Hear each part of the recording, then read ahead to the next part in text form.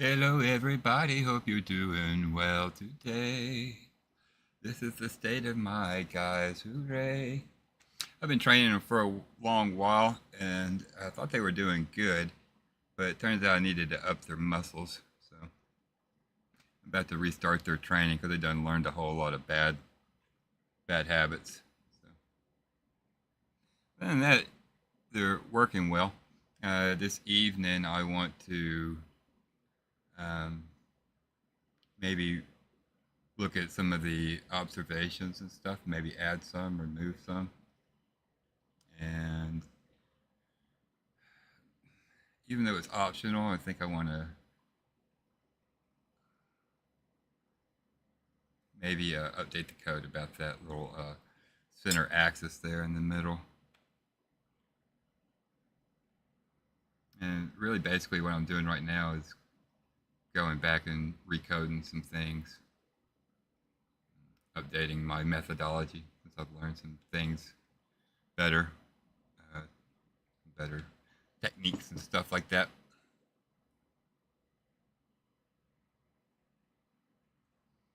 You can see those little pink things on the box. That's just where the characters are hitting the box. Just lets me see where they hit and how often. In fact, if you ever see a little red bubble or a yellow bubble pop up on the player, that's them hitting themselves or someone else hitting them, or if the box does damage to them. Right now, it's just a touch. There's no real damage. There's no damage at all with the hand yet.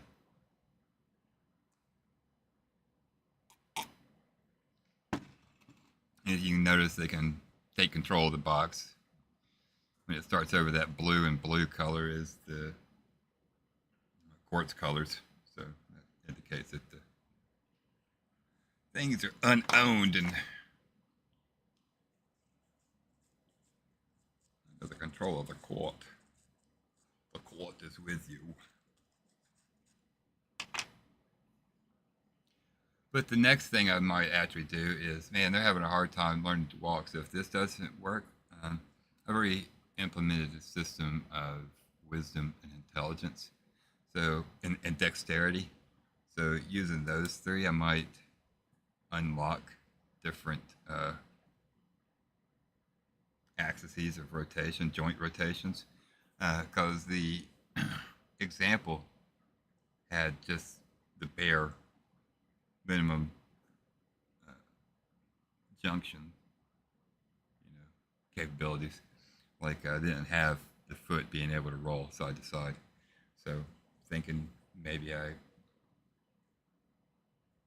might do that. It might help them understand. I think it probably would. So I might start to work to implement something like that. I don't know. But without further ado, here we go.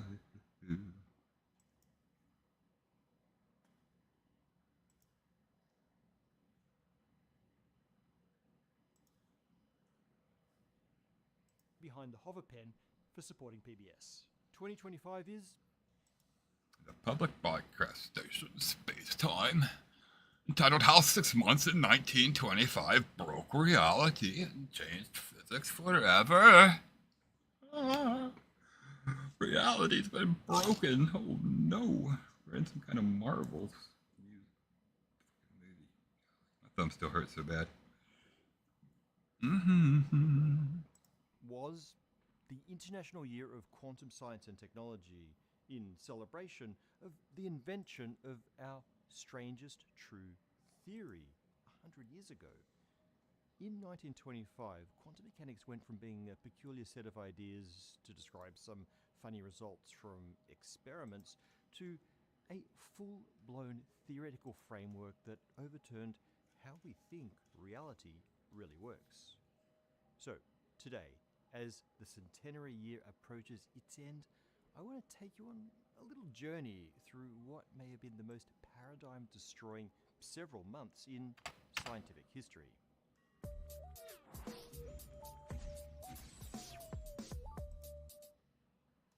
We've got a couple of quick announcements before we start. First, our eternal battle against the algorithm continues. The best way to encourage YouTube to share our videos is to like and comment. Doing both really makes a difference. And if you're new here, subscribe, hit the bell, and introduce yourself in the comments. We're friendly. The votes are in, and... Oh, wow. I did not see this coming. 20% off at Sephora.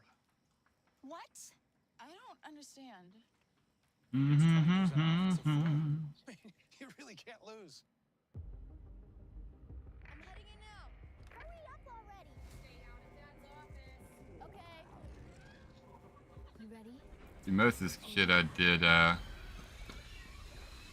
Just don't way long ago. Head on an adventure that is truly upside down. Oh, I'm sorry about ads. I Now kind for the of fun lose part. my mind. It's holiday discount week at the Spacetime merch store. From now through next Friday, you can get 20 to 50% off most merch items from all of 2025, including limited restocks and 4 new releases. First up, we've the LHC Higgs Discovery desktop and gaming mat. This 32-inch by 16-inch mat with anti-slip design was inspired by the discovery of the Higgs at the Large Hadron Collider. Plus we have our final shirt and hoodie of the year, Don't Panic, It's Only Rocket Science. It's one of our rare full-color designs inspired by a little restaurant at the end of the universe. There's a link in the description. Now onto the episode. Let's start by understanding where we stood at the beginning of 1925. What was the scientific worldview that was about to be shattered? So, Albert Einstein has been the king of physics for a decade, ever since he published his general theory of relativity in 1915 and toppled the 4th-century reign of Newtonian mechanics. GR completely supplanted our understanding of space, time, motion and gravity. This was a revolution, no doubt, but in a way, Einstein actually reinforced the status quo rather than overturning it. See, in the Newtonian worldview, the motion of all particles could be perfectly computed through a simple set of universal laws.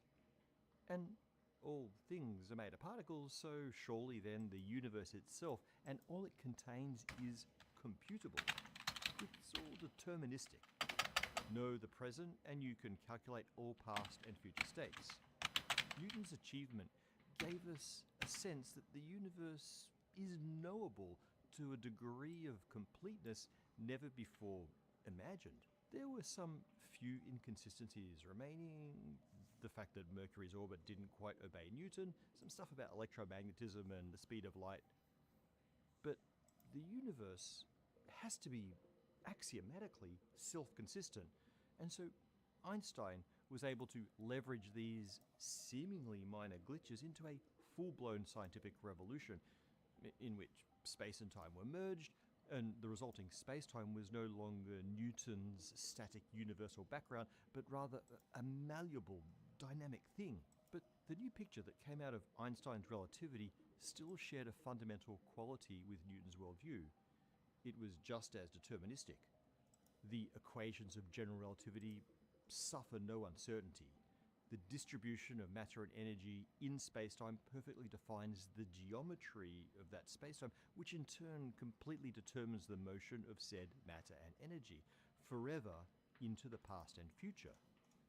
Einstein also showed that simultaneity is relative, destroying our delusion of an absolute sense of now. So the already deterministic past and future became as real as the present, at least in some interpretations, and all of time was sort of crystallized into an eternal block for the entirety of existence. On the one hand, the universe under Einstein remained measurable and knowable, but what is measured and what can be known came to depend on perspective, where you are, how fast you're moving, the light speed limited horizon of your embedded vision. A hell of a perspective shift, but still firmly on the side of determinism. In the early 1920s, Einstein was a science rock star. There were still a few loose threads in the fabric of our understanding of the world. So you can imagine the hunger of a young physicist of that era to pull on these threads and to perhaps pull off another revolution. Now, a big outstanding mystery, and perhaps the big one, was the strange world of the atom, and especially the behavior of the humble electron. From Rutherford, we knew the rudimentary atomic nucleus. You've all seen depictions of electrons whizzing around the nuclei like tiny solar systems, a holdover from early assumptions that the tiny universe resembles the gigantic. But there were so many questions. Why were only certain electron orbits allowed? And why those ones? And why didn't electrons spiral into their nuclei? The uncanny orbit of the electron was surely the key to a new revolution, just as the orbit of Mercury unlocked relativity. The first steps were tentative.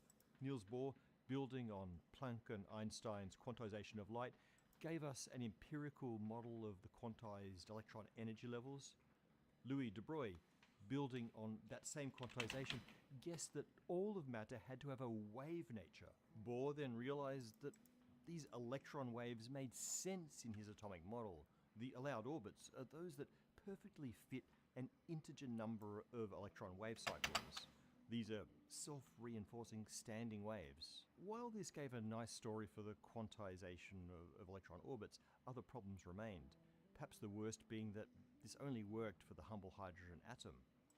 So that's where we stood going into 1925. Bohr's model was still very classical feeling, and so the Newtonian and Einsteinian worldviews still reigned.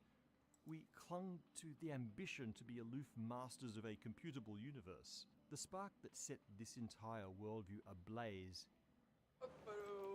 If you want to check a bag for free, you should probably have a United Explorer card. Look at me, I'm free!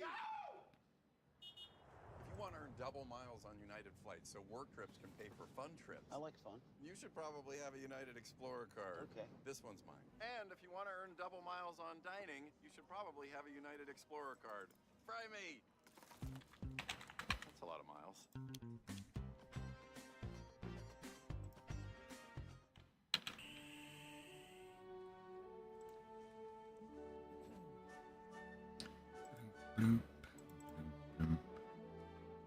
Or you could simply press a button, because each K-Cup pod contains freshly ground coffee, precision measured for a perfectly delicious cup. So there's no effort, no grind, no need to put on pants. Great coffee without the grind. Keurig. Had already started in Munich a few years earlier, when a 20-year-old student showed up in the office of Arnold Sommerfeld. Sommerfeld, famous both as a physicist and for his mentorship, handed that student a trial problem to solve one of the many failings of the Bohr model, in particular, the distortions in hydrogen energy levels seen when the stuff is in strong magnetic fields, called the anomalous Zeeman effect. So the thing about being a kid is you'll try anything. You don't know what you're supposed to take as ground truth. All common sense dictated that the math should be based on integer numbers, the whole numbers of wave cycles in Bohr's electron orbits. But Sommerfeld's naive student, for whatever reason, tried a mathematical form involving physically irrelevant half integers, half, one and a half, blah, blah, blah. But that worked. The student was Werner Heisenberg, and at 20 he discovered the first clue to the strange phase symmetry of the electron, a result of its yet undiscovered quantum spin. This little project began Heisenberg's obsession with the mysteries of the atom. 3 years later, now 1925, Heisenberg was in Göttingen studying under Max Born, but also in close connection with the now very famous Niels Bohr, his future closest collaborator. Surrounded by such giants of physics, Heisenberg still turned to the wisdom of Einstein. Heisenberg asked himself, what would Einstein do? In coming up with general relativity, Einstein had resolved to reject unfounded assumptions, no matter how self-evident they seemed. That meant putting aside Newtonian ideas like the universality of time and an unchanging and flat geometry of space. So Heisenberg challenged himself to take that credo seriously and to push it as far as possible. In his own words, the aim of quantum theory should be to describe only quantities which are observable.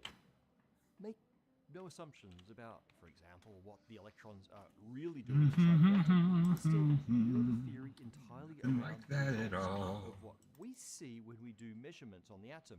In a cartoon view of an atom, you can imagine knowing things like where the electron is or how fast it's moving at any point in time. In the Bohr model, that translates to a radius and energy/momentum for each of those orbits. A pair of concrete values, each with an index to connect them to a list of possible electron states. But Heisenberg realized that it's not possible to actually observe these orbits of the electrons within the atom. The only thing we can measure is the light, the photon, that shoots out when an electron changes orbit. In fact, even the idea of orbits is presumptuous, so we'll call them electron states. These invisible electron states couldn't be the main players in the theory. Instead, Heisenberg committed to finding a law of motion that only describes the observables, the frequency and intensity/amplitude of the photon produced when electrons change states. The difference seems subtle, but it really changes everything. Instead of a formula to describe electron properties for a single list of states, Heisenberg sought a formula to describe the resulting photon properties for every combination of initial and final state of the electron. Now, this sort of two-index list of properties is known as a matrix, although Heisenberg didn't know it at the time. His job was to guess a formula relating these matrices, and so he figured out the algebra of matrices all on his own. He was disconcerted to discover something that mathematicians already knew, that matrix algebra defies standard multiplication rules. For example, x times y is not always the same as y times x. They are, as we say, non-commutable. This turns out to be a central feature of quantum mechanics, and ultimately it led Heisenberg not only to his Straight up, but sorry. to the I gotta theory. disappear.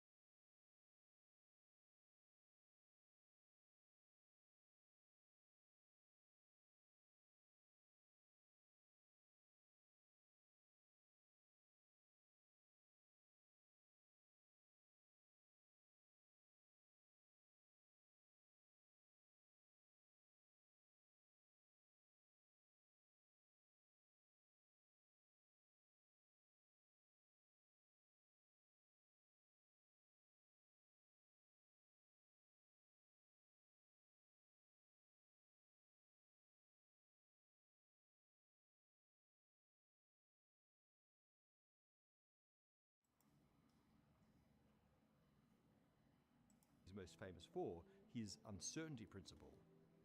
But for now, this unintuitive type of math was just another challenge to Heisenberg's resolution that he should reject prior assumptions. And so he forged ahead. Now, his theory needed to do a couple of things. It needed to predict the photon frequencies and intensities, or the spectra of atoms. It also needed to be consistent with certain known fundamentals of the universe. And the big one is the principle of energy conservation. Hey, it's me, your very dry skin. CeraVe Intensive Moisturizing Lotion with hydrourea and 3 essential ceramides helps restore my natural barrier and relieves my dryness for up to 72 hours. Introducing CeraVe's new Intensive Moisturizing Cream.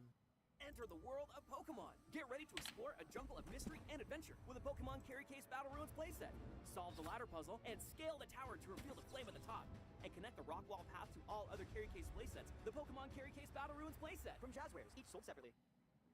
Heisenberg writes that he knew only too well that my scheme stood or fell by that principle.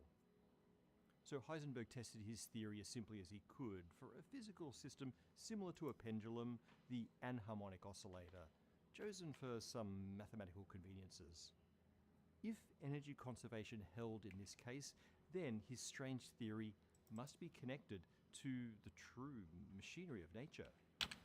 Now, this was in May 1925, and Göttingen was awash in springtime pollen, and so Heisenberg's own immune system tried to kill him. He had a crippling attack of hay fever. It swelled his face, weakened his body, and left him barely able to multiply a matrix. He begged his boss, Max Born, for permission to travel to the one place he might find relief, a small, barren island in the middle of the North Sea called Helgoland. It's an amazing place, Helgoland, sometimes also Heligoland, from the High Frisian Holy Land, with its stunning ocean cliffs and elegant resort town. Now, the war changed all of that.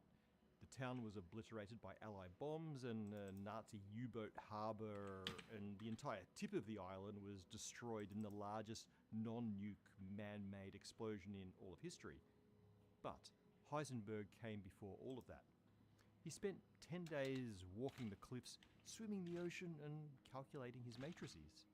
Pages upon pages of them.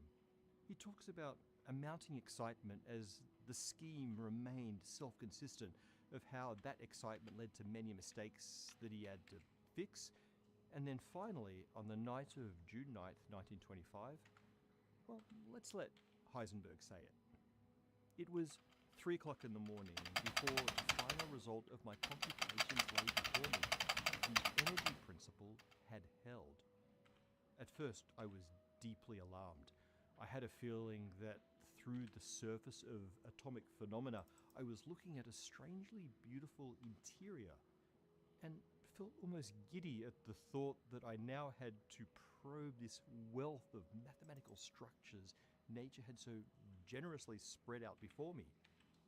I was far too excited to sleep, and so as a new day dawned, I made for the southern tip of the island and waited for the sun to rise. So, cured of hay fever but now afflicted by revelation, Heisenberg returned to Göttingen, and his friend Wolfgang Pauli encouraged him to show his work to Max Born, who immediately recognized Heisenberg's strange mathematics as being matrix algebra. From there, he worked with Jordan Pascal and then with Pauli and Paul Dirac to flesh out matrix mechanics, the first complete formulation of quantum mechanics. But it was not the instant hit you might have imagined. It was a strange theory. Matrices were unfamiliar to most physicists of the era. The non-commutivity felt alien.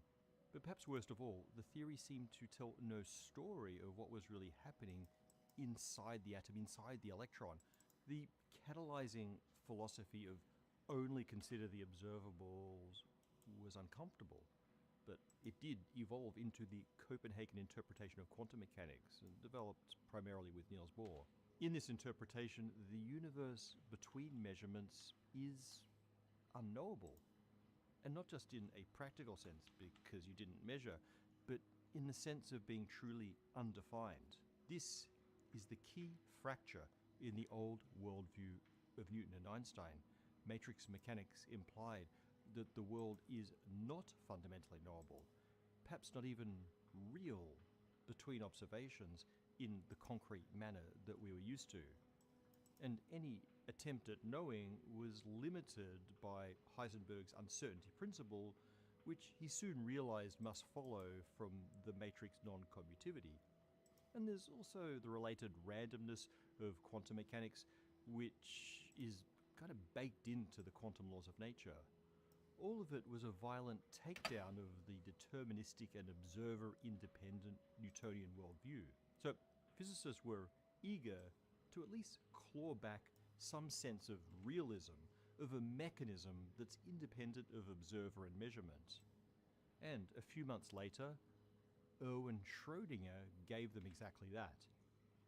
Where Heisenberg had launched his chain of thought from the quantization of energy levels, Schrödinger started with de Broglie's idea of particles as waves of matter.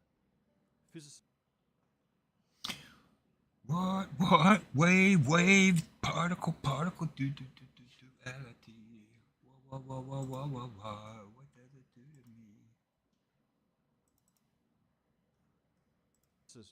Had long pondered the connection between particles and waves, and there was even a formulation of classical mechanics, the Hamilton-Jacobi equation, that could represent particles as waves while still being formally equivalent to Newton's laws. In fact, Schrödinger just substituted the so-called action in this Hamilton-Jacobi equation with what we now call the wave function to lead to the famous Schrödinger equation.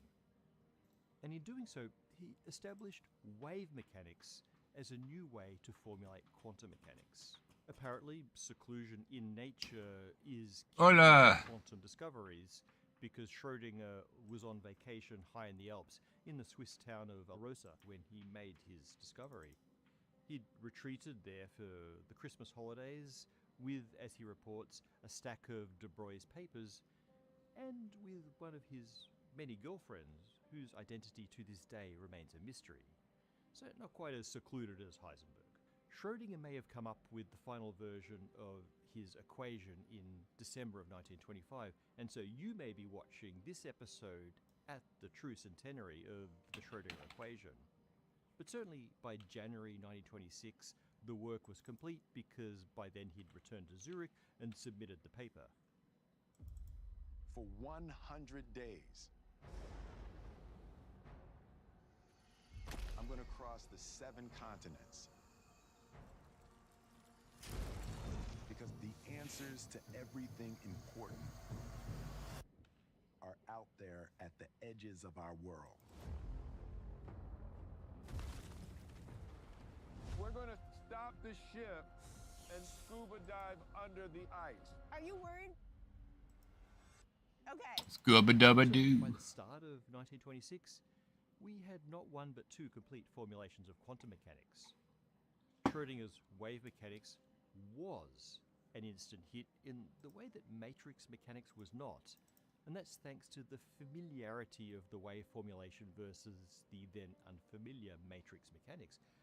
Perhaps even more attractive, though, was the fact that the Schrödinger picture seemed to tell a story of what was happening behind the math. The theory described this continuous deterministic object, the wave function. It was something that you could imagine, something that sort of existed between observations. But this comfort wouldn't last. Although the idea of waves moving through space was familiar, Schrödinger's formulation couldn't tell us what these were waves of. Max Born then showed that the wave function could be thought of as representing probability amplitudes, the square of which gives us the actual probability of a given measurement. But what does a wave of probability even mean? Is it a thing that even exists, or a statistical map of underlying activity, or some wishy-washy epistemic entity that's uncomfortably tied to the observer?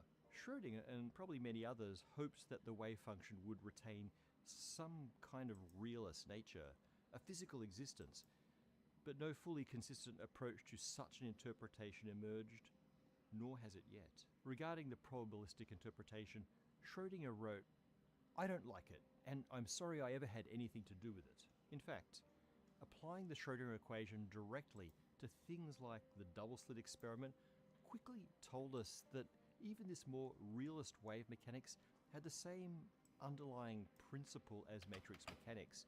We can only know the input and output states, and everything in between is pure potentiality. And then, in 1927, Paul Dirac showed that the Heisenberg and Schrödinger pictures are mathematically equivalent. They really are two representations of the same system. They predict the same amplitudes. While wave mechanics did become more famous due to its intuitive advantage, the Heisenberg and Schrödinger pictures both have their roles, both are useful in different circumstances. But it's arguable that Heisenberg's picture is more general, closer to base truth. That's because the Schrödinger equation is inconsistent with special relativity. Relativity treats time on the same footing as the dimensions of space, while the Schrödinger equation assigns both space and time a primary and universal status, more like in Newtonian mechanics. Now, of course, Schrödinger knew that his equation was an approximation, valid only at low speeds. But the principle of the equation was right, and Paul Dirac would go on to publish a full relativistic version of the wave equation in 1928. But that's a story for another time. In fact, for a previous time, because we already covered it. Now, matrix mechanics is perfectly consistent with special relativity. It doesn't treat time and space separately because it doesn't treat space at all. At least space isn't built into it.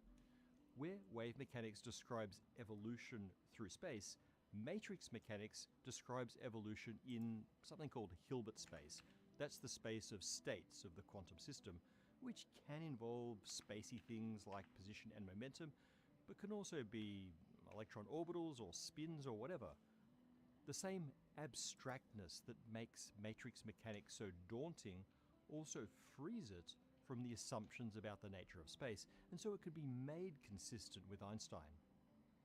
Heisenberg's only the observables led him to a more general, if less straightforward, formulation than Schrödinger. And it's for that reason that Heisenberg's formulation also became the foundation for the next evolution of quantum mechanics, and that's quantum field theory. Following the crazy half-year from June to December 1925, a mad flurry of advances propelled this fringe idea into a full-blown description of the subatomic world. Now, I mentioned the Dirac equation, but then came second quantization via the Heisenberg picture that gave us quantum field theory, in which particles are excitations in fields shaped by the symmetries of nature, and that led to the standard model of particle physics. The predictive power of that model has enabled so much incredible technology, but all of it was founded on the core principles that were set down in 1925 and have held true to this day. The world forged by quantum mechanics, the world of the International Year of Quantum Science and Technology, it's one of transistor-driven miracles from smartphones to satellites. It's one of quantum chemistry and advanced materials and nuclear power. 100 years of building useful things from century-old epiphanies. But it's also a world whose deepest layers are, if anything, less settled than in the previous era. A century later, we still don't know what quantum mechanics means, what story to tell about the mechanisms at play beneath the observables, if such a story can even be told at all. Questions like what exists or what can be known are no longer clearly answerable. One more Heisenberg quote. Every day, the most critical systems in the world rely on materials shaped by a force no nature itself, but nature exposed to our method of questioning. There's a boundary between the external reality and our observations of that reality. Quantum mechanics makes us question whether even our most powerful theories can ever breach that boundary. It's been a giddying era of equally profound insight and confusion. So, here's to a century of quantum mechanics, and while we're at it, to another year of space-time. Thank you to Novium for supporting PBS. Inspired by space, the Novium Hoverpen Interstellar is an otherworldly gift idea for yourself or the amazing people in your life. The Hoverpen Interstellar is available in Space Black, Starlight Silver, Mars Magma, and Neptune Blue, and is refillable. Just as Earth's axis is tilted at 23.5 degrees relative to its orbital plane around the Sun, the Novium Interstellar is at 23.5 degrees, making it easier to pick up.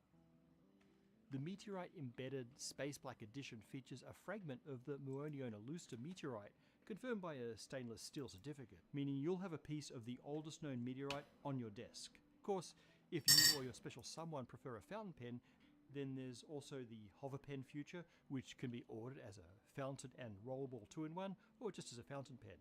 If you're looking for a holiday gift or just want one for yourself, there's links in the description below, and you'll get 15% off for the next 72 hours by using the code PBS.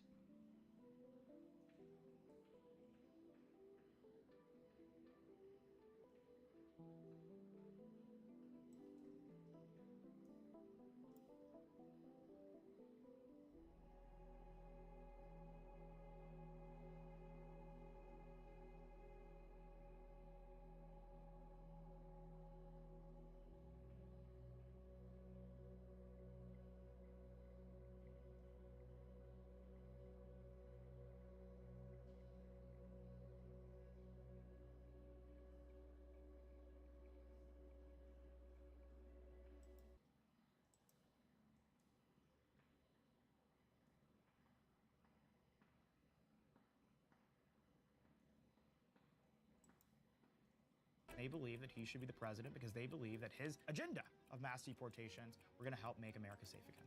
So I asked, name one piece of evidence in the case that you dispute, and you couldn't do so. I just answered the question. You just don't like how I answered the question. I'm sorry about that. So you didn't answer the question. You didn't provide a specific example. It sounds like the American people didn't. I answered the question. No, you didn't. I answered the question. No, you didn't. I answered the question. No, you didn't. Those are the greatest debates.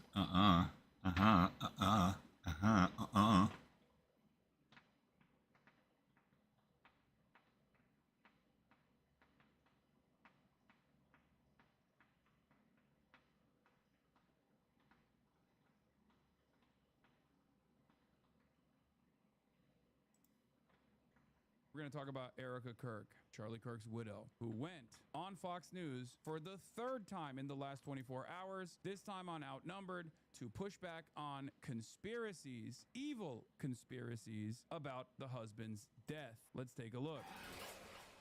With Erica Kirk sharing her journey with America and the world, we are grateful at Fox to have her here to shine a light on healing as we all miss and mourn the loss. Yes, this is literally the third time she's been on Fox News in the last 24 hours. She did it twice yesterday to promote Charlie Kirk's new book that's coming out. And then today she's talking directly about the conspiracies. Now, you guys already know that a lot of these conspiracies are coming from one woman and one woman only. Her name is Candace Owens. We are the clandestine operations, the clandestine operators for Candace Owens. As you guys know, she has gained tremendous prominence. First, after getting fired from the Daily Wire for not only being anti-Semitic, but also anti-Israel. And then her prominence exploded in the aftermath of Charlie Kirk's assassination because there was a lot of appetite from the administration to come out in unison and blame Democrats, liberals for Charlie Kirk's assassination. And she just came in with a grenade and exploded that and said, nah, it's actually Israel that did this. A lot of people listened. Seemingly, there was a robust appetite for that kind of commentary, okay? Yes, we are clan members of the Clandis clan, the Confederacy, yes. Not all of her journey has been without, well, hate, conspiracies, and oddly, speculation about where her husband is buried.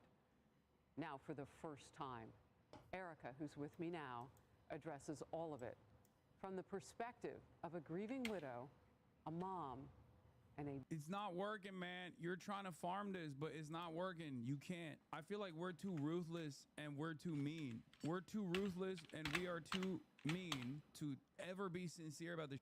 I don't think anybody cares about like a grieving widow, you know? Talk to me about this part of the conspiracies that are out there, this disturbing part that people are trying to guess where Charlie is. Can I have one thing? Can I have one thing? Can my children have one thing? It just comes across as like kind of phony. Like I don't know. I just am I crazy for this? It's just anyway. Let's see. Yes, he was Charlie Kirk to the world, and I know so many people love my husband, and I am grateful for that. But this is my husband, and I want to be able to have one thing left that is sacred to our family, to my in-laws, to my babies, and to my parents. One thing. What are they taking from you right now? Nothing. But I will tell you what they are doing. It reminds me so much of chapter 6 in the book of Nehemiah. He is building a wall, and the townspeople are at the base of that hill saying, Not crazy. She's bad at performance, even if she isn't phony. More of a behind-the-scenes talent than a face for a significant org. It's funny because secular revolutionaries aren't even the ones who are contributing to the conspiracies. If I am a secular revolutionary, okay, well, I guess maybe they would call me like an Islamist revolutionary, but regardless, I am not the one who's leading the charge here. I can only watch from afar and go, oh my God, how the f did we get here? As a matter of fact, if I or people like myself were the first people to come out and be like, Charlie Kirk was assassinated by Israel, I feel like the right probably would have collectively said, no, it was the fact that it was Candace Owens that did this. That is the reason. We on the Hassanabi broadcast. You don't need a HELOC to get money out of your home. Actually, homeowners are now.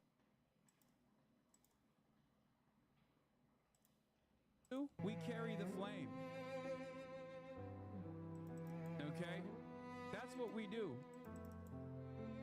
Because we here at the Hassanabi broadcast understand that he stood unshaken. He was a voice in the storm. He was a man of conviction. A heart reborn. He spoke the truth. When the cost was high. And he lived for Jesus. Unafraid to die. Eternal.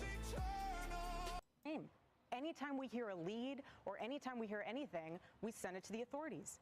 Please dig into this. No rock will be unturned. I want justice for my husband, for myself, for my family, more than anyone else out there. So for me, you want to keep telling me to come down while we're building? I don't have time for that. But here's my breaking point on that. Come after me, call me names, I don't care. Call me what you want, go down that rabbit hole, whatever. I wouldn't do that, never. But when you go after my family, my Turning Point USA family, my Charlie Kirk Show family, when you go after the people that I love, and you're making hundreds. She said, come after me, don't f the bag. That's crazy. She said, you're allowed to on me, just don't try to on the bag. The bag making operation must remain. And thousands of dollars every single episode going after the people that I love because somehow they're in on this. No. You know, I have to say it. I've never seen you like this. No, this is righteous anger because this is not okay. It's not healthy. This is a mind virus. Yes, I believe in our judicial system. I do. We have a hell of a team working on this, excuse my French. But this is not okay. Wait, what is the French? Want to... Because she said hell of a? Is that what it is? H-E, she's a H-E double hockey sticks type of person? That's crazy. I didn't realize there were still people like that. Or is that a dog whistle? Is that a dog whistle for the French assassins, the legionnaires and the gendarmes that's coming after Candace Owens? You think that's what it is? She said, pardon my French. And by that, it was actually a trigger word. Like it was an activation. It was an activation word for all of the gendarme that is surrounding Candace Owens' home right now. The reason why I'm bringing this stuff up is because I suspect Candace Owens will go live today and on Erica Kirk, and if you think I will not be watching, you are out of your mind. I will definitely be watching that, okay? I'm pre-firing. I am one of the anonymous accounts that's a schizophrenic, gang-stalked Candace Owens follower in her inbox, telling her that I've been a tier 1 operator and also in the CIA for 38 years, and that Erica Kirk is actually telling the French to assassinate you, Candace. She's going to be reading out my anonymous tip in her tip line later today. I am the super donos. Wait, what? Oh my God. Oh my God. Oh my God. It's already her title. Uh-oh. Erica Kirk goes off on conspiracy theorists. Erica Kirk discusses conspiracy theories with Harris Faulkner on Fox News. Okay, this actually is suspicious. The fact that there are only 624 people waiting, or 700 people waiting now, because now I clicked on it and now some of you dumb are going to go in there and also click on it. But the fact that there's only 700 people waiting, but when she goes live, she has 150,000 people watching, that invites a little bit of suspicion, I would say. Because if you have 150K watching, like I have more people waiting in my chat. Like I have, 27,000 people watching right now, right? In real time. When I'm offline, I have probably around 4K to 10K people in the offline chat. It's in 46 minutes, bro. No, I'm 46 minutes prior to my stream. I have usually around 4 to 10K people in here. Not like 1K. No, I have looked it up before. Now it's YouTube. It's a different platform. They don't have an offline, offline stream culture, but it is kind of shocking that someone with 150,000 people directly as she starts her broadcast doesn't have that many people, doesn't have even at least 10,000 people waiting, Did you just say maybe her audience is much less brain broken than yours and they don't wait around doing Scrabble and offline chat? You think the Candace Owens audience is less brain broken than my audience? You can say that about pretty much any other community but Candace Owens' community. That is literally the only community that you can't say that about. They think that it's like a conspiracy between the Egyptian government, the Israeli government, the French government, and the Ukrainian government that Charlie Kirk was assassinated, brother. Every day she adds a new country into the conspiracy and they lap it up, they eat it up. The are you talking about? Yeah, if we're brain broken, they're brain dead. All right, maybe she does bot. I don't know. Erica Kirk is going hard at Candace Owens' News' Fox News interview. Peter Twinkler says she's feeding the beast. Between this and her planned town hall with Barry Weiss, Erica is making a major strategic error left and right. Candace Owens alone is responsible for the anti-Semitic bile she spouts, but Erica is doing herself and TPUSA no favors. Yeah, I get it on a human level, but Candace is just thinking about content and views. I'm just saying, maybe she bots a little bit, maybe. Because the numbers are pretty crazy. I mean, she's pulling a bigger crowd than Kai Cenat every day. Like, that's pretty wild to me. And Tucker Carlson is getting involved as well. Oh, let's go. Oh my God, this is so awesome. I'm sorry. It's up, but this is so dope. I love watching the right wing fall apart over the behemoth that they created. Endless amounts of conspiracies and this incredible knife fight, this incredible intense need to be the top dog. Every single one of these guys is a charlatan. They're ruthless. They're monsters. All they care about is clout. All they care about is making more money. And when you leave this power vacuum in the aftermath of the Charlie Kirk assassination in this sphere, all of a sudden everyone is trying to be the top dog. Oof. Box where they've been creeping from. The bespoke AI Family Hub Plus refrigerator with AI vision inside.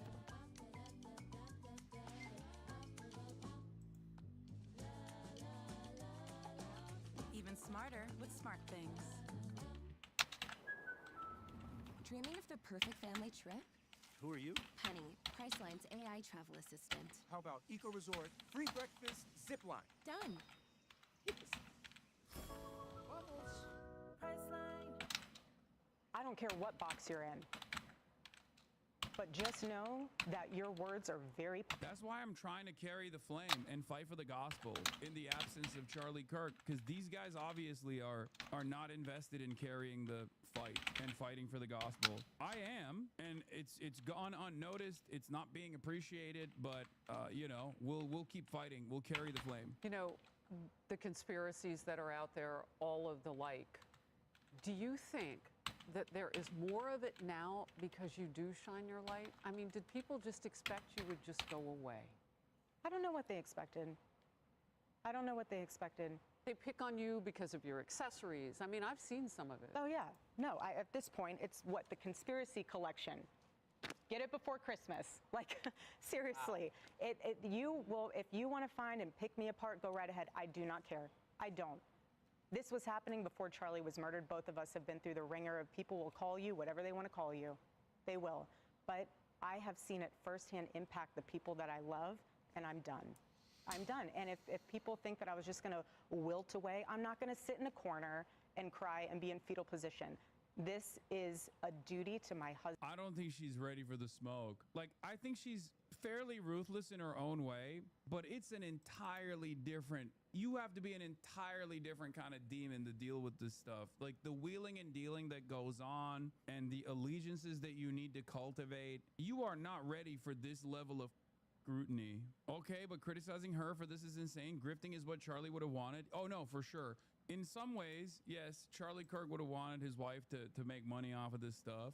But in other ways, I think he probably... Hello, everybody. How are you today? You can't even see. So many people are fighting. Sorry. In some ways, I think he hates that the right wing is infighting, and this will actually hurt the midterm chances of the Republican Party even further. And it's an absolute honor, and I will never back down.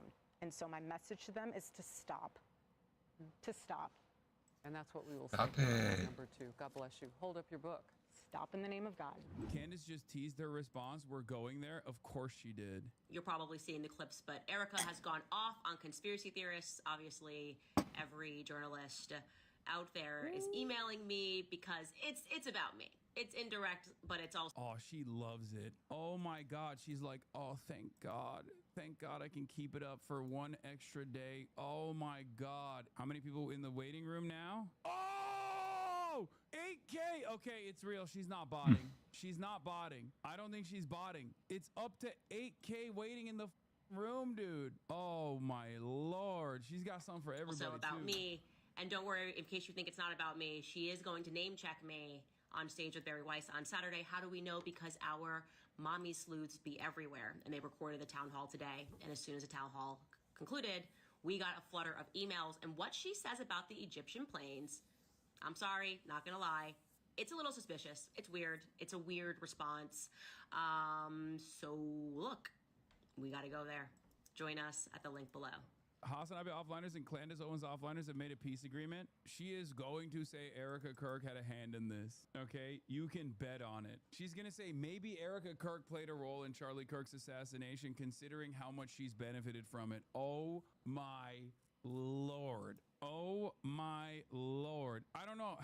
Will she? Will she go that hard? Will she go that hard? I feel like that's, I mean, this is a real test of how much people trust her and how little people trust Erica Kirk, I guess. After Charlie Kirk was assassinated, Candace Owens said if a number of times that the only person besides her husband who could get her to stop filming episodes about Charlie's assassination was Erica Kirk. Candace has not promised that in some time, but even if she had, I have always suspected that she would say she must continue because Erica is being controlled by Israel or France or whatever nonsensical conspiracy theory she wants to promote. Yo, of course she's not going to stop. Are you kidding me? 150,000 people tuning in every day, 10,000 people waiting in the waiting room, including our 30,000. Technically, 40,000 people are waiting with bated breath for what Candace Owens is going to promote today.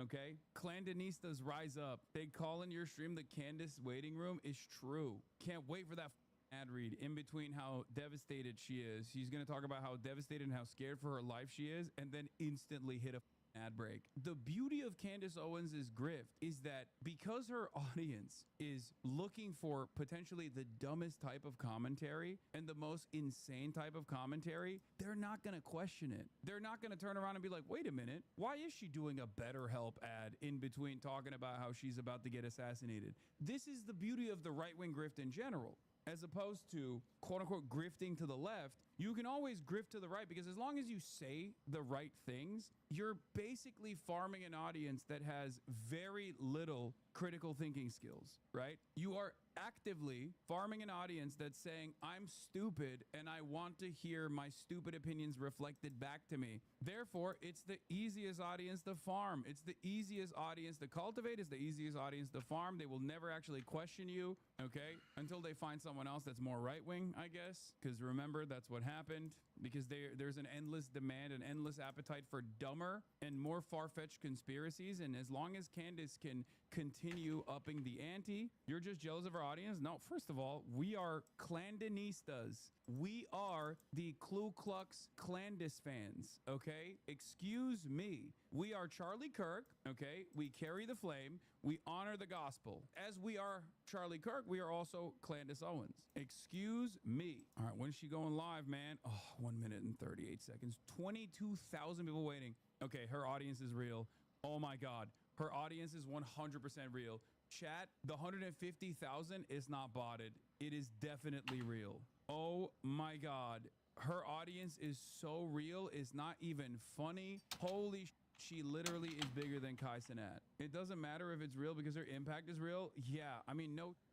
Quick look at her IG mutual. She's in with the normies. Is she bigger than Tucker in terms of views? Oh, absolutely. She's also bigger than Tucker in terms of impact as well. Candace Owens, I think, is the most impactful right-wing content creator right now in the United States of America. I think that she's bigger than Asmongold too, I suspect. You're going to piss off Asmon with that kind of talk? No, Asmon is small fry, dude. I mean, clearly her lives, she stopped doing videos because her lives bang so hard. Look at this, 2.2 million views, 2.1 million views, 1.6 million views. As soon as the controversy is dying, they immediately start yelling at her, boom, 2.2 million views, 1.5 million views, 1.5 million views, 28K waiting right now. Asmongold without the bots is, you know, around the same. He has a lot of motion on YouTube. Like his Well, there you are. You spawned. What's going on there then? It's called into question every now and then. But the impact that Asmongold has is actually on his YouTube channel, where he has a ton of real fans and real momentum. We don't get to experience it because none of his fans actually go outside or live in Europe, so we don't actually see it. This woman is not only dangerous in how she radicalizes people with no regard for the truth or anyone's safety, but she's also deeply unwell. Today on the show, Erica Kirk goes off on conspiracy theorists. Read me. Will the strategy work on the general public? We learned about what Erica told Barry Weiss about those pesky Egyptian planes. And to be honest, it's weird. You're getting way too close. They're now activating everyone. I just wish that they could see how obvious the PSYOP is. Like, they all post the exact same thing within minutes of each other. Oh, Third Eye has not been assigned. Doing it. I almost want to help them with this disastrous PR strategy. Oh my God. Yeah, I did accurately predict the Daily Wire f***ed up big time by letting both Candace and Fem Shabibo go. They're both more successful now that they're independent. I did call that. Candace Owens' waiting room has surpassed my real audience right now, my live audience right now, with 44,000 people waiting moments prior to her live broadcast. Oh my God. I mean, it's getting undeniable now, right? She's really taken over the Charlie Void and some. She's taken over the Charlie Void because of her closeness to Charlie Kirk, but also simultaneously moving them further and further into the reactionary, conspiratorial. Let's look at what the chat is saying. Sure, she's milking it. It's time. God protect Candace. Let go. Love you. Love you. Today gonna be fire. She has also made time for an upcoming CBS News town hall sit down with Barry Weiss, which was filmed today. So Erica Kirk has time.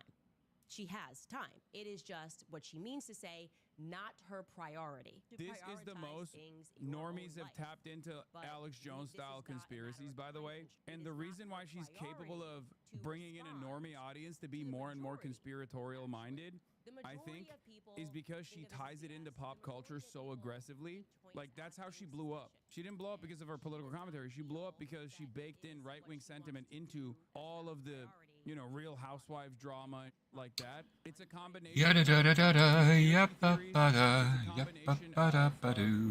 popular drama. It's a combination of gossip, and last but not least, she treats it like a true crime thing. It's this perfect combination of things that normies can digest, and she's doing it not in an intellectual way at all. She's doing it in the most like normie focused, like just your friend giving you gossip. From a true Candace fan, here's the lore for the Egyptian planes. The Egyptian airplane turned off its GPS while in the sky moments after takeoff, which is against international law, and it took off like 30 minutes after Kirk was assassinated from the airport in the city Kirk was killed in. The Egyptian jet is 100% true, and nobody can explain why that happened. Wait, what? Wasn't it the PJ? I thought it was the PJ that took off 30 minutes after, and the explanation was actually pretty simple, which was that that area specifically actually ends up, because all of the not the transponders necessarily, but like all of the websites that actually track this stuff are just like independent trackers in general. The PJ that flew for a little bit and then ended up landing in Provost was, yeah, it was like bad signal. Be a relevant narrative when you're out here like trying to make it seem like it's never happened in the history of the world. It has happened, and yeah, I don't know. The Egyptian plane just means Israel, for the record. It's not. It has nothing to do with the actual nation state of Egypt. So I want to just be clear that it is, of course, plausible. It is very plausible. Is more or than maybe plausible. CIA. I don't know. Is they want us to believe that Charlie's neck was made of steel and the Twin Towers were made of neck bones. Got it. Yeah, we're at that stage of a psychological operation. That's it. None of it's making sense. Isn't that kind of gratuitous? Like the way that you're talking about your bestie's death is pretty strange. Like that's crazy. Who you work for, what you look like, what sex you are. It is always plausible and actually highly plausible. Typically when money is involved. This obsession with Candace Lulu is Mallory wild. writes, the more I watch, the more fake and gay Bro, things I are. don't understand. We all have been given the light of... I don't understand. Like, we can't have any fun on this broadcast. Like, this is, whether you like it or not, this is literally the most poppin' thing in the conservative media ecosystem right now. There is a major fissure on the right, and I can't even make jokes about it without some dumb like, oh, I guess you're obsessed now. Bro, she has 175,000 You're obsessed people now. watching. And honestly, she's making better content than me. You want to know why? Because she doesn't have to constantly respond to chirpers in the chat. I'm realizing that she can do all of the conspiracies that she wants to do without any interruptions because she doesn't have 30,000 bitches in his ear yelling about how annoying this shit is.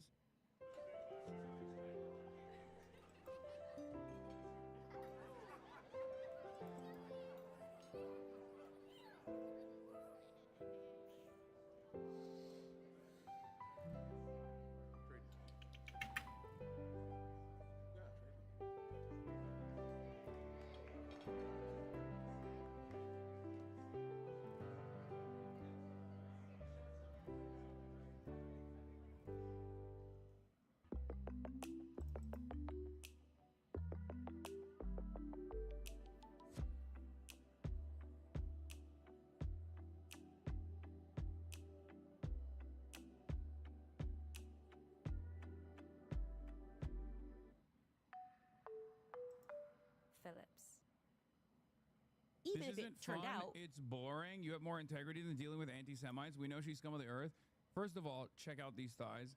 I think you need to recognize that we will be dealing with anti-Semites a lot more frequently in American politics because the most popular motion right now is heading in that direction on the American right. You are currently staring down the barrel of the future of the right-wing movement. 100%. If you're thinking like, oh, well, these guys are anti-Semitic, why are you dealing with them? Literally wake up to the reality that the entirety of the right-wing movement is going to be geared around these kinds of conspiracies. No matter how dumb, no matter how stupid, yeah, this is what they're going to say and do. Yeah, I know, this is so funny. We live in an era where they're trying to normalize Islamism, Nazism, and communism. Reject it. And of course, E.L. Jacobi, the #1 Israel Nazi, posted that. And then Carl Jha posted, we want to kill black people. I'd like to have nice infrastructure like China has. You're both equally bad. Liberalism needs to die. This guy isn't a liberal, for the record. This guy is a one-issue person. Liberal people in TikTok comments are praising her as if she's a Wendy Williams with all the tea just because she's coming up with conspiracies for everything. I'm afraid they don't know much of her. Shaking my head. I don't think they know much of her. I think she has the same like exact clipping structure that Nick Fuentes has. It's the clip culture. Once again, all of the Clipper accounts that are up my with regular frequency, consistently clipping everything that I say out of context in an effort to trash whatever point of view that I have, to constantly present me as a villain, have been noticeably absent from any Candace Owens coverage, despite the fact that Candace Owens is infinitely more popular than I am. Same with Nick Fuentes. So when you don't have that level of haters consistently trying to warn everyone about you, then you got a person who talks about Yahweh, a servant of Yahweh has that like security this. footage. Servant of Yahweh writes, who was the young woman in the Candlewood Suites Hotel with the special ops guy? They left in the green truck on September 8th. If you or anyone you know How is works at Candace that... anti-Semitic? I mean, she has in the past and consistently chooses to entertain a lot of anti-Semitic conspiracy theories about how, you know, she's not as out about it, I would say, as Nick Fuentes is. I mean, she's praised Hitler. That's a More pretty tips at solid CandaceOwens.com. indication that you might be anti-Semitic. She said Hitler was actually just trying to make Germany great again. It was because he became a globalist by invading other countries. That's when he got bad. But if Hitler just wanted to make Germany great and have things run well, okay, fine. The problem is that he had dreams outside of Germany. He wanted to globalize. He wanted everybody to be German, everybody to be speaking German. She also won Anti-Semite of the Year. Okay, she defeated me to win Anti-Semite of the Year. That doesn't really mean anything. Winning Anti-Semite of the Year, yeah, sometimes they get it right, but that doesn't really mean much, you know? Sir Aquinas Talking is true. I can't believe we just watched it. Oh my God. Yeah, so she just does like, I guess, an hour-long stream, and then that's it. 150,000 people tune in.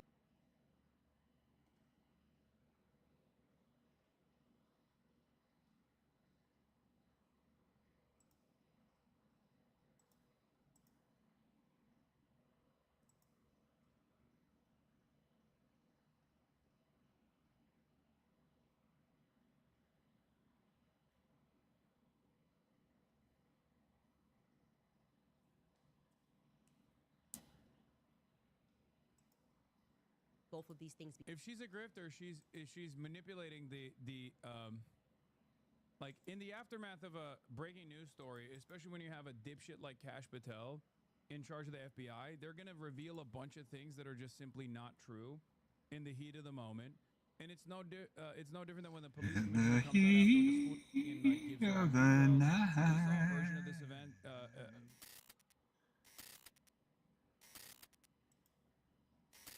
There are currently 42,000 people waiting for Candace Owens to start her broadcast, okay? Myself included, obviously. And the numbers are only going to increase, okay? Let's take a look. My TV show is on. And unlike me, she doesn't do any personal news. She just goes right in. There's no audio in the beginning. I don't know why. It's weird. She just goes live for an hour, chirps, does like ads for half of it, and then off. And it gets like 3 million views. But yeah, 50,000. Started streaming less than a minute ago. Did you see the Supergirl trailer? No. People like that. She is passionate and fearless. From creating memories to finding the perfect gift, Steel can help make the holidays even easier. Check off more of your wish list when you get an extra battery with select Steel battery sets. Happy holidays from Steel. Okay, chatter. I don't think she's passionate and fearless. I do think that she is a crank and also definitely a grifter, okay? But she reads as passionate and fearless. That's fine. I'll take that as an analysis. But I've been thinking about it. Like I said, the reason why she's a cut above the average conservative grifter is because she is somewhat charismatic, okay? And she has her own hobbies, or at least things that she's interested in, and she ties that into her commentary. Like that's the reason why the Bravo moms are really invested in this shit. She's Alex Jones for the ladies. It's also a sense of, and she identified this yesterday, it's a sense of like the neighborhood gossips. So she's a part of the neighborhood gossips. I will be very honest. I am in a bit of a mood today. I am just annoyed with everybody. I'm annoyed with this entire psychological operation that is so obvious, and I just feel like we keep going round and round in a circle with the government. You know, whether it's COVID, the Ukraine war, it's like the entire media apparatus and establishment is joining hands to condemn people for having common sense. So I'll ask you a question to begin this. Do you feel, show of hands, okay, that the answer regarding who killed Charlie Kirk and what happened on September 10th is quote unquote very clear? Objectively. Like, even if you are somebody who is on the side of those who do believe that Tyler Robinson pulled the trigger one way or another, would you ever describe what happened as quote-unquote very clear? I'm guessing your answer to that would be no. I am asking you that because Erica Kirk believes it to be so. And I guess this is kind of the final stop. I'm hoping it's the final stop of this PR campaign where they are now pivoting and bringing Erica out to signal to the public that we can't question her judgment, right? Because she's a widow, we can't question her judgment. And I want to say that I reject that. I reject emotional manipulation. I want to give people at home the permission to avoid a trap of thinking that you have to arrive at the same conclusions as Erica Kirk, especially when the story that we have been presented thus far 94,000. Little sense, if any sense. It makes, I think, virtually no sense. To that end, Later on in the show, we will discuss Tyler Robinson, who has now made his first in-person appearance in court. And I guess the good news there is that we know he exists. Welcome back to Candace. Oh, I'm welcome. I'm welcoming myself back. Do we watch Candace Owens every day now? I swear this is 3 straight streams. Candace Owens. Start with the talking points. Let's join the members of the press and the influencers, okay? Here's what we're saying. Let's be influenced. Talking points. There's a bigger mission at bay. We need to focus on a larger, bigger mission. Another talking point. It's Nebraska going Chatter to view ruin the count watching is so trial. cringe. If you guys It's keep important. thinking that things don't make sense, you could ruin the case.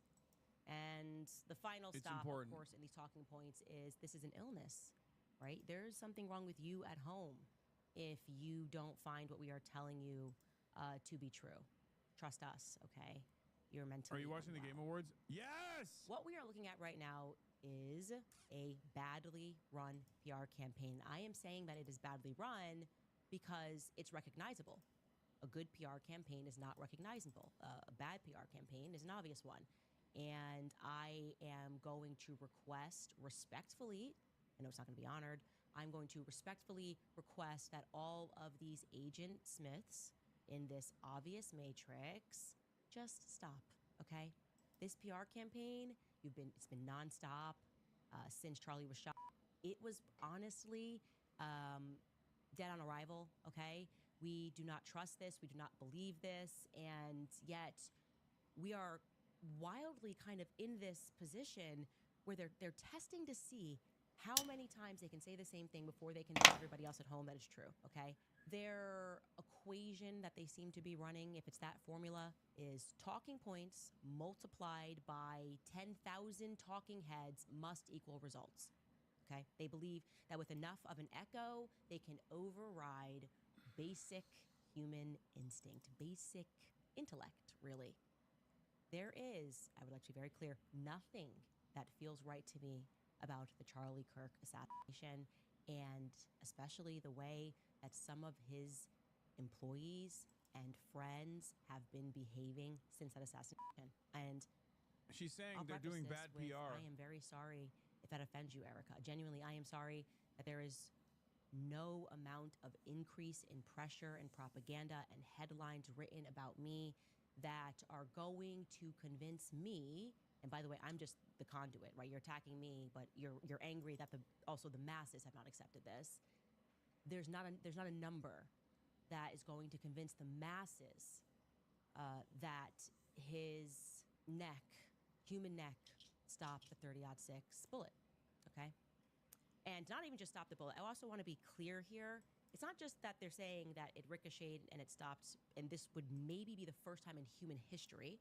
And please, if you do know a story, you got an old article, I don't care where it's from, if you saved a newspaper article from the early 1900s in your family of an example, I don't think that bullet existed then, but like of a 30-06 being stopped by a human neck, please present it. I'd like to show that it is possible, right? It is actually, this happened one time down in Texas, it's possible. But not only are they saying that they stopped it, but I want to remind you that there was minimal damage to the front of Charlie's neck as well, okay? There was minimal damage to the front of Charlie's neck as well. So it didn't even cause a lot of, damage as it went in. It just cleanly went in and then ricocheted downward into his stomach. I'm frustrated, obviously, for a lot of reasons, but Erica's, that's now being teased, the interview with Barry Weiss, it's being termed a town hall. And Barry is obviously just a Tel Aviv agent. Her entire background story, her rise, her studying in Tel Aviv, her family ties, the hand of Midas pulling her through the ranks a la Jeffrey Epstein. Despite her sub-average intelligence, she's not interesting. She somehow becomes a chief over at CBS News. Right, this actually, what I'm saying about Barry Weiss, this gets into Tucker's quote-unquote problematic speech at SAS when he jumped on stage and basically asked that question, how are all of these subpar people becoming billionaires? The rest of us have to work forever. They're not interesting. They're not talented. And they just, this money and opportunities offered to them. This is clearly not a meritocracy that we're living under. It feels more like, and I'm saying this, more like a cartel, Okay, Barry Weiss is actually Kyle. This Cartel. Get more for Kyle. Steel, like a free extra battery with select tools. one of the people that we should study when it comes to being unimpressive and just getting handouts anyways. Whoopsie. She's on welfare. Whoopsie. Like, we all have to work, and she gets promoted. And she's gonna be unimpressive in this clip because that's her default. She can't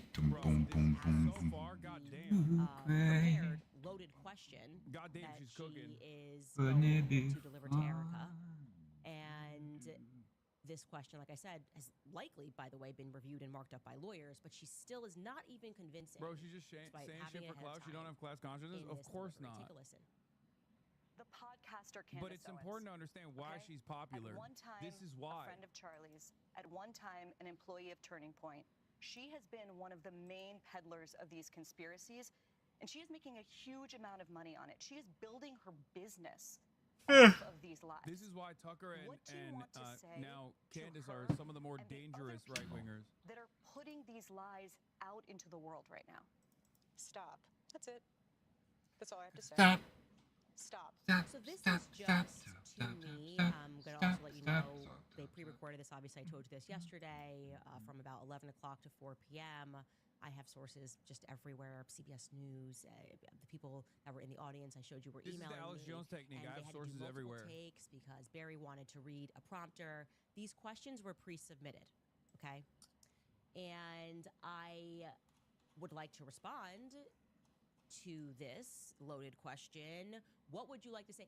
The podcaster Candace Owens, and I'm not even going to address this repeat talking point about people making money, except for the people that have actually made off of all of the money. This is all of the money. Weird. Millions upon millions of dollars. I'm not even using it right now. It's like if you keep doing what you were already doing in podcasting or keep doing what you were already doing and doing ballistics on YouTube, if you catch a bunch of views, they want to convince you that like you wake up and you turn into a millionaire.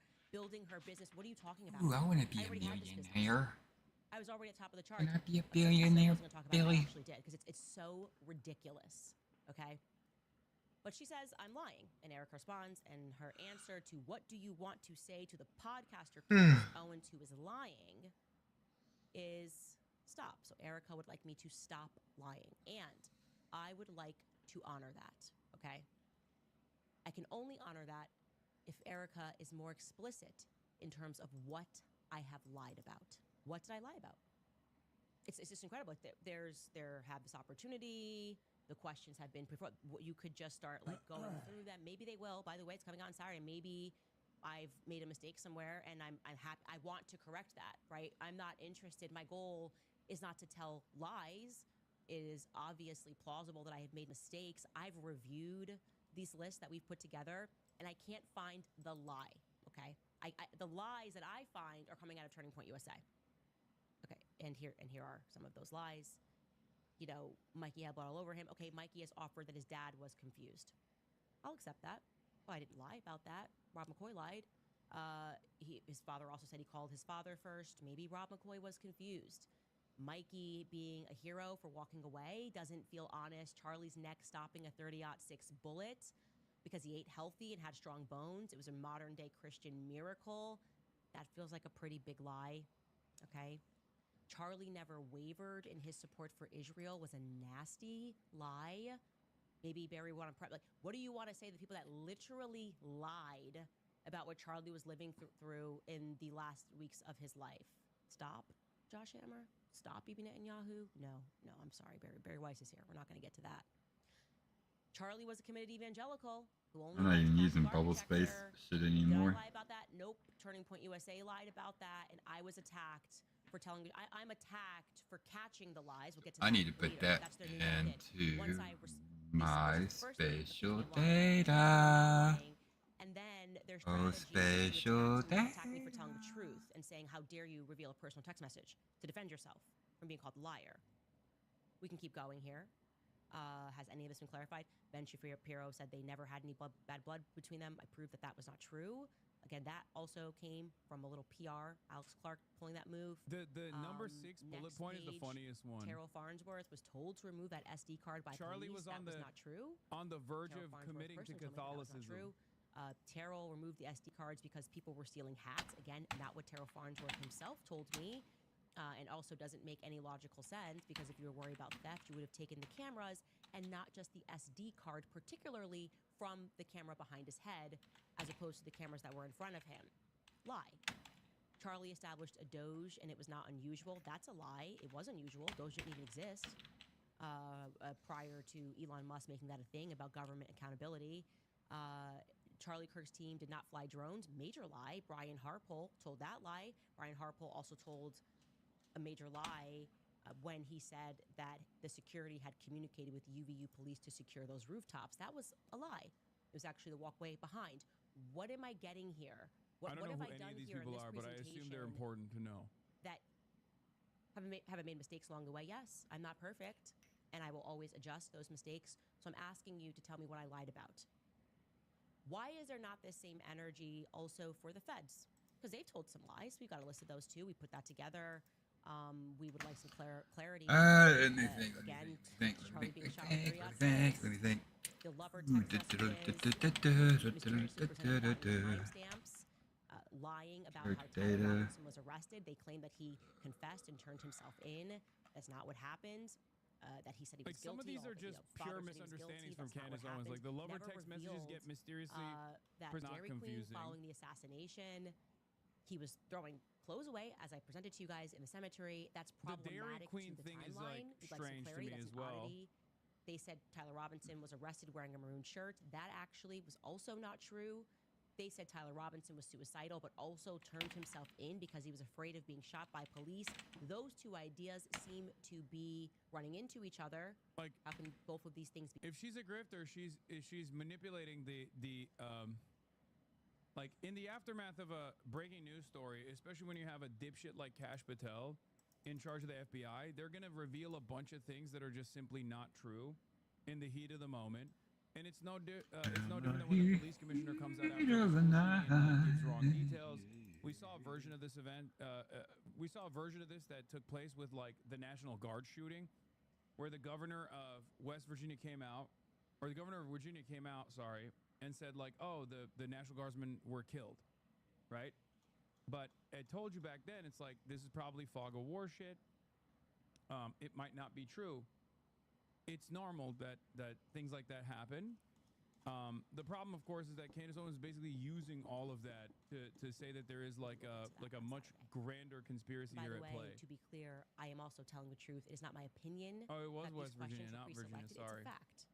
It's a fact. Like I said, we have insiders. The questions were pre-selected, and one of the pre-selected questions was for Erica, and this will come out on Saturday, setting the stage for her to condemn anti-Semitism.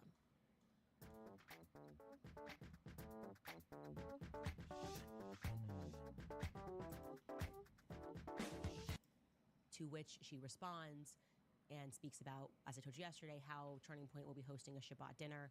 And in case the direction of travel for CBS under the stewardship of Barry Weiss is not clear, they even brought in, during this town hall, the father of the young woman who was shot in D.C. at the Jewish Museum. I think that was an IDF soldier. I might be wrong about that. They also brought out Hunter Kozak, who asked the last question to Charlie Kirk. They filled the audience with people selected by CBS, college Republicans, with questions selected by CBS. So it just is objectively a controlled and a managed situation. Controlled and managed. But, and you can predict this, if you are at home this Saturday and you watch this and you're just, a regular old person around the world and you go, this feels really scripted. The influencers are going to come out and they're going to mark you as evil, demonic even. How dare you? Question, what? Are you kidding me? This is like, you're not allowed to say that this feels scripted ever, even though this entire thing since September 10th feels scripted to me. But that's not it. Okay, we're going to get more because Erica also sat down with Glenn Beck of Blaze TV. Now, again, this is all a part of a PR blitz for Charlie's upcoming book on honoring the Shabbat, which I'm not going to be doing because I'm Christian. So I'd like to already just say no. Okay? Anyways, Glenn Beck's interview has a bunch of high points, if you will. Foremost, Erica stressing that she believes that the truth is clear. Take a listen. I don't know how you handle this, Eric. I don't know how to be dragged into, you were involved in the death and all this crazy. Is he evil crying? Stuff. Oh, it's sick. God, Glenn Beck God is bless such a you. fucking God bless insane you. person. It is. My family means everything to me. Turning Point USA has always been in our life and has always been so good to Charlie, and Charlie was good to his team. Everyone loved Charlie. Yeah. I get that. Everyone wants an answer to this evil. And sometimes the answer is very clear. Yeah. The truth is very clear. You can't be So I saying just that want about to say this, though. to, first and foremost, Glenn setting that question up, I can't find, to this day, because this just feels to me to be like the ultimate straw man, any commentator that has explicitly She is the worst advocate for Charlie. I'm gonna be honest. psychological manipulation of influencers trying to say that if Every time she tries to talk, she just comes across like she's lying. Charlie Kirk of Erica Kirk of killing her husband, which is utterly ridiculous. But I have never seen, and maybe I missed it, I've seen a lot, somebody come out and say Erica Kirk murdered Charlie. But that's what they set up always, which is like, I don't know how you are. I've seen people digging into her background. I've seen people speaking about her Romanian charity. I've seen people looking into her mother, all of that. I've seen all of that, but I have not yet seen where this idea that they keep trying to seed into our minds that asking any questions is equivalent to accusing her of murder. That even that feels manipulative to me. Then comes in this totally organic question from Glenn Beck. Totally organic, right? And this is going to be the extreme appeal to authority, which is, okay, if we don't want to answer any questions, we're just going to say you don't understand how the court works. You shouldn't be asking questions because that could potentially ruin the upcoming trial. Take a listen. You concerned about his assassin is in court today. Are you concerned about being able to have a jury that's not been tainted? No, it's a real thing, Glenn, and you get this. A lot of people don't, and I think Bro, that Tyler we need to Robinson do a walks better free job because of the jury educating are our citizens clandestine about our court operators. systems. A lot of people don't know how an actual They trial say plays that out. changing code is Curious to see how hard the to United Healthcare do. case plays out. We are living in a day and age where social You media can punk. absolutely 161,000. impact. How you I doing feel- today? The reason I say that is because Trying to I don't want format my tainted jury code, yeah, hey. I want justice for my husband. Anytime we have leads, I don't anytime know. we I hear think heads are anything, just Switching brain out. dead and we thinking send it this to the is any kind of authorities. conspiracy. We're You not say it all the messing time. around. Answer doesn't have to just Code be celebrated. bases It's and an stuff, elaborate pretty plot. much. I don't think it's an involved in my elaborate plot. husband's murder. Re-theme it all together again. None of us. Turning Point USA, myself, any of these other crazy accusations, none of us. Okay, so this is what I mean, where I just feel like we're just doing the same thing over and over and over again in politics, where you can just apply any She's situation. not like, botted. it's how it I starts. don't think it's like, botted. they come up with a narrative, and it feels really stupid. You could apply this to COVID, whatever. And then people start asking questions because it feels really stupid. And then they tell you, like, oh, I wish you guys were more educated about science. I wish you guys were more educated about doctors and nurses, and like, you're just not there. I wish we could explain to you how these things work. You're going to have to trust the experts. Yeah, I actually think that also, because you guys are not trusting the experts, we're going to have to censor people on social media, as they did during COVID, because social media is problematic. Actually, the problem is free speech, ultimately, right? Like, the problem is that you have people on social media who are talking common sense, and they don't understand this. Okay, Walker that's like, died. I just Character that The other doesn't side of the work issue for is me. that she It doesn't always work for fucking me, ties and it this shouldn't back work to for you. Facial data. Ukraine. Remember how like they lie to you about those things, and the right-wing audience eats it up. But I think that the secondary consequence of that is the liberal Bravo wine moms that watch it start leaning in the direction of all of the right-wing nonsense that she believes. Form around this idea, and this is kind of actually the we're all in this together psychology that you're about to see, right? The higher calling element of the psychological conditioning, the minutia of that day, and whether or not the government is involved with assassinating Charlie Kirk. But, you know, Tim Pool's telling you guys midterms. There's midterms and there's things. That's the higher calling, Cook 'em. right? These other rays. The masses should get around that higher calling. Like, even if it goes against your gut to mask your toddler, even if it goes against your gut to let your grandma die alone in a hospital, even if something is screaming at you and you're saying, why does this all feel abusive? Like abusive to toddlers, abusive to our grandparents, let them die alone. Why does it feel to me, my instinct Bro, tells me that she we should got- put medical die alone. I feel like she's running out of shit to talk about, so she just keeps talking about how like the suppression of speech invites conspiracy, right? Like she just keeps like there's not too much else here. There's not enough motion. There's not enough stuff to work with, so she just keeps but I think mental illness hammering is on involved how like, oh, people are just stopping in us from some talking of about this because it's conspiratorial. Stuff that is online. Yeah, I think it's really and Glenn, I'll be honestly, honest. I feel bad. I It's am mentally. not. I am not going to mental waste my illness. time. Yeah, I'm not going to waste my time in combating people, like going Yeah, yeah. toe to toe, calling people names. I just. That's just not me. That's not how Charlie operated. There's no reason for me to go down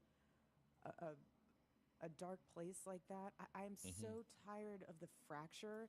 What drives me nuts is that Charlie, he has worked and provided and has blessed us with so much, like literally his book. He has blessed us with so much wisdom, so much. He's just such a good thought leader. He blessed us with laser focus on the mission, on saving this country. But instead, we're so focused on who did what. Like, Switching yes, things over to my spatial data. Yes, this is a murder case. Data structure instead of just Does feel like she just keeps saying stop random ass fucking variables out in the wild. about Charlie Kirk's death and start buying his book. Is what he left behind. This video is for Joe Bonamassa.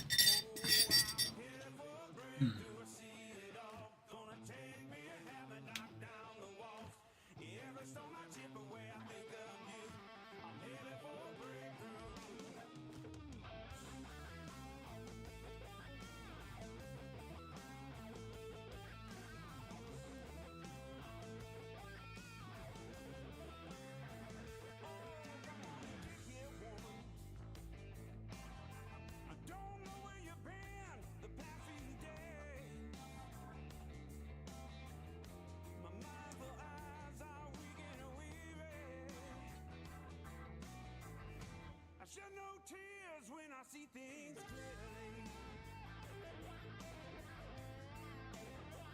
Oh, what good is anyway?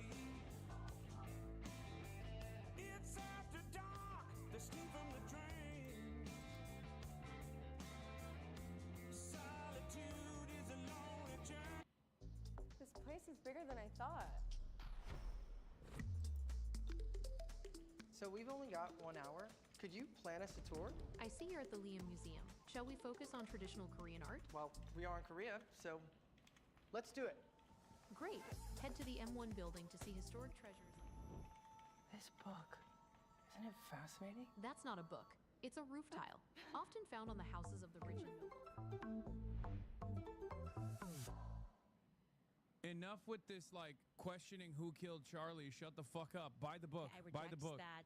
There's a higher calling that we need to all get around, and the legacy of like actually the legacy. If we find out that the government is implicated, and it looks like to me, and I think a lot of people on the outside, the government is implicated. Otherwise, it wouldn't require government using propaganda to convince us against common sense. Okay, and if we find out that the government is implicated, then actually his legacy is going to be that a person who gave all of himself to helping people get elected. Bro, I'm all telling of you right himself- now, the greatest opportunity for Tyler Robinson is leaning into this shit in any way. Like even a little bit of breadcrumbs will cause Candace Owens to go insane. Her audience to expand dramatically will literally taint the jury pool for sure. he will walk away a free man if he just gives breadcrumbs like this much. Even if he doesn't, it doesn't matter. They will still find something to lean into. But this is crazy. To say to people, how dare you go against the grieving widow? How dare you go against David Hogg? Right? And you're like, well, I don't know if David Hogg, I know I'm very Don't sad. give him ideas. That's irresponsible. That a school I don't think happened, Tyler Robinson can hear my ideas. Should not happen. No child should have lived with that. But why does that mean David Hogg gets to go to Harvard? Right? Does that make sense? Like, does he belong at Harvard? And they go, oh, how you evil, demonic person. Are you the best? How could you She's also hitting a right-wing angle on the moralizing aspect, which is true. Like, there is definitely a lot of moralizing on the liberal side of things, even on the leftist side of things, especially because of the victims. Usually, the victims being like black or brown. That kind of stuff is really repulsive to people who have no empathy for black and brown people. Okay. And by that, I mean the Republicans. That's why you see a lot of like negative backlash towards that sort of moralizing. But now you got conservatives doing that for one, Israel, and two, they're doing that in this circumstance. So she's almost representing like the true reactionary position here. I don't know, like passion, normal passion, not this like chat GBT feeling of, well, we all need to unite around the mission. It's like, no, I don't really care about cash. I would just be like, what is the borough doing? Has anybody traced this down? Okay, I don't know if Candace is crazy, but she says the French Foreign Legion was there. Has anybody chased this down? I texted her, I got this information. Okay, it's wrong. That's a dead end. Let me move over here. I've got files. I'm going to run this investigation alongside you, Cash. And I don't know what he's doing. Bro, what the fuck? I mean, yeah, it's a little hard. It's a little hard to keep up with every new thing that you make up. Is worthy of critique. Like, it's almost like you're dressing no down public disrespect, perception. Like, people think that you can have enough money to just cut over people's gut instincts. That's what it is. It feels like we're so rich, you don't have the right to think. Okay? We are rich enough to remove that. So stop thinking. The elites are here. It feels elite. That's why I hate this. It feels elite. It feels like the opposites of whatever turning point felt like. This entire presentation is elite. I'm on CBS stage with pre-packed questions and Barry Weiss, and I obviously have rehearsed this answer because I got these questions ahead of time. I obviously know I'm going to get asked this, so I'm going to do, like, I don't even like, and this is a fact. You can ask anybody who's ever interviewed me. I never ask for questions ahead of time. I don't want to know. I don't want to know the direction it's going into. I never give them anything. I never say we can't talk about this. That thing's off record. Because even getting questions ahead to me, preparing answers, feels fake and gay. Right? Dreaming of the perfect family.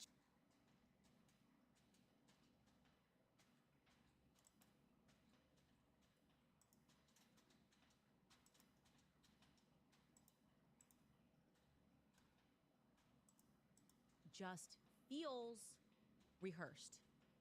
Because it is. It has to be rehearsed. You got the questions ahead of time. And at this stage, I don't like it. I don't like it. I want something that feels anywhere where it feels authentic. Like one question mark that you have. You're like, oh, like I'd like you to be like, I don't know about those text messages. I think Tyler Robinson pulled the trigger. But the text messages are weird. It's just, I trust my team. My team is amazing. And my favorite date is April 24th because it's not too hot and it's not too cold, and all you need is a light jacket. Like, it feels fake. It does. I'm sorry. And I am still interested in getting basic answers to our questions. I don't accept that that's somehow going to ruin the court case, because that's a nonsense. You cannot logically explain to the public how letting us see Mikey McCoy's phone records is just one example, if that's really causing you so much grief. Here they are. Here's who called on that day and for how long. How would that implicate, how would that frustrate your lawyer's efforts? How would the current court case and the jury pool be impacted if you answered about why these Egyptian planes, why it's a statistical anomaly for these Egyptian planes to be surrounding Turning Point USA, Faith events, you and Charlie this many times? How would that impact? And again, I'm a gut player. It's Bro, common sense. So people forgive me say for not being elite enough and this is the educated enough. Pepe Sylvia meme, except nowadays that's what the market demands. The market doesn't want to just look at Pepe Sylvia and laugh as a funny character. The market is Pepe Sylvia. It's not tracking. It's not tracking, and I get it. It's me against the whole world. Actually, it's not. It's me against the elites. We've done this a lot of times. Like I said, Ukraine, COVID. No ads There's yet, by the way. A formula Surprising. here, a pattern here. If all of the mainstream Only 33 apparatus minutes and in, though. all of We the still have time. influencers are pushing something and calling the other thing evil, we're probably about 2 years 176,000 away viewers. from them all then apologizing and being like, I just got it wrong. I shouldn't have told you to get the vaccine. I should it's a pattern that I've noticed. So I'm going to stick with saying No, that you're a pattern. on September 10th, we are not getting the truth about. Yes, I'll be watching the Kirky interview on Saturday. After a few messages from our Even though Candace fucking boom, called it. It's coming. Preborn time, baby. Okay. Even though Candace basically ruined it by spoiling it ahead of time, telling us exactly what's happening in the interview, in the upcoming interview. You literally said you would stop if Erica said stop, lol. Keep going, Candace. We're all behind you. Can you make nosy neighbor merch? Yeah. Like, this is what the wine moms are tapping into, okay? Candace Owens is presenting herself as, like, a nosy neighbor. And there are a lot of nosy neighbors, right? So there's almost this, like build your own adventure style, follow the breadcrumb style, collective conspiracy element here as well. This is the most boring nothing burger shit ever. Yes, chatter, you are the most intelligent, okay? You are smarter than everybody else. But if you were actually smart, you would understand why this is still important to Hey, everybody. time into, Specifically because, once again, hundreds of thousands of people are tuning into it, okay? At a certain point, you have to realize that the space that we occupy with our fucking self-declared brilliant minds is a place where a lot of people are not at, okay? We are alone in our corner of the fucking 100K people watch anything, man. Oh. When I first started watching Fox News, people would say the exact same thing, okay? Millions watch the Jets. Yeah, but the Jets literally getting the president of foreign nations and the prime minister of foreign nations to come out and be like, we did not kill Charlie Kirk, okay? Shut the fuck up. There's like an element of feudalism here. Like, we are the lords, and who are you? Who are you? We can afford this, and we're gonna keep pushing. And until you believe what we say happened, even when it just makes no sense, it's frustrating. Like, I'm frustrated by it. And again, I have been clear. I think Tyler Robinson was involved on that day. I think there were multiple people that were involved in that day. Obviously, most people were involved. I think he took clothes and hid them in the cemetery or whatever next to the Dairy Queen. Do you want to understand what All right, so invested in or not? That's the real question. Okay? If you want to understand what normies are tuning into, then you have to go where the normies are. This is what normies are tuning into. And they're getting fucking brain poisoned with a whole bunch of other right-wing propaganda amidst the Charlie Kirk conspiracies. Explain it to us. It's important to it's important to understand where they're coming from. When you see this kind of talking point out in the real world, you will now know where it's coming from, and you will know how to address it. Okay?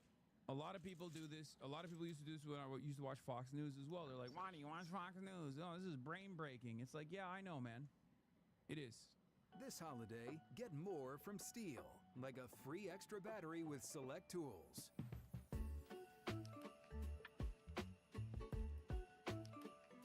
From creating memories to finding the perfect gift, Steel can help make the holidays even easier.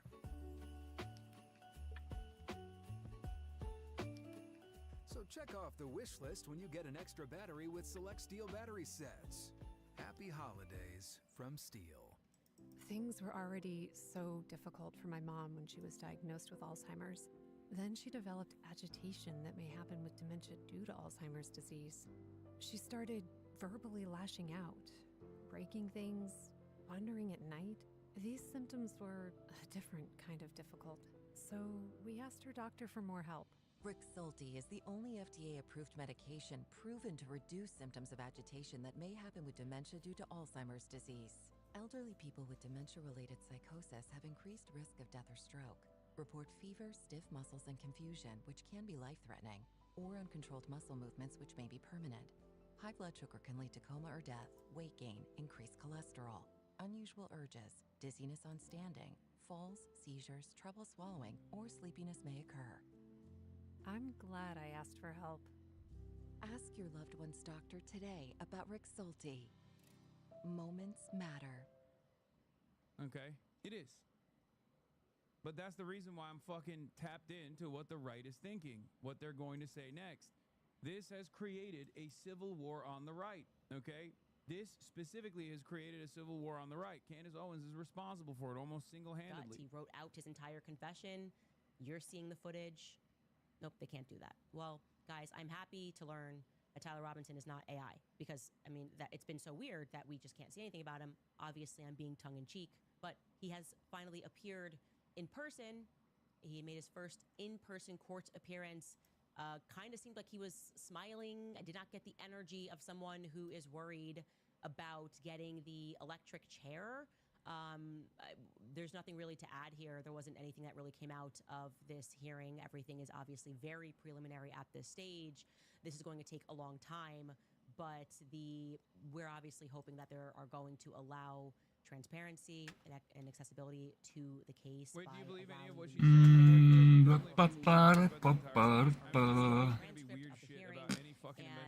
Hopefully we will have more, but he exists, okay? We'll keep you posted.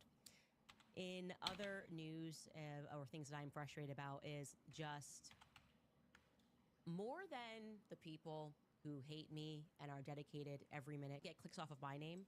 I'm not allowed to talk about what I want to talk about on my show, but they can talk about what they want to talk about over and over and over again on their show.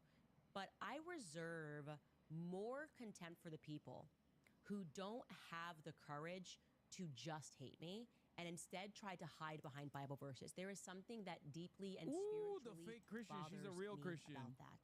Call and out the fake Christians. Is Allie Beth Stuckey, okay? She presents herself like her brand is squeaky clean Christianity. Does a lot what in the world, Billy boy? Like a monster PR agent. Anyone will tell you that. There's not a single daily. She's also farming the anti-Israel crowd so hard. Like, look, only donating because Zios are not happy Candace is making money. Go Max Candace.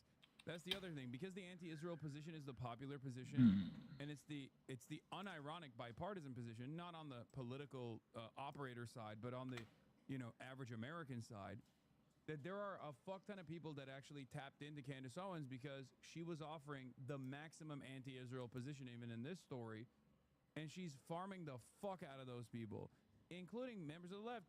And every now and then when she says like, oh, it fucking feels like the lie of meritocracy is unfolding in front of us when Barry Weiss, who is an objectively uncharismatic person, is elevated to a position of prominence over CBS News specifically so she can do Zionist propaganda, which is objectively fucking true. You can understand why there would be liberals and leftists who go, wow, she's really cooking here. Her grifting doesn't change that reality. During BLM, let's just read her post here. This really annoyed me, and even further, the comment section annoyed me, but she wrote, in 2020, we all became familiarized with the Kafka trap. It's a rhetorical trick wherein you insist that someone's denial of an accusation proves their guilt. You're denying you're a racist because of your white fragility. It's a way to make your arguments irrefutable without ever having to provide evidence. BLM uses this tactic repeatedly, and now Candace has taken a page out of their book. Anyone, including Charlie's own wife, who pushes back against her conspiracies are only doing so because it's a psyop. They're getting paid. It couldn't possibly be that people sincerely disagree with her methods or can disprove her faulty logic. It's an effective, albeit dishonest, way to solidify yourself as the only champion of truth. Now, first and foremost, this is a very unfortunate example for her to use BLM, saying that 2020 taught us that many people fall for this type of thing, because the truth is most people don't want to think. Actually, Allie, ironically, I actually did the documentary on BLM and George Floyd. And the lessons of the George Floyd movement was that the entire media, plus influencers, can collude to suspend rational thinking and can use emotional arguments right? To get you to stop looking at a corrupt charity. I can't believe she used this example. It's like, there's nothing more that could be in my defense than saying, oh, remember what happened in 2020? Yeah, I do remember what happened in 2020. The media lied about George Floyd. They lied about how he died. A video went viral. Here we go. Every Yeah, this is the other influencer side of posted Candace, black the squares, fucking called white people racist, supremacy. said you were with them or you're against them. You This were was a big evil. part You of didn't how she understand how gained far racism prominence, had too. become. And then little old me did a video, and I disrupted this narrative by telling people the facts about George Floyd's background, his record. I then did a documentary on it, and I revealed to the world that the media actually is to blame. Like, they will collude with each other. These are powerful organizations. They can make something go viral. They can make evil look like good and good look like evil. That is actually the true lesson of corporate structure versus really just a few truth tellers, people who are actually willing and dared to question that So narrative. this lady, okay? Ali Beth Now, my Stuckley, issue is that also when people apparently push like back on a her, she just huge, pulls out the Bible. Okay, like for example, this is in the comments huge section. in the Somebody Christian. wrote, Her podcast is always because top she's 10 been religion and sniping spirituality at podcast on this Apple Podcasts. She's often top 5. This person wrote this on Instagram. And she They wrote in the apparently comment said section, that "You keep Allison or inserting whatever, yourself this into lady that she's topic, but dunking you on right never now, add Ali any B. real value." Stuckley, So what is the agenda part for you Jewish. here? Candace wasn't She said even her mean to you, grandfather you is like inserted great yourself grandfather the was first time, Jewish or so something, mean and girl that's the energy, reason like, why that's she's a fair disagreeing with question. Candace. That's She what does she's have mean saying. girl energy. Then she says, "Oh, Britt, I comment on the news. Charlie was my good friend. No one commenting on this story is inserting themselves any more than Candace is. You don't see value in learning how to decipher truth logically and biblically, and that's okay." Like, that sentence, just play it again. I want to read it again. You don't see the value in learning how to decipher truth logically and biblically, and that's okay. My content is not for you then. How does that not just make your skin crawl? I don't know. Like, She's does that literally not make your skin leaning crawl? into the Christian Just girlies be right now. She's snipey telling the and Christian petty. girlies that their Stop number one using Christian the resource, Bible who is also as a a right-wing shield shithead, by the for way, what you're doing. is actually bad. Really called you out. I don't know her. Thank you for saying it's very obvious what you're doing. To come back and say, "I'm so sorry that you don't like the Bible. I'm so sorry that you don't like the Bible." She is like Salve Regina George, right? Like, Mean Girls was fine because we all knew Regina George was mean, and she was like proud of that. Ali Beth Stuckey does the same like tactic of attacking people, sniping them, and then she's like, "I'm sorry you don't like the Bible." I had a crazy idea. We were surprised that no one had. Success doesn't follow a formula, and neither do you. Who knew that dancing with dogs could actually become my career? Planning ahead I knew that the experience was going to start when people go into the website. or playing it by ear, I saw the opportunity and built my own online empire. always moving forward. Our website is the core of everything. Your website, your journey. Succeed your way.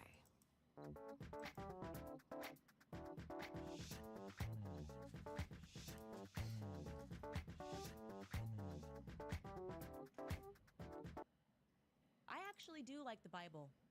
You know, I haven't made Ooh. Christianity my I brand. don't know. You're not as because I'm a Christ-maxing Catholic, as I and am I don't right now. believe that women can be priests and should be playing the part of pastors. I believe that if I have a question about the Bible, I should go to my priest, not to Ali Beth Stuckey on Instagram. But what I can say to you is that a main She's saying takeaway she's a real ball knower. the She's a truth. real You should commit Christianity yourself to the enjoyer. truth. And And Ali by Beth that, Stuckey has she's gone servile through to a man. great cover up for people that are lying. Okay, no one worse than Josh Hammer.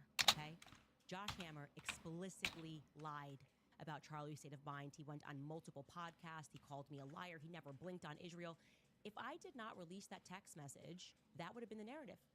If you are Haters. a Christian and you Also purport to donating have been $5 a to tell her good friend she would to stop Charlie, if Erica Kirk asked. that's low-hanging fruit to say what Josh Hammer did here was wrong. Okay, she says she's a good friend to Charlie, but when similarly I came out and said a thing about the Catholic faith, if you were a good friend, wouldn't you have said, "You know what, Alex Clark, that whole little episode saying Charlie only liked architecture for what it's worth, it wasn't true." You wouldn't be running PR for her. If you were a friend to Charlie and you were committed to truth, then when Ben Shapiro lied and said that he never had any issues with Charlie, and I said that's not true, it's very, very much not true, why is your reaction You want to know every the time that I irony expose here? the lie to Candace Owens off of Charlie Kirk's death has become significantly more popular than Charlie Kirk ever was.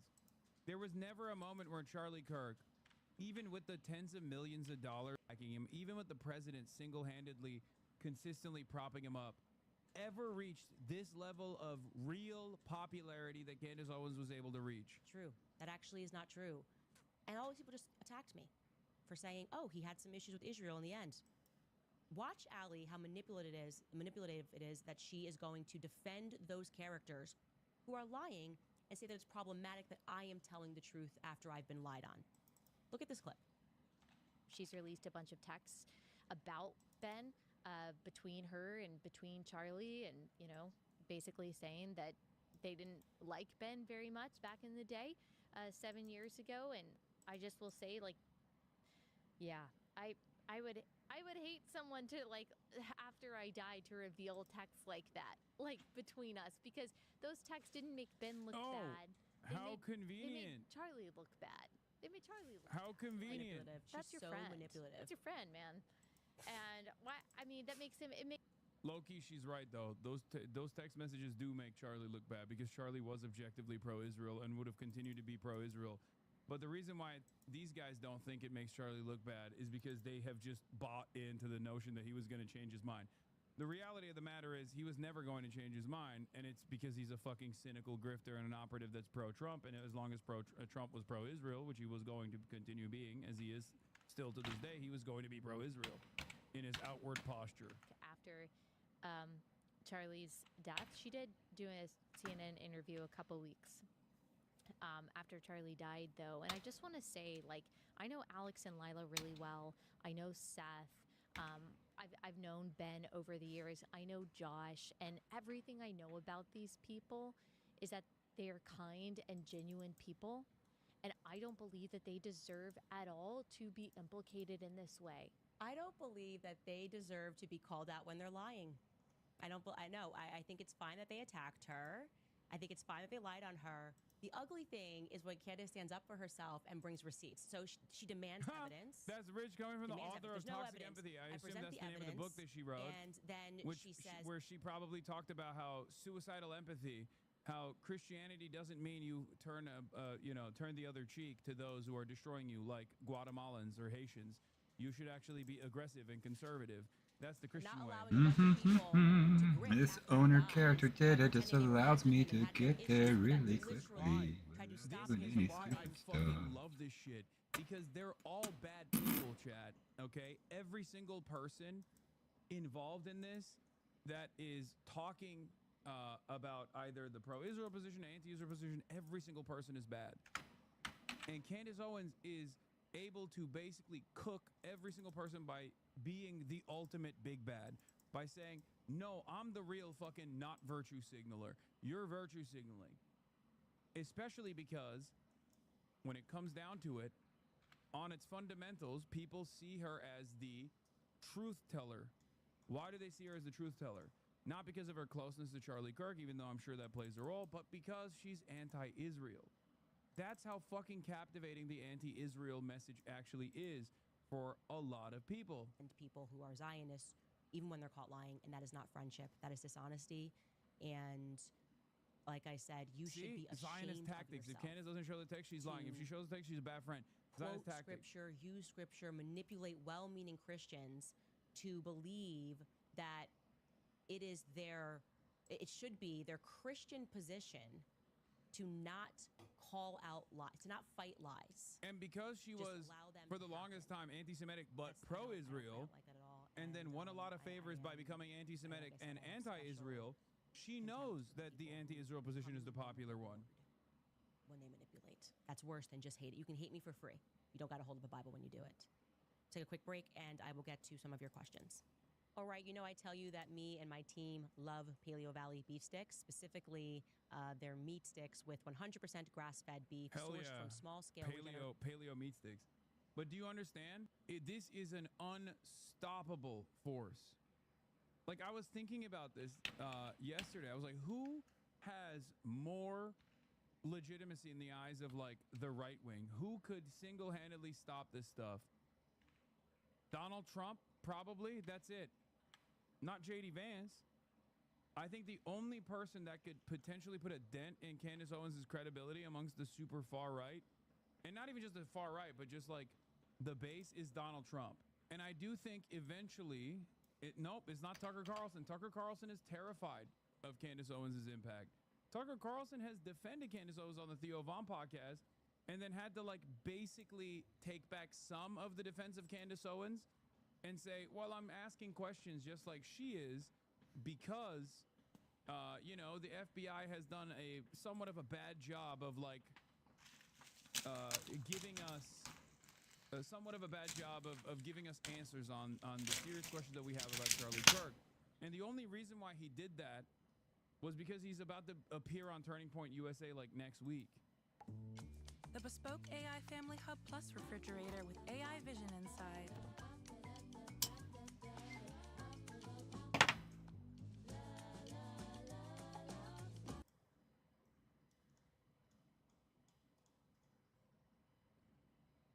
I think the Epstein stuff put a pretty big dent in the, as an ex-Ali and Leela subscriber, thank you. I don't have the platform to put these disingenuous women in their place. Thank you for speaking on behalf of us.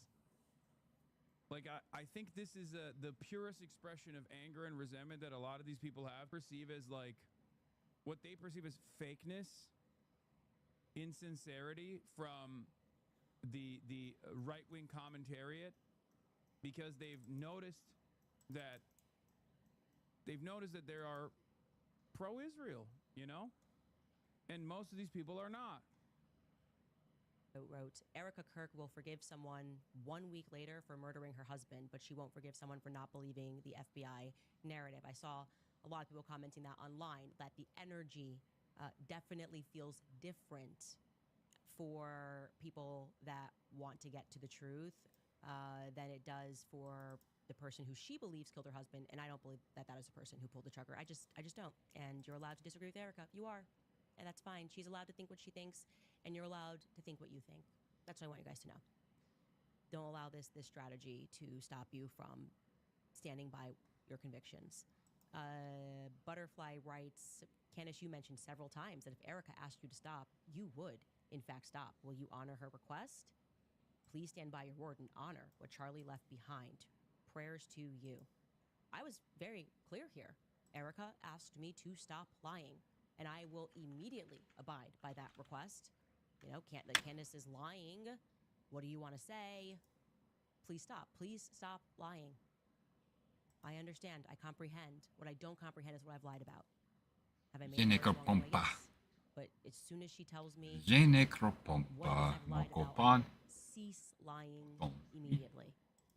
Further to that point, this person writes, the pro-Fed slop comments come in two flavors. One, you said you would stop if she asked, so stop. Two, she's jealous of Erica marrying Charlie. We see through this PR, keep pushing Candace. That's another thing that I want to say. It's very obvious to me that was part of like the dress rehearsal, right? Here's what you're going to do. You're going to say, stop. Oh my God, are you serious? Stop. And then we are going to have all of these paid influencers. I mean, like, they went to Israel together, no? She was, where's also not Benjamin saying it Netanyahu's son, online? Yair Netanyahu, Again, in 2019 in Israel. Now she's talking. What this Keep her is. on daytime So TV. why do you Attend guys Candace keep Owens is defending doing it? TPUSA. Like, was Call line. She's in on it. a She was test Charlie's that handler. was done, and you did see that it would take X amount of influencers to say the same thing, and before someone broke? What's the purpose of this? Look, it could not. I don't think Erica Kirk is Mossad. Okay, I don't. Personally, I don't think there's enough evidence to suggest that Erica Kirk is Mossad. But if you are already brain broken with how much Israel has basically fucking involved itself in American domestic political affairs, if you already started recognizing that, if you already, and it bricked your consciousness, okay? And then she's going on Fox News and saying, Charlie used to say Shabbat Shalom every Friday and lock up his phone on sundown. And we hired a Shabbos Goy or some shit, okay? You're instant, like, how are you not anti-Semitic after that, okay? Like, I don't understand what the fuck these guys are doing. I don't understand where this is coming from. Or, like, they wrote a book about how Charlie loves Israel and released it post-mortem. It's like, It's like the Benjamin Netanyahu moment where I couldn't believe that Benjamin Netanyahu would do multiple straight-to-camera videos amidst a genocide where he was like, yeah, we did not kill Charlie Kirk. Charlie Kirk loved Israel. Charlie Kirk was the biggest fan of Israel. And, you know, would someone who would kill Charlie Kirk look like this? Like, yeah, that was weird. That's a weird thing. So it's just like, it almost feels like they're setting it up so perfectly for people to just like go insane. So of course someone like Candace Owens is going to lean into it. She's in the perfect people are demanding more conspiratorial narratives. She's got that. Okay. People are demanding anti-Semitic narratives. She's got that. People are demanding anti-Israel narratives. She's got that. You know what I mean? It will be about and on top of that, she's got the wine moms because she spent the last couple of years consistently talking about like wine mom shit, you know? Reality TV, Justin Baldoni, Real Housewives drama. She's better than Alex Jones in that regard. Just so you guys know, here's a fun fact. I had a boyfriend. I had a whole boyfriend that entire time. It was just I was nowhere near Charlie's type, and Charlie was nowhere near mine, okay? That was just a little brother. Truly was a little brother, and we had a lot of fun together. So that is ridiculous. That weird push is... I don't believe that. Reeking of similar desperation. Similar desperation, because I think we're getting close. I think this is all reaction, as some of you have pointed out in the comments from yesterday's episode, that suddenly we started talking about Pierre and that $1 billion incentive, and they went crazy. They started going max. Why is Barry Weiss running damage control for TPOC in the first place? Seems very important as honest that the official narrative is upheld. That's interesting. Sorry, but I am just not understanding Erica's responses. It does feel elite. People with power and money trying to hold on to something taped together with lies and deception, attacking people for asking Why don't I believe Candace Owens that they had a work-wife situation or work-wife thing going on? I don't know. Maybe because I've seen them together. Have you seen the videos of them jamming out the Nicki Minaj and shit? Bro, they were lovers, okay? I'm sorry. If anything, the reason... their closeness is the reason why so many people tuned into what Candace had to say, as opposed to Erica Kirk. They had more chemistry together than anyone else that I've seen Charlie Kirk with. Don't forget, becoming Brigitte. Nobody was talking about that in the West, in the English-speaking world. It's an obscure topic that I got passionate about. And what is Brigitte saying in court? What is he saying in court? Oh, she's doing this for money and clicks. It's always the same argument. For money and for clicks. But when they make the videos accusing you of doing it for money and clicks, they're not doing that for money and clicks. They're doing that because, well, if you want to know about the Bible, if you don't want to know about biblical stuff, that's what I'm here for. My content's not for you. From creating memories to finding the perfect gift, Steel can help make the holidays even easier. Check off more of your wish list when you get an extra battery with select Steel battery sets. You're being parasocial? I don't think so. If you watch the video speaks for itself. I'll find a proverb. The video that she posted from the Bible, the compilation of them chopping it up, maybe that will make it make sense for some people. If I'm speaks super for itself. And I say, oh well, what we can extrapolate from this biblical text is that 30-06s don't stop human necks. Then you just have to accept it because it becomes biblical. I have a comment here from Diane. She writes, why did they have to tell us the color of Tyler's shirt, maroon? Charlie would never have been intimate with a black woman. They were just cleaning out. At the time, but there is obviously an angle here, and we are still working on it. That Candace, I beg you, have someone on your team consolidate all your evidence so that people who haven't been following can catch up quickly. There are a lot of people I'm trying to educate quickly. Go, Max! They also mentioned the Maroon Boys in Erica's propagandized piece that's going to come out with Barry Weiss. They're going to mention the Maroon Boys because their strategy is just so crazy. But all the men in the military are like, no, Candace, that's not crazy at all. That represents Air Force. And also that 10th Brigade, it turns out their color, the 10th Mountain Brigade, maroon. For those of you who are asking, who's her audience over and over again, her audience is everyone. Okay? This is like the closest I have ever seen someone achieve like a Joe Rogan level of audience, like stupid people of all different backgrounds, okay? This is the coworker audience. She has achieved maximum coworker audience. Like your liberal wine moms, your liberal moms are probably watching her. She is the great unifier. Nick Fuentes will expose you anytime, anywhere. In this documentary, what a woman is. Take a listen. It's been answered simply. A woman is not a man. But in our age, it's never been answered with any specificity. What is this? Is this Matt Wallace? Is she promoting the... From the director of the Global Phenomenon died suddenly. Oh my God. The patriarchy is reality. You have no choice between patriarchy and no patriarchy. Feminism is one of the key elements they had to do first to bring about all the other revolutions. So whether it's the 60s counterculture revolution or whether it's what the the biological fuck? trans... Not House and Habit? Wait, oh shit. Someone is talking shit about not House and Habit posting that Candace acting like a score next over interest. Just as Candace is playing that little brother relationship. Okay. You know, we're a part of the clandestine operations here, okay, at the Hassan Abi broadcast. Except, I do think that, you know, they're sunshine. Okay? Wrong chat. No, I'm responding to that chat, too. They got an exorcist in the documentary. Yeah, what is a woman? Now what a woman is. You're reading two chats? How? Because I'm crazy. Yeah, God forbid a clandestine ships, okay? Oh my God, there's more ads. Oh my God, there's so many ads. Holy fuck. I've never been more happy that my mom is dead so I don't have to walk in on her watching this shit. Authenticity. Erica Kirk lacks authenticity. She's acting like a pro queen. Throwing a tantrum. Stop making fun of me. Stomp, stomp. Stop investigating. Ha. Hashtag justice for Charlie.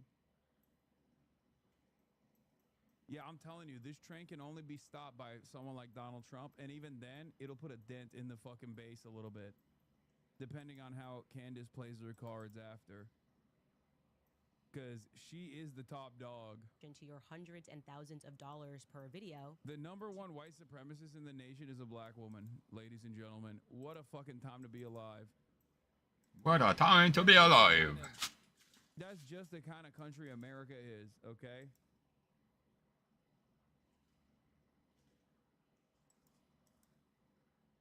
She's been fuck Donald Trump all year. He's not stopping shit. Yeah, but it's a little different if Donald Trump directly says fuck Candace Owens.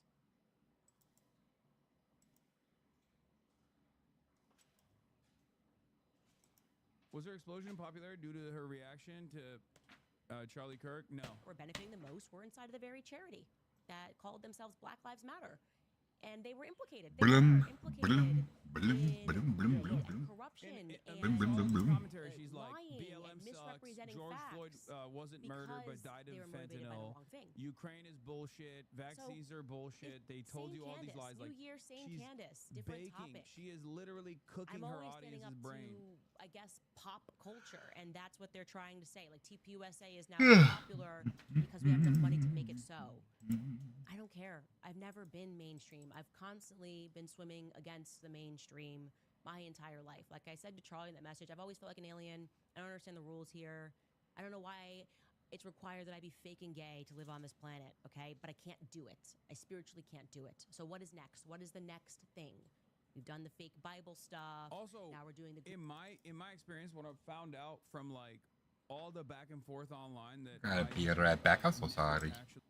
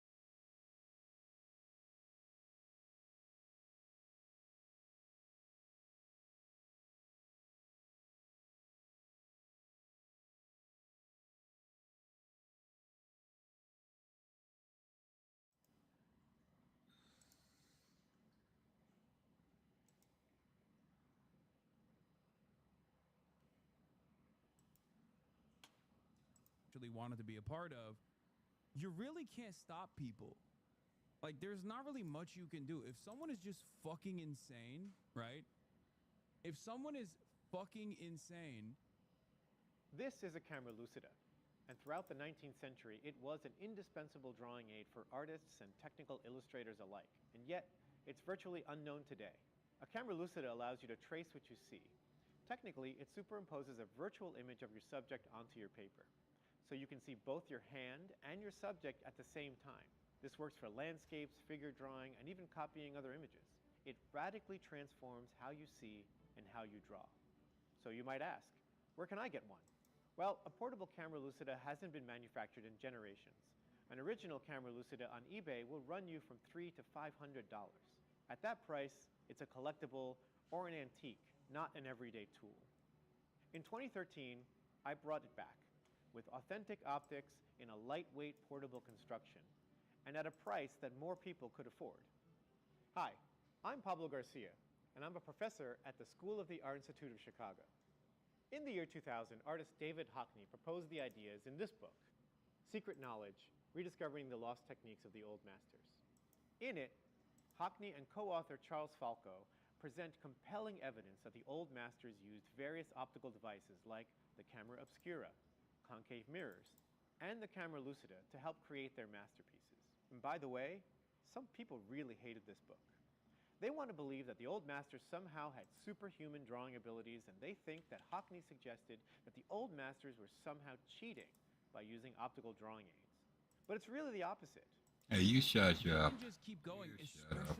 especially if they garner attention and generate off of going ham. There is nothing you can really do. You're kind of fucked.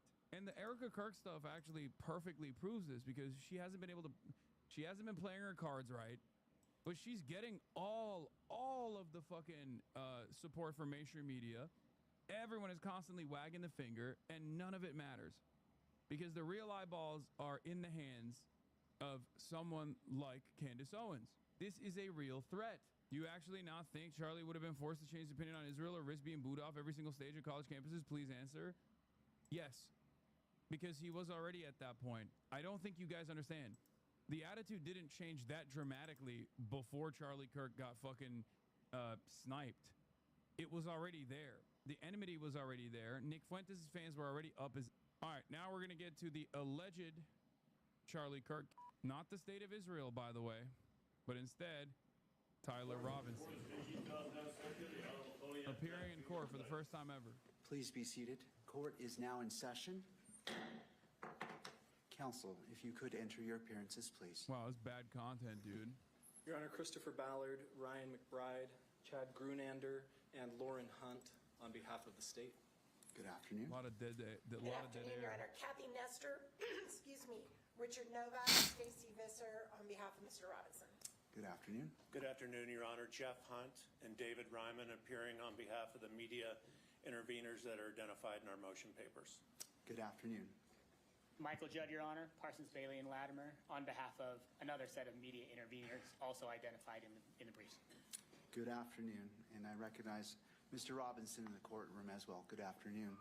And to further benefit the record, calling case 251-403-576, State of Utah versus Tyler James Robinson. Counsel, as we're moving forward today, I want to give an overview of what we anticipate doing. And it comes down, we're addressing three issues.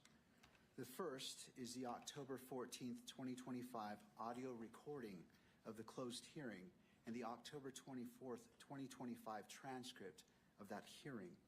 The second is the state's motion to amend or clarify the publicity order, commonly known or referred to as the gag order. Cloud-enabled availability is modernization at its best, including workflow-driven modules, helping to deliver better care for more people. Philips Cardiovascular Workspace. Intelligence in every beat. This video is for Joe Bonamassa. You've asked what you do.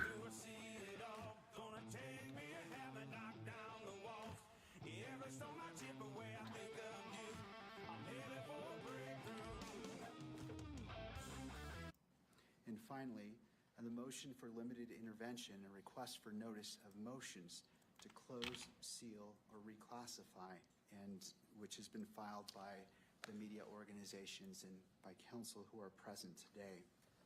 So as we begin, the first part is we'll begin by addressing the October 14th audio recording and the October 24th transcript.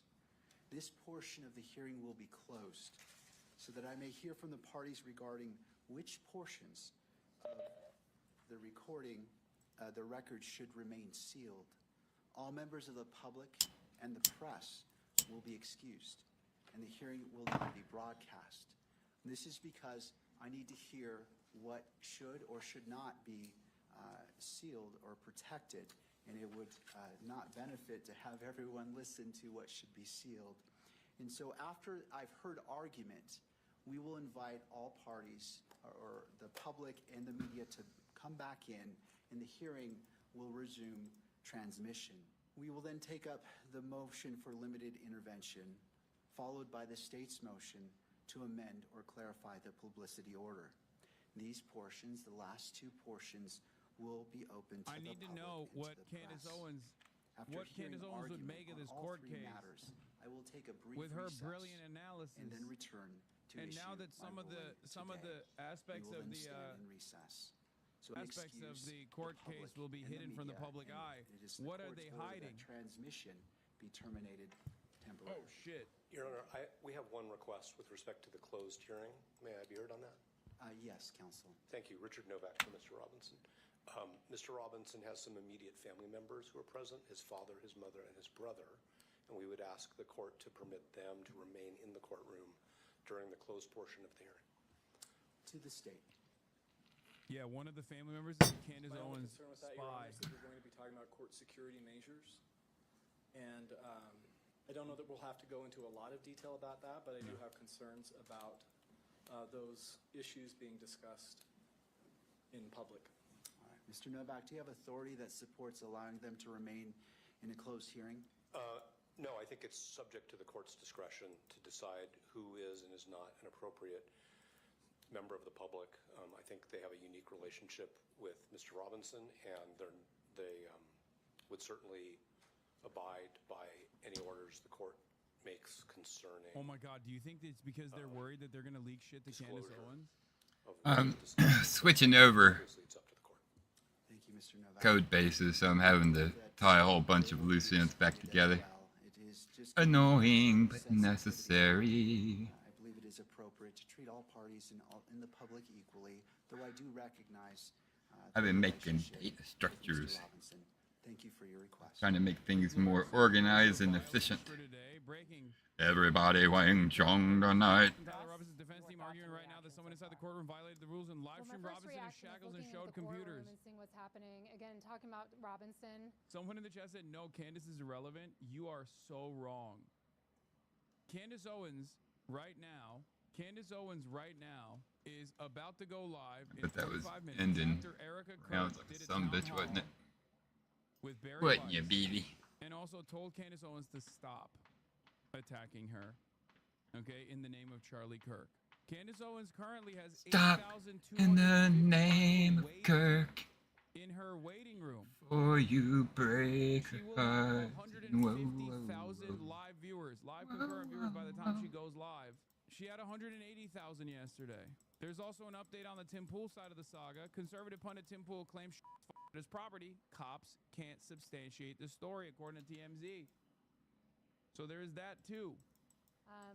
It's disgusting. He's a true sociopath. It's someone who has absolutely no empathy. They have no remorse. They have no conscience. He killed somebody. He doesn't care. He's smiling. But again, that's not going to serve well. You know, when the trial comes to pass and the penalty is on the table, again, juries will not be okay with that. The other thing that I think is very important to understand is that working with these victims, I know myself when I was an FBI agent, I wanted a victim-centered approach. Erica Kirk and those in her surrounding sphere, her family, her loved ones, Turning Point family, they are the victims of this. And frankly, the American people who have had to watch this absolute catastrophic tragedy and evil live on television. I mean, it's disgusting, it's heinous. but she has a right I'll never to even know. get down there And I because do of think that. it's very important in this process that you are working Mar-a-Lago closely with face the victim. strikes And I again. assure you True. that they Chatters.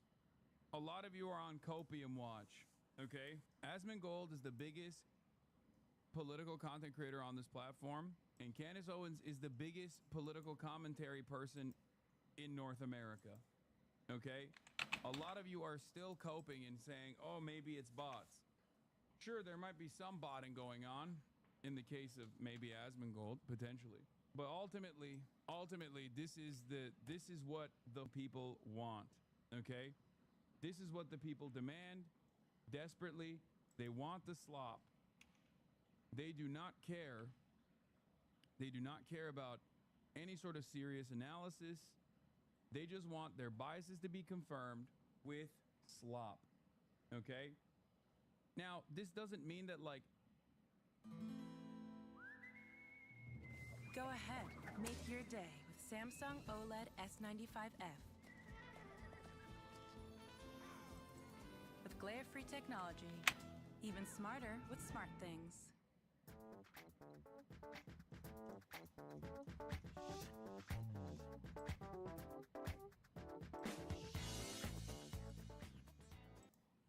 average people in the real world are also invested in the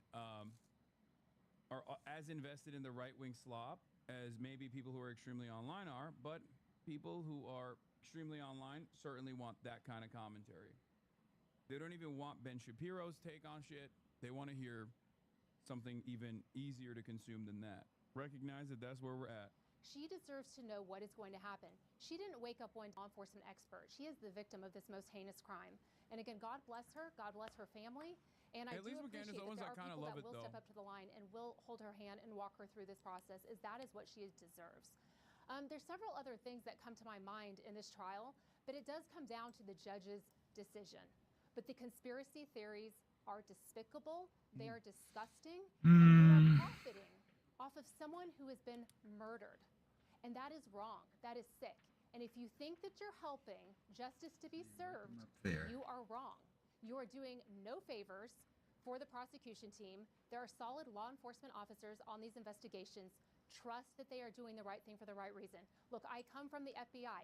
I understand why people are in a position where they do not always trust the criminal justice system because of things that we have seen in our country. But rest assured, on this investigation, no stone will be left unturned. All eyes are on this, and there will be no mistakes made. And so please do not take the liberty to go and make up and fill in the gaps where you do not have answers. It is inappropriate. Like, this entire rant is about Candace Owens. You understand that, right? Like, that's how much cultural impact she has. She's not referring to her by name, but that's who she's talking about. That is a testament to her cultural impact.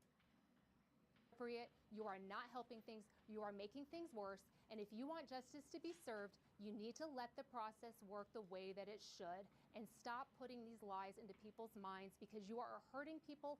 And most of all, you are hurting Erica Kirk, her family, and her loved ones. It is unacceptable. It cannot be tolerated. And anyone that has a clear I think the conscience public has about making decided money they don't and care about creating that clickbait, aspect. that is sick. Yeah, Nicole, I read some of your comments earlier about the idea of cameras in this courtroom. At the moment, there is a camera in the courtroom, though it's not turned on right now because they're in a closed hearing. And you thought that to some degree, maybe even to a large degree, it could be a two-edged sword. It could work well in terms of public transparency, but it could also work against the prosecutor. I agree with that statement. Sure, I'd do that somewhere else. I come from the federal system where there is no media permitted into the courtroom as far as cameras, no electronic devices, no phones. But, individuals are invited into the courtroom. You can take your pen and paper. Somewhere But else. there's no electronic devices that are permitted. And the federal system has worked well for trials. But again, I am always focused, for me personally, the victim-centered approach. And if this is what Erica Kirk wants, and this is best for her and her desires, obviously the judge will make the ultimate decision. But I do believe that he will take into consideration, first and foremost, her interest and also that of the public. Again, this was a political assassination. It does affect everybody. But I do believe that this judge is very deliberate. He is very calm. He is very calculated. And I think he has a very good head on his shoulders. I think he will run a very good trial. And I do believe that ultimately you want it to be fair. The last thing you want in He's French. law enforcement is to have to go back and retry the case. That's not what you want. And so you don't want the defense to have any wiggle room to say, you know what, that wasn't fair. We're going to ask for a mistrial. You don't want that. Make it fair from the get-go. Do it once, do it right, and put this person behind bars. And if necessary, and they seek the death penalty, that is what he should get. Yeah, I remember Erica Kirk sharing her thoughts on cameras in the courtroom when she was on with Jesse Waters in early November. And she said, there were cameras all over my husband when he was murdered. All right. The Boring. podcaster Candace Owens. Erica Kirk has one word for Candace Owens, and she spreads conspiracy I feel theories. like this is somewhere else, so Barry too. Weiss conducted a town hall in the new CBS News, the new right-wing pro-Trump CBS News, the new, much more pro-Israel CBS News. Because remember, she's placed as the editor-in-chief of CBS News specifically for those reasons, to make them pivot more to the right, and also simultaneously make them even more pro-Israel than they already were. Okay? At one time, a friend of Charlie's, at one time, an employee of Turning Point. She has been one of the main, and she is making a huge amount of money on it. She is building her business off of these lies. What do you want to say? That's not a question, Barry. Kind of seems like you're just jealous. Do you guys understand why I actually am genuinely entertained by the Candace Owens saga, though? If a new match would exceed the tournament limit, These guys are destroy all him. such rapacious scumbags. They're all such cynical operators, cynical grifters. And so, when someone is out grifting them, especially in All a right, position so that they consider to be unsustainable, at a time when they wanted to galvanize support for conservative causes and use Charlie Kirk's assassination, turn it into a martyrdom. Candace Owens basically dropped a nuclear bomb and did so incredibly successfully and retained a fuck ton of eyeballs in the process and has been able to dominate discourse in such a spectacular fashion. Can't help but celebrate it, you know? To her and the other people that are putting these lies out into the world right now. Stop. That's it. That's all I have to say. Stop.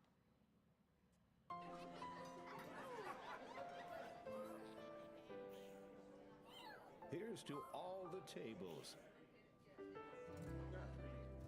that bring us closer together.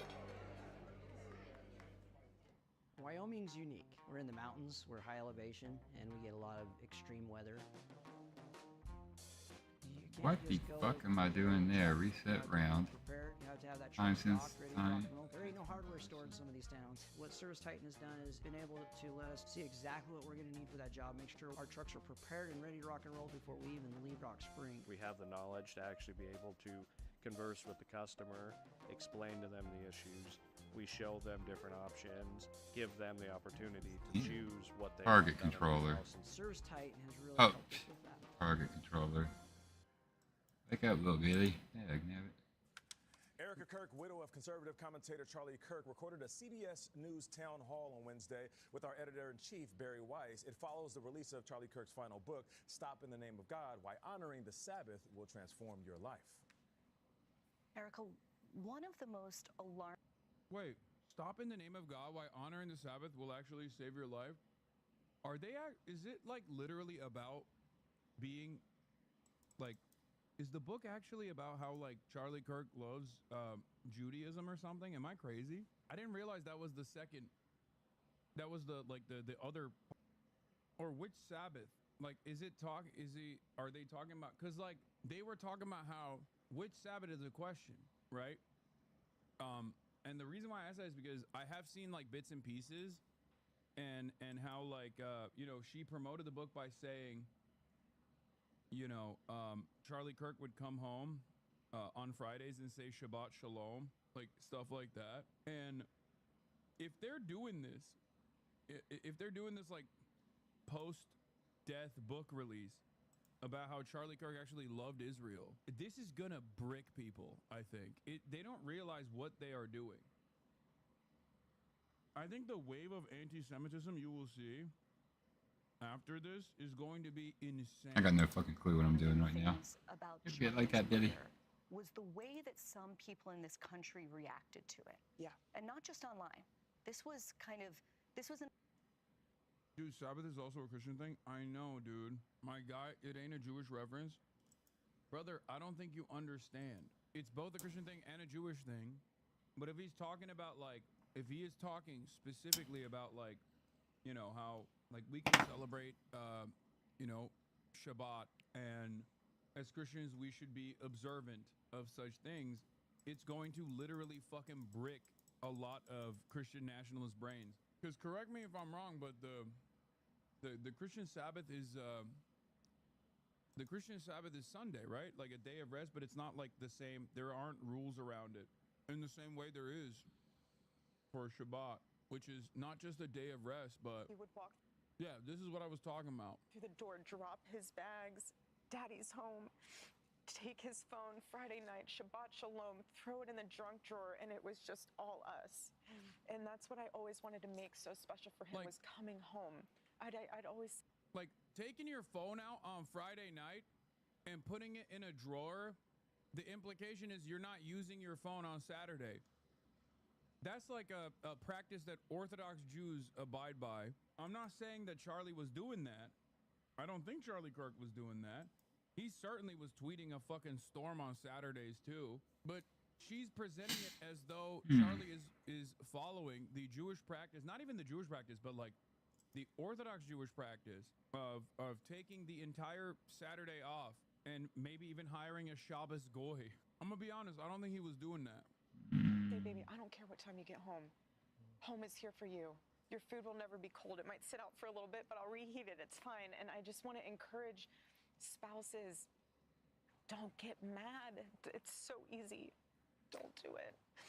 He would walk through the door, drop his bags, daddy's home, take his phone, Friday night, Shabbat Shalom, throw it in the junk drawer, and it was just all us. And that's what I always wanted to make so special for him, was coming home. I'd always say, baby, I don't care what. Yeah, Saturday is normally defined by sundown Friday until sundown Saturday. I know. That's not a Christian practice. That's a Jewish practice. Yes, putting your phone in a drawer is something like, or just, you know, no longer using your phone on sundown Friday night until sundown Saturday night is what the day of rest is in Jewish practice. I don't know why she chose to act as though Charlie was like, I don't know why she's acting as though Charlie was like observing the Jewish practice of Sabbath. Do you think?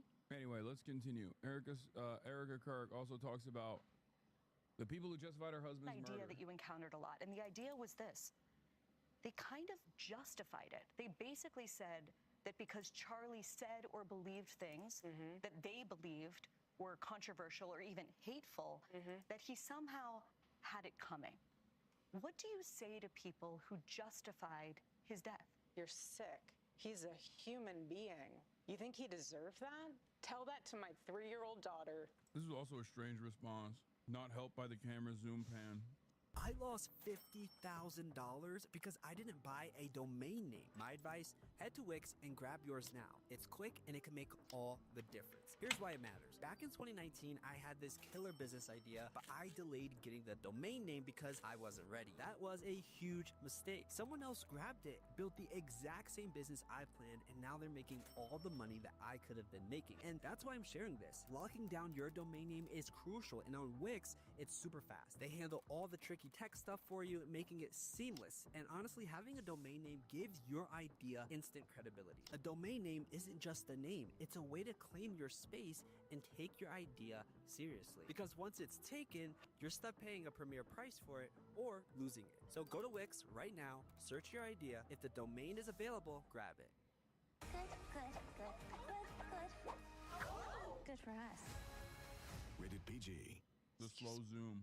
You want to watch in high res the video of my husband being murdered and laugh? And I say don't he get it, deserves man. it? There's something very sick in your soul, and I pray that God saves you. I pray, because that is what is so wrong. The internet in this world has dehumanized us. You can watch CBS News Presents a Town Hall with Erica Kirk Saturday at 8 p.m. Eastern here on CBS and streaming on. All right, meantime, a defiant Erica Kirk responding to conspiracy theories surrounding Ladders. the assassination of her late husband Charlie. Ladders. To carry on his legacy. Yeah, Sorry. she's talking about how the internet dehumanized people, and it's like, bro, Charlie Kirk dehumanized people all the time on the internet. Like, that was kind of his thing. That was a big part of his commentary. You know? This was happening before Charlie was murdered. Both of us have been through the ringer of people will call you whatever they want to call you. They will. But I have seen it firsthand impact the people that I love, and I'm done. I'm done. And if people think that I was just going to wilt away, I'm not going to sit in a corner and cry and be in fetal position. This is a duty to my husband, and it's an absolute honor. Joining us now is senior writer for the Washington Examiner and Fox News contributor Joe Concha. Joe, it is incredible how complicated people have made all of this for Erica Kirk, and there's also a real level of cruelty to some of these comments as well. What do you make of those remarks from her yesterday? Well, the cruelty you certainly see on place. I can't believe I'm about to say this, but I think one thing that Candace Owens actually pointed to was fairly apt. If you're a grieving widow and a mother, you're a grieving widow and a mother.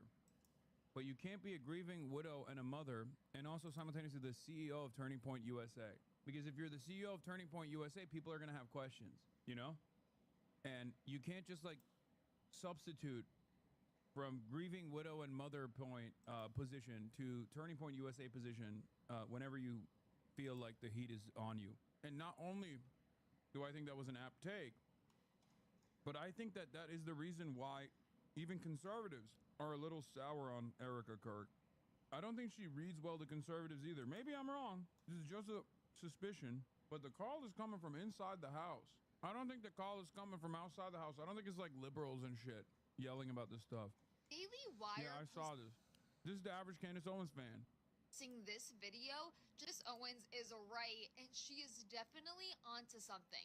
Keep in mind that the Daily Wire is run by Ben Shapiro. Mind you, she has gone on countless interviews and made money.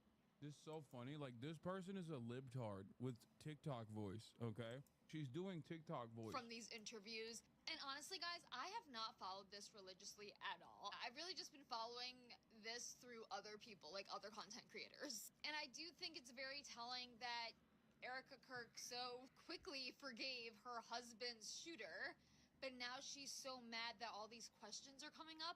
Mind you, questions she should be the one having as his wife, in my personal opinion. And Candace did speak about this today on her channel, and she also did address Erica's anger towards, you know, herself and other podcasters. So Shannon Hill News, so that's really weird for me to say because Shannon's actually my cousin, guys, so I call her Shannon.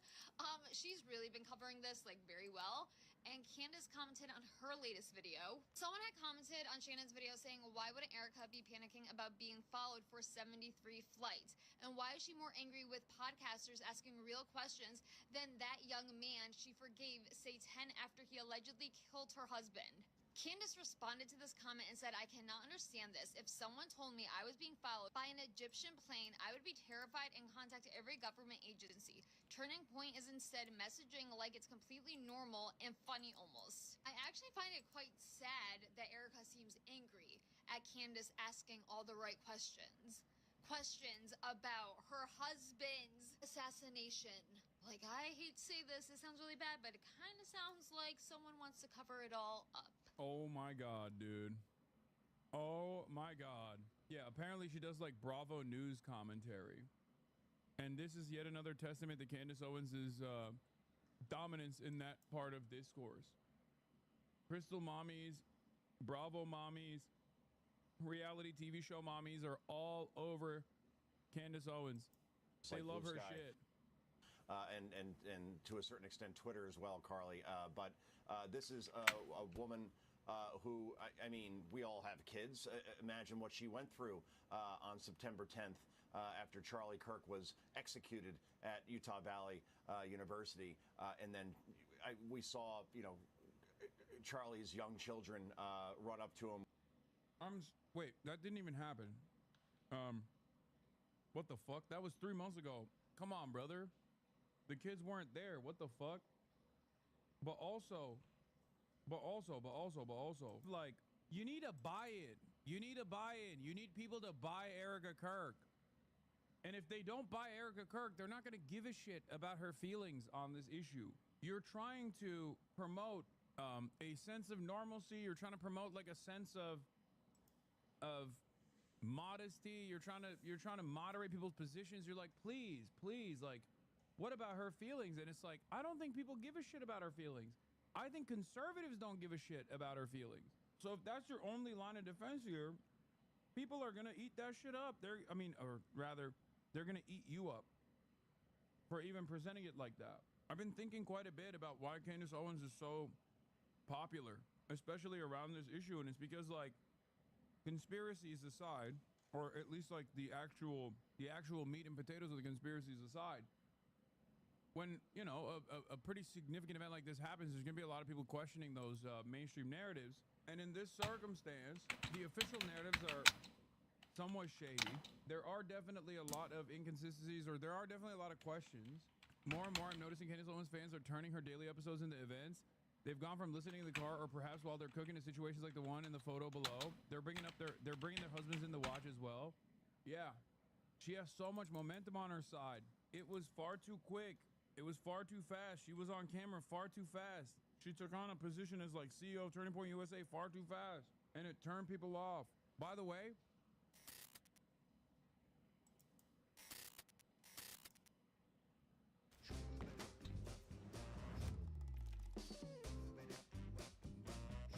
The bespoke AI laundry combo washes and dries in only 68 minutes. Even smarter with smart things. The global economy is driven by shipping. Without shipping, all of that shuts down. All of the conveniences that we have in our lives are much harder to get. Something that you truly wouldn't understand until you set foot in the shipyard. I don't think this is going to do anything. You got a feel for the sheer scale and size of what we're doing here.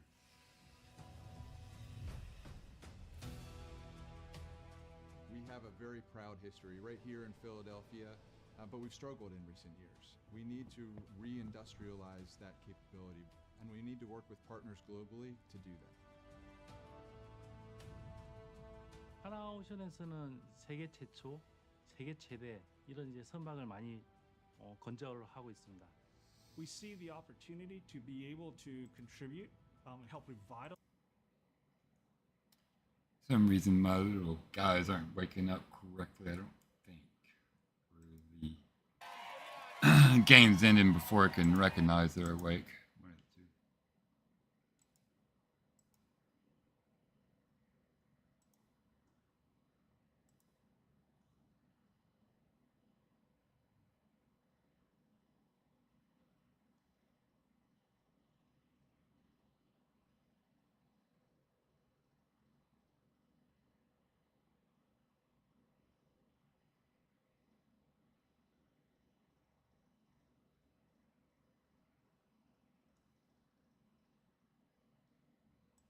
Listen, there's been some romantic drama brewing between the throuple Warner Brothers Discovery, Netflix, and Paramount Skydance. And yes, that's only 3 companies. With all the mergers, every company sounds like 5 companies these days. It's a tale of will they or won't they that has the entertainment industry up in arms, but also involves shady billionaire villains, covert government operations, and a bid to drain all of us of whatever data, time, attention, and money we have to give. Today, we're discussing the implications of a merger between Warner Brothers and one of its suitors, the Ellisons, the creepy billionaire family attempting to build a media and data empire, and why all of this is, as per usual, really bad for everyone except the rich and powerful. Love that for us. First, the details. Warner Brothers Discovery is already itself the product of massive mergers in the entertainment industry over the last few decades. First, it was AOL in the early 2000s, a merger that fell apart after the dot-com bubble burst. Then there was Warner Media and AT&T, a merger that fell apart because it never made sense to begin with, and then COVID signaled its death knell. And then in 2022, Warner Brothers and AT&T pivoted, with Warner Brothers merging with just AT&T's entertainment. I hate that everything just keeps Discovery, CNN, TNT, becoming more and more consolidated. Global leader in entertainment. This was, again, a merger that didn't actually make any sense.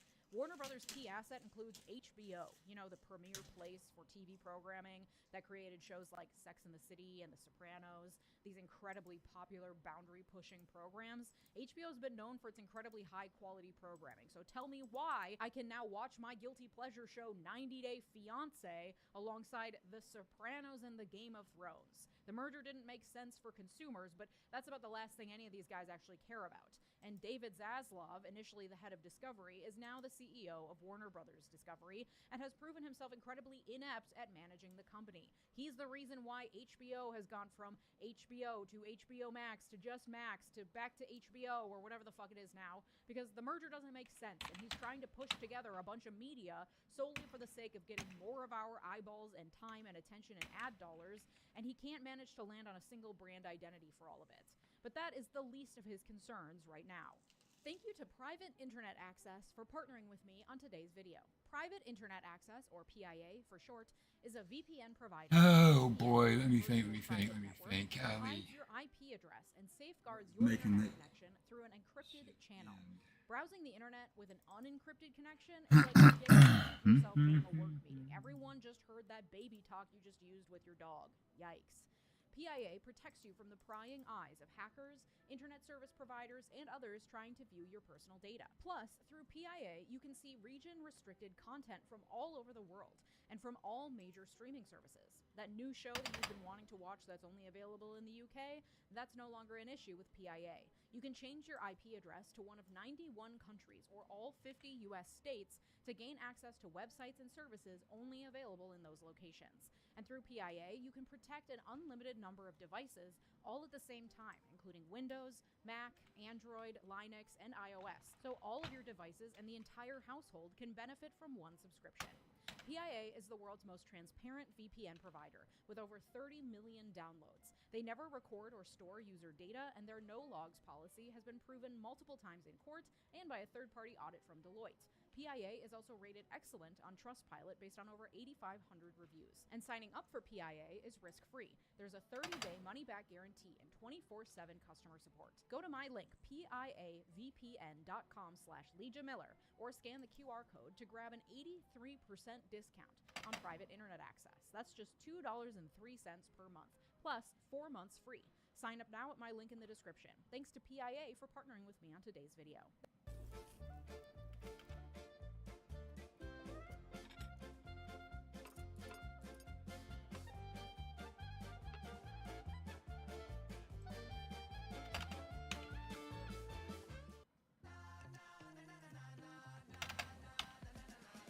If you missed the Android show XR Edition, consider this your highlight reel. In October, we launched Galaxy XR, the first device to be powered by Android XR. Today we're launching new features. In this first update, starting to roll out today, you'll have PC Connect and Likeness. You also get travel mode. And Galaxy XR is just the first of a number of exciting devices coming to Android XR. Take Exo's Project Aura. This upcoming device will bring a new wired XR glasses experience to the Android XR family. Project Aura launches next year, along with what everybody's talking about, AI glasses. In collaboration with Samsung, we're now working with Warby Parker and Gentle Monster to build 2 types of glasses. There's AI glasses that have built-in speakers, a camera, and microphones. And then there's display AI glasses. We've seen what's coming. Now let's talk about how you can start building for it. Today, we're announcing Developer Preview 3 of the Android XR SDK. Galaxy XR is already out there, Project Aura is on the way, and AI glasses are getting closer every day. And devs, you can start building today. Watch the Android show XR Edition now.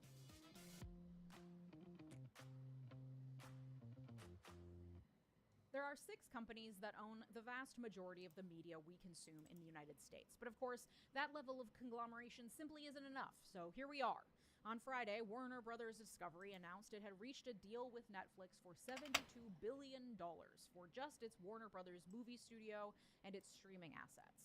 Netflix's goal here is, of course, to expand its studio business and increase the amount of offerings it has. I heard reports that Netflix said Netflix wants to become HBO before HBO becomes Netflix, whatever the fuck that means.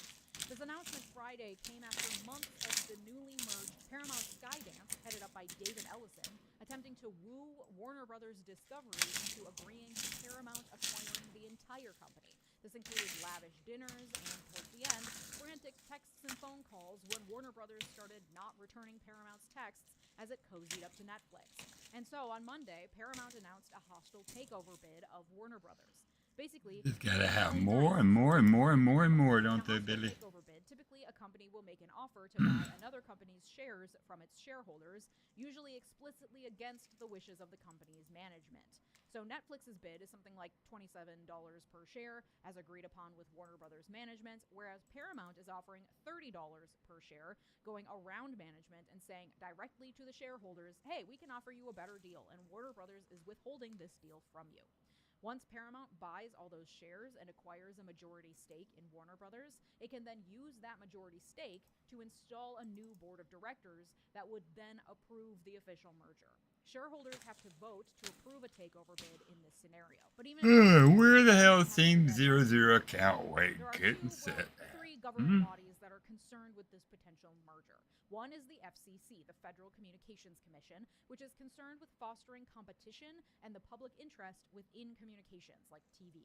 In the case of a merger with Netflix, that is less of a concern because Netflix as a streaming service is less like Paramount, which owns CBS and other broadcasting companies. In a potential Paramount merger with Warner Brothers, that would put channels like CBS under the same ownership as CNN, which creates deep concerns about monopolization and the public interest that the FCC would need to review. Then there's the FTC, the Federal Trade Commission, which more broadly is concerned with antitrust issues across sectors, including in tech and entertainment. Here, Netflix argues the FTC shouldn't be worried because Netflix thinks that it isn't just competing with other streaming services, it's actually competing with all other media, with YouTube, with TikTok, and with all other activities that humans could be doing besides watching Netflix. Yes, Netflix has named sleep as one of its competitors. So when you broaden the market like that, it makes Netflix look like a tiny share of the overall media and attention market. So what's the harm in one little merger? Despite the fact that it has the largest market share in streaming, and coming together with HBO would grow that market share to a level that will likely hurt consumers. And Paramount, of course, argues that it is the better bet when it comes to overcoming regulatory hurdles because of its diversified portfolio. It's not just streaming. It does so many other things, so its market share is also diversified, and therefore there's nothing to worry about. The third government entity that might be concerned here is the Committee on Foreign Investment in the United States, an interagency body concerned with national security risks posed by foreign investment in U.S. businesses. And why would they be concerned with this potential merger? Because the Paramount deal allegedly includes backing from the sovereign wealth funds of Saudi Arabia, Qatar, and Abu Dhabi, as well as Jared Kushner, the son-in-law of the president, through his company Affinity Partners, all of which are providing the financial backing necessary for the multi-billion-dollar offer from Paramount. They claim there's no issue here because all of these entities have allegedly agreed to forego any governance rights. Fucking insanity.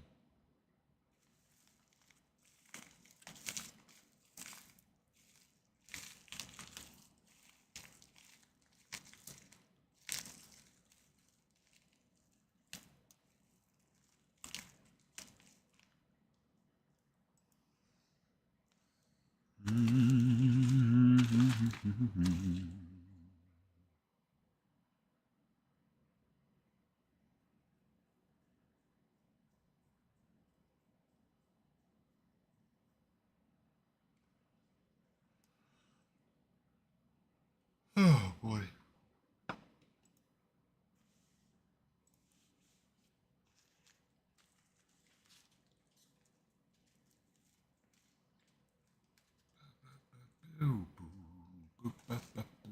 According to Paramount. I just made an episode about the unsettling arrangements happening between Saudi oil wealth and US-based tech billionaires, as put on clear display at the lavish White House dinner Trump threw for Saudi Crown Prince Mohammed bin Salman about a month ago. We want their oil and oil money. They want foreign investment and access to advanced weapons to further their own interests in the Middle East. And it's important to note how central the government is in these deals, because at the head of all of this is, of course, Donald Trump. This is yet another reason why concentrating the power of the administrative state into the hands of the president by giving him complete control over hiring and firing and putting in place sycophants and yes men in charge of agencies meant to protect us, the people, is incredibly dangerous. See my video from Monday for a background on how the Supreme Court is about to expand Trump's power to do just that. Because we have a megalomaniac who will do anything if you stroke his ego at the helm of major bodies meant to regulate the very billionaires who are in his ear and stroking his ego. This was made obvious when, on Monday, when asked about the potential merger, Trump said, "We'll see," quote, "none of them are particularly great friends of mine." And whether or not the heads of major companies are friends with the president should not matter when it comes to governmental regulations, but here we are. And we're not even trying to hide it anymore. But also, that's a bold-faced fucking lie, because Trump is particularly good friends with one of the people involved in this takeover bid, Larry fucking Ellison. And let's talk about this creep, because I am so fucking sick of billionaires ruining my goddamn life. And this guy is fucking foaming at the mouth to make everything worse for all of us. This year, I'm holiday shopping with the Google Holiday 100. It's a list of the most popular products based on search data from throughout the year. That's how I found this Kate Spade bag. Holiday shopping? The Google Holiday 100 has it handled. Running a business is more legal than you think. Luckily, LegalZoom is here to help. Whether you're registering a business, staying on top of your business licenses, or registering a trademark, when you need a legal hand, turn to LegalZoom. Larry Ellison was born in New York City in 1944, 81. He's old. To a mother who gave him to her aunt and uncle to adopt him when he was 9 months old, and he has taken that deep wound of childhood abandonment and made it all of our fucking problems by becoming a literal Disney villain. Larry did the classic move of dropping out of college and getting into computers early enough that he was able to make a fortune off of it. His company Oracle is one of those companies that no one really understands what they do, but they handle the back end of the internet. They house the data, they manage the cloud. And so with this latest AI boom, which requires massive, unprecedented, earth-ending amounts of data, well, there's Larry to cash in. He briefly surpassed Elon Musk as the richest person in the world this year, and currently sits at second, and that bump is all due to the AI bubble. And he's trying to take advantage of this blip in his fortune by building himself an empire not based on the speculative AI market, but instead on the very real thing that he based his original fortune on: data. Our data. Data he can derive from us through the time and energy we give to consuming never-ending amounts of content and the advertisements that get placed on that content. But before we get into that, I want to drive home how fucking evil this man is. All billionaires are evil because you inherently must exploit workers and natural resources to accumulate that much wealth, but let's talk about how this specific billionaire, Larry Ellison, is evil. He owns 98% of the island of Lanai in Hawaii, an island where 3,000 people live. As part of that ownership, he owns the lands, and the people who live there pay him rent. They also work at the resorts and other tourist attractions that he owns. It's a company town on an island. The people there pay him rent. He pays them for their work, and then if they get fired, he also evicts them. He's also one of those old creepy rich white men who's obsessed with Asian aesthetic, really obsessed, owns a 23-acre estate in Woodside, California, that he has spent $200 million renovating into a Kyoto-inspired compound with a private lake, a tea house, a koi pond. Oh, but he also actually owns a literal villa in Kyoto, located on the grounds of a Zen Buddhist temple, and he has an Asian wife to go with all of it, of course, though his fifth wife, 34-year-old Jolin Zhu, is Chinese. Ellison has more than a dozen homes, including one in Florida, which at $172 million was the most expensive real estate transaction in Florida history at the time of its purchase. He also loves flying, so much that he owns 2 military jets, on top of, numerous other just regular private jets. Oh, and his super yacht is called Musashi, after the samurai warrior Miyamoto Musashi, obviously. It's 288 feet long, designed in, Yes, Japanese style. It cost $160 million, takes a crew of 23 people to operate, and is a downgrade from his previous yacht. This was his more modest choice, because his last yacht was over 400 feet long, so huge it could literally only park itself alongside major oil tankers. So he couldn't hang out parked next to his other rich friends because his yacht was too big. And on top of that, no one ever wanted to hang out with him on his yacht because they said it felt like hanging out in a creepy abandoned mall. That's how big it was. It was so big it creeped out other rich people. And just to put it into perspective, how fucking wasteful this all is, according to yachtco.com, super yachts, which are 100 feet long and above, reminder, Ellison's downgraded yacht is 288 feet long, super yachts can burn upwards of 500 gallons of diesel fuel per hour. 500 gallons of diesel per hour. And some of these vessels hold more than 50,000 gallons of gas, meaning it can cost more than $200,000 just to fill the tank on one of these things. 500 gallons per hour. For comparison, my Honda Hybrid gets 40 miles to the gallon. When I take her out to really stretch her legs, at top speeds, that means I'm burning 2 gallons of regular unleaded per hour. 500 gallons per hour of diesel. This is what I mean when I say I don't actually give a shit about people who have a few $1 million. The people who are fucking ruining our lives through their unconscionable levels of exploitation, pollution, greed, collusion with the government, etc., are the ones like Larry Ellison, who can afford not only to buy, but also to upkeep super yachts that burn 500 gallons of diesel fuel per hour, or own at least 12 homes, all of which are probably larger than your average apartment complex that can house 100 people. It's fucking despicable. It is truly pure evil. And studies show that someone like Larry Ellison, conspicuously degrading our planet on a daily basis, cause more damage than just their own CO2 footprint alone. Because when the rest of us see something like that, it makes us all feel like, what's the fucking point? Like, thank God I compost my coffee grounds in a bucket in the backyard, you know? What's the fucking point? If we're not all working together to save the planet, if we see these people creating a CO2 footprint in 1 year larger than the one we will make in our entire lifetimes, it doesn't really help the cause, you know? Larry Ellison's existence is so damaging to the entire planet, and it is about to get so much worse if this merger with Warner Brothers goes through. And that's a big if because of the regulatory hurdles. But he has been buttering up Trump for years and is surely attempting to cash in on that goodwill through this deal. Ellison donated to both Democrats and Republicans for years, up until around 2016. Then he donated to various of Trump's Republican opponents until about 6 months after the 2020 election, when it's reported that Larry was on a call along with other Trump supporters and operatives to discuss a strategy for undermining the 2020 election. That's right, Ellison was all in on the Stop the Steal conspiracy. And ever since then, he's been doing everything he can to stay in Trump's good graces, including giving tens of millions of dollars to various Trump-supporting PACs. Oh, also, Larry Ellison is a major supporter of Israel, having donated millions and millions of dollars to the Friends of the Israel Defense Forces. He says he's less in it because of his own Jewish heritage, which he's never strongly identified with on a religious level at least, but more so because of the innovations in tech coming out of Israel, which somehow makes it even more evil how much he fucking loves Israel. Like, oh no, this isn't personal for me. It's truly just about the various, like, weapons and other innovations they're coming up with out there to commit genocide, and I'm just really passionate about that. So if all this palm greasing pays off for Ellison, who is financially backing the merger between Warner Brothers and Paramount Skydance, which, reminder, that one's owned by his son David, that will mean that he will have a major stake and control over CBS through Paramount and CNN through Warner Brothers.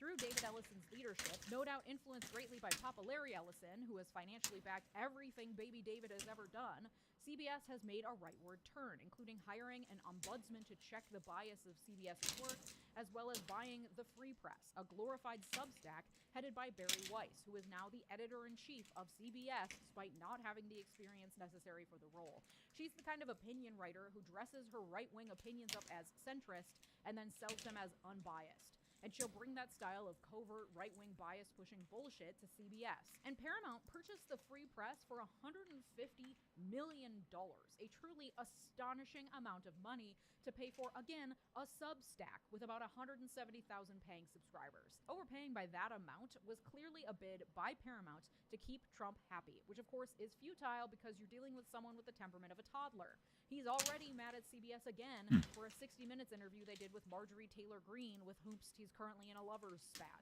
But they're doing everything they can to stay on his good side. And since even before the finalization of Paramount's merger with Skydance, Larry and David have been conspiring about acquiring Warner Brothers, including CNN.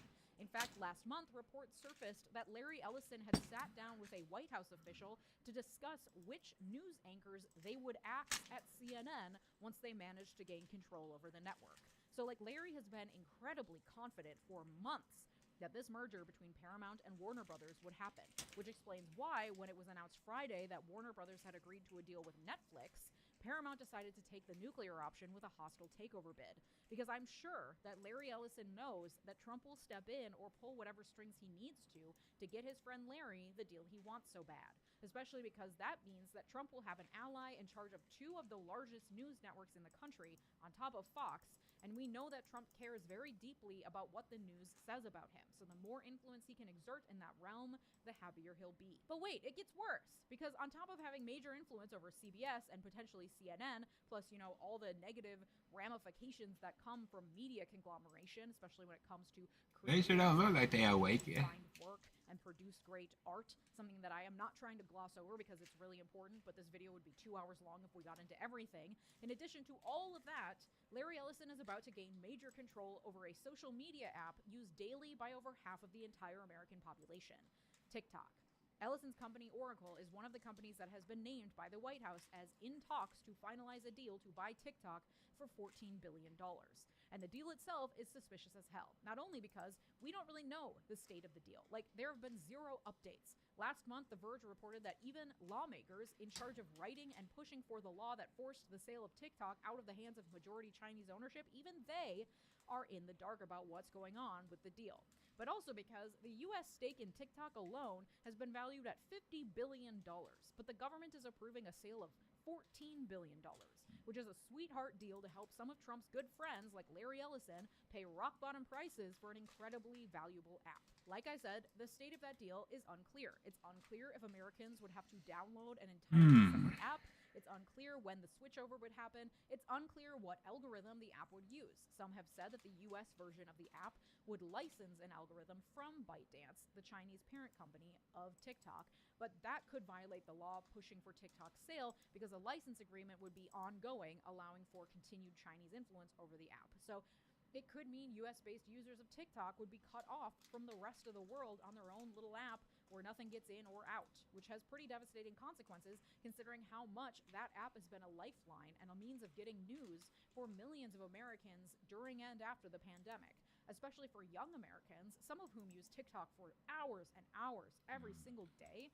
The ramifications in their access to information and what information they do get fed could be huge. We're talking potential censorship of left-leaning content, of content critical of Israel, of content created by organizers, of content that is educational, that doesn't fit the narrative of the Trump regime. We have no way of knowing, but it would be very hard to trust anything coming from a TikTok controlled in part by Larry Ellison, a strong ally of both Israel and of President Trump. I think best case scenario is that the new algorithm under the new leadership will be bad, causing the American people to emerge from their TikTok trance long enough to decide to dump the app because it's not as fun anymore. That's best case scenario. Our intel chain is compromised. How long have you willingly been committing treason against the United States government? What? You're the mole, Alexander. Someone's been watching and listening through you. You're telling me it's real? That's a Wi-Fi signal streaming from your head.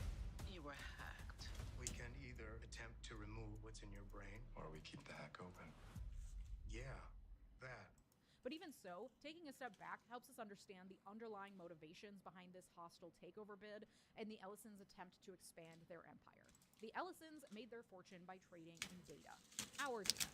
They have been compared to the Vanderbilts or the Rockefellers, but instead of mining coal or iron or building railroads or whatever, they're trading in data and building a monopoly in data in the process. And by expanding to TikTok and to streaming and to TV and movies and entertainment, they're attempting to mine our data, to take our time and our literal lives by monopolizing our attention to enrich themselves. Because while the creators of entertainment media may consider themselves to be artists and look at their work as art, and perhaps even the studio moguls and even David and Larry Ellison themselves may appreciate media as an art form, may have a love for movies or appreciate the importance of art. I mean, Larry Ellison owns multiple Van Goghs, though of course fine art is also a form of investment to hold on to wealth. But sure, I'm willing to grant that even Larry Ellison himself is able to appreciate the art of cinema.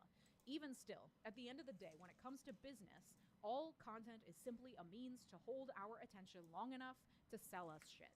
I mean, Netflix literally wants us to sleep less in order to watch more Netflix. Like, they don't care about our entertainment or our well-being. They care about keeping our eyes glued to their streaming app long enough to show us enough ads so they can make more ad revenue and deliver shareholder value. Like, I gotta say, it is really upsetting that Idiocracy is one of the most prescient movies in history. That's really stupid. This is the dumbest timeline. But what's more insidious is that not only are they trying to drain us of our time, and our time is all we have, what we do with our days is what makes up our lives, and increasingly we are giving our life to TikTok and Netflix, but they're also in cahoots with the government and inspired by potentially ulterior motives in how they promote the content they want us to watch in between the advertisements. So they have an electorate glued to screens that they have direct control over. And so the rich can collude with the government to get them all richer, and the government can look the other way when big businesses conglomerate and violate our antitrust laws, laws that are already on the books, by the way. Like, there isn't this need for Congress to act to pass laws. The laws already exist. They just haven't been enforced since before the Reagan era, and they will continue to not be enforced so long as big business and the government continue.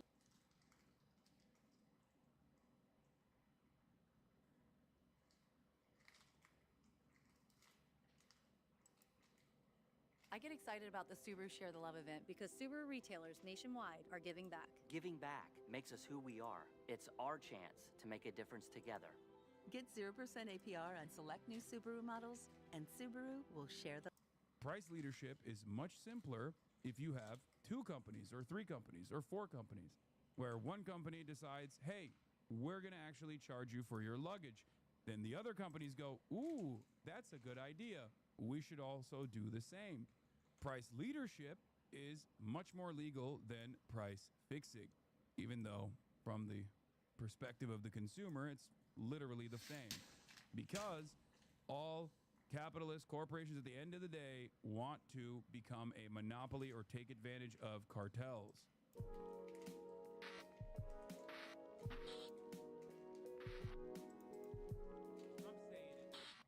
Paramount. We're going to start talking about Paramount now, launching a hostile takeover bid for Warner Brothers Discovery.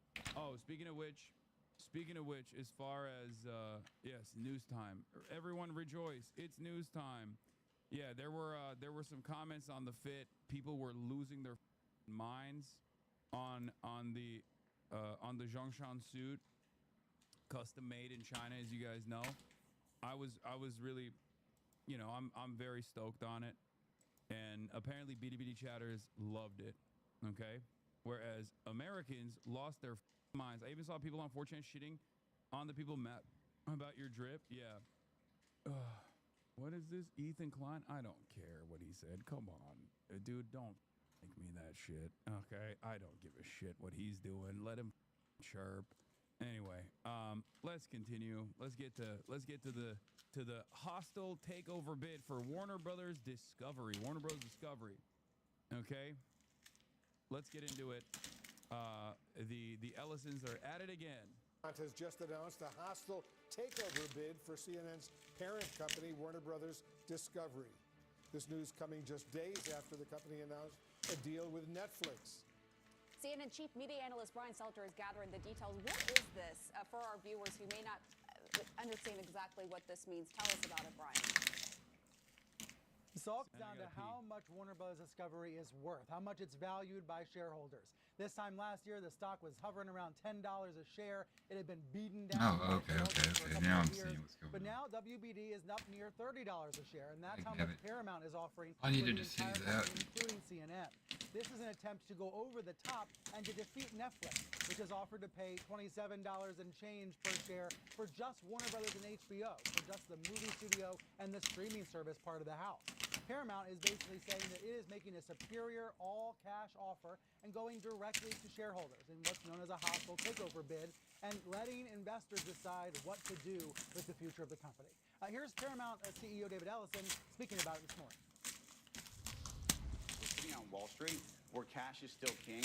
We are offering shareholders $17.6 billion more cash than the deal that they currently have signed up with Netflix. And we believe when they see what is currently in our offer, that's what they'll vote for. So it's a corporate tug of war, financial back and forth. This is going to go on for a while. Either or. Netflix and WBD have a contract, they have a deal, All and they're players staying the complete course turn. moving forward. Now, President Trump is an X factor here. Will he direct Just the now Justice started Department doing to that. slow down Been running. Netflix's pursuit of Warner Brothers? Will he try to tip the scales in some way? Well, notably, last night, Trump was keeping his options open. He expressed some skepticism about Netflix's deal, but he also praised co-CEO Ted Sarandos. Here's what Trump said. Well, that's got to go through a process, and we'll see what happens. Netflix is a great company, and they've done a phenomenal job. Ted is a fantastic man. I have a lot of respect for him, but it's a lot of market share, so we'll have to see what happens. Now, Netflix has been courting President Trump in recent weeks, and so has Paramount CEO David Ellison. A lot of this comes down to the All players relationships complete that the their president has turns. with these media moguls That's- and what direction these moguls want to take the company. Notably, though, this morning, Trump blasted Paramount and blasted David Ellison in a Truth Social post. Apparently, the president was very upset with 60 Minutes last night, and he said in all caps, they're no better than the old ownership. Since they bought it, 60 Minutes has actually gotten worse. So President Trump not happy with either of his options seemingly this morning. But more importantly, more notably, a hostile bid now for WBD. We don't know who will end up owning CNN and the rest of the company. The drama continues. Yep, it certainly does. Yeah. All right, Brian Stelter, thank you so much. Now a bombshell announcement that happened this morning, and it will impact the... I like to think, like, how much further could this go? Like, how much more media consolidation could we have? Is it better if there's only one company?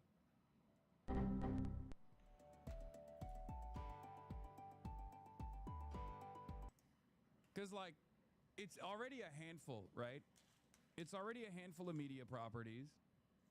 Might as well get to just one singular media entity. But hey, as long as it's not run by the government, it's fine, right? You know, that's capitalism, baby. No, it's not fine. Okay? It is. If a monopoly is going to happen regardless, which obviously in the best circumstance, this is what capitalism is supposed to foster. No monopolies, right? And yet, for some weird reason, the more wealth is concentrated in the hands of a select few, the more they consolidate power as well. This is one of the most important aspects of said power. It's an expression of said power. Okay? And it's crazy that virtually all of these different organs of the media are now in the hands of like 8 people total. And it seems like they want to even consolidate further. I say, if it turns into a monopoly in the hands of, you know, a handful of people, maybe it's easier to take over with the state. The difference, of course, in this situation is, consolidation is not capitalism. No, it is a natural phenomena. For that reason, of course, capitalism is going to invite this kind of consolidation. What do you mean? These are companies that are doing capitalism better than everybody else. The entire point is to try to monopolize an entire sector. There is a reason why the government, in an anti-capitalist initiative, is supposed to engage in some sort of antitrust measure, some sort of regulatory measure to break these major companies, and yet they choose not to do that over and over again because they're completely captive to wealth. Consolidation will kill capitalism faster than socialism. I don't disagree with you. I'm saying, like, how much more of this can we take? Okay. We only had cable TV until a decade ago. It's fine. No. Because once again, yeah, sure, we have social media and whatnot, but the less diversity that exists in the hands of a select few, the easier it is to control all flows of information, especially when the guy we're talking about that wants to make this merger happen, not only just bought CBS, wants CNN, and on top of that, owns TikTok. So it's these dudes that literally own the social media platforms as well.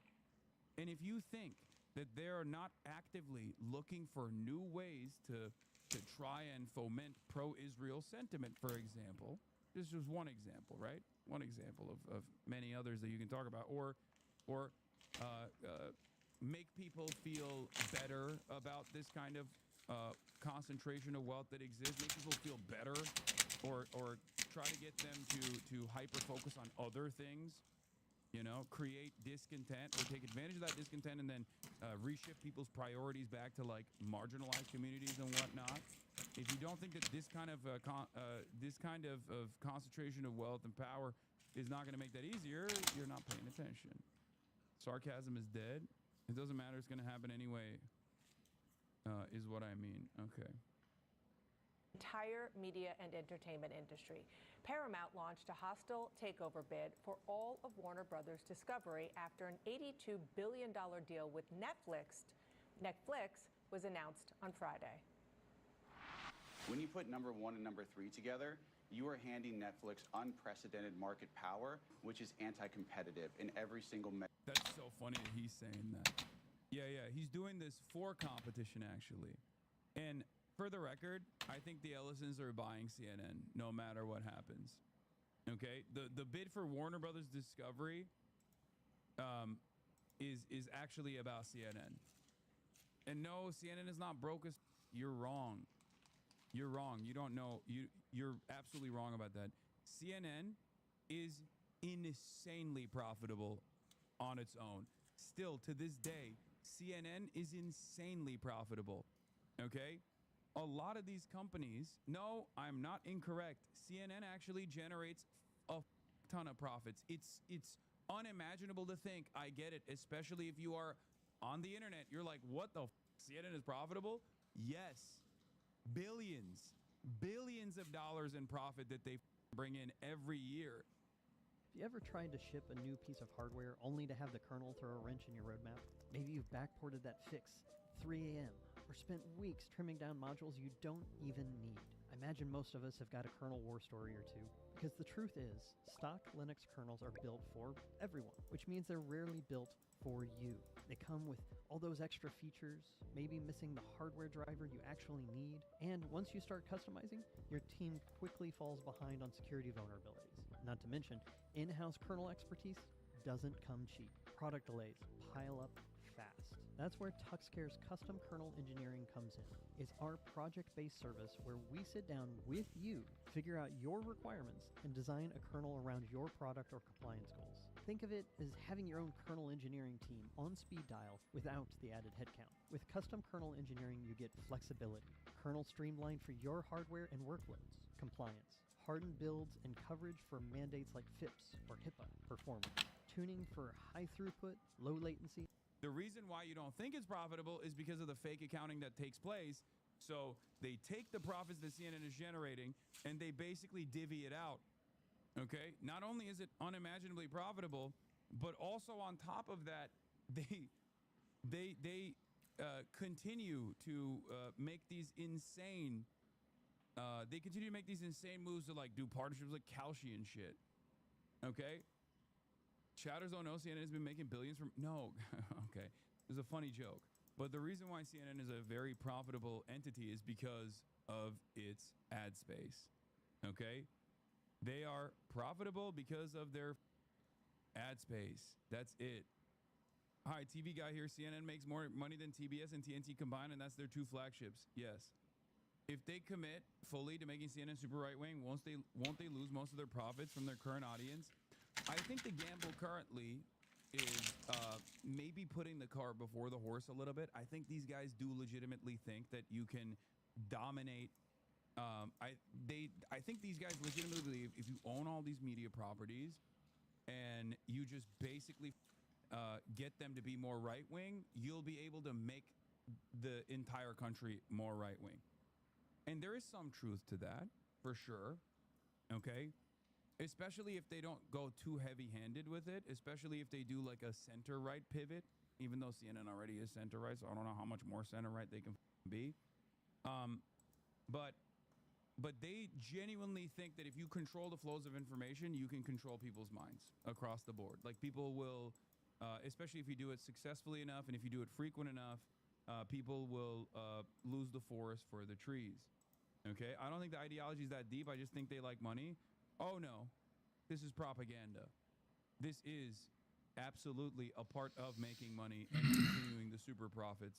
Propaganda plays a major role. What the hell? The reason why average chatters and regular folk don't understand the importance of what I do, for example. But you know who does understand that?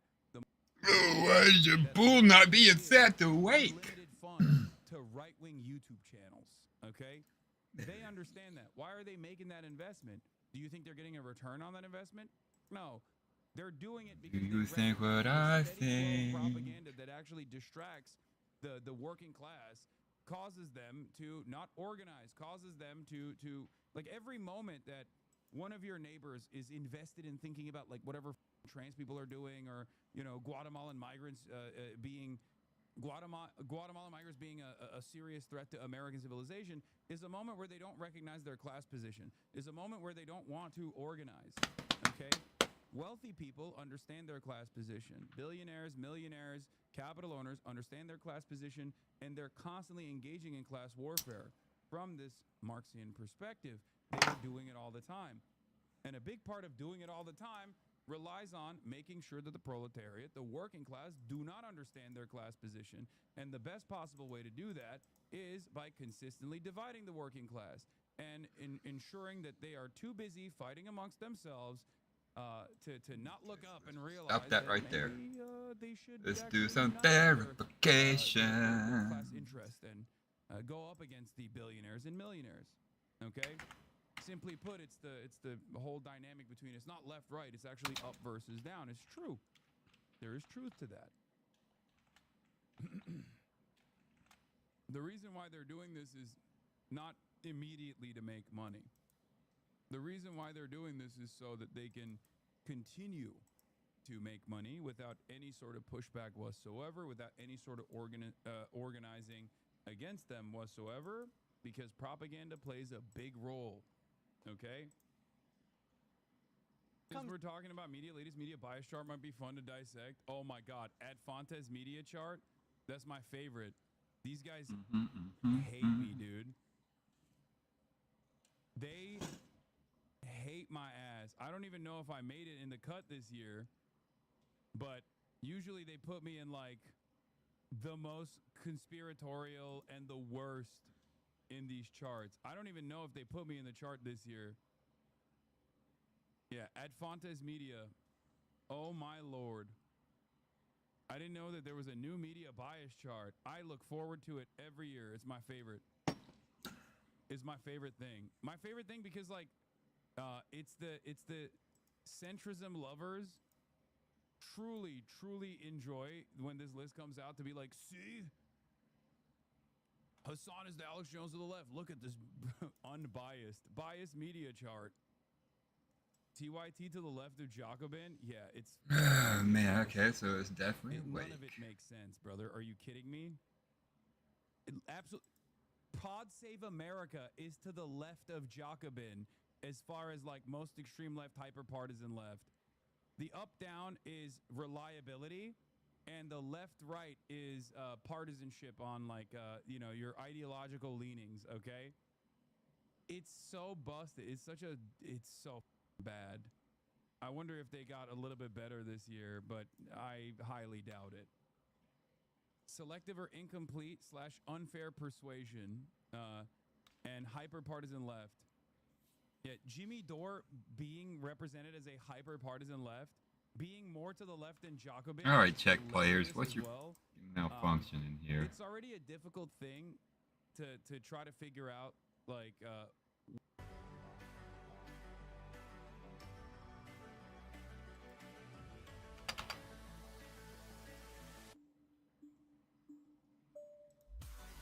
What's war, Billy?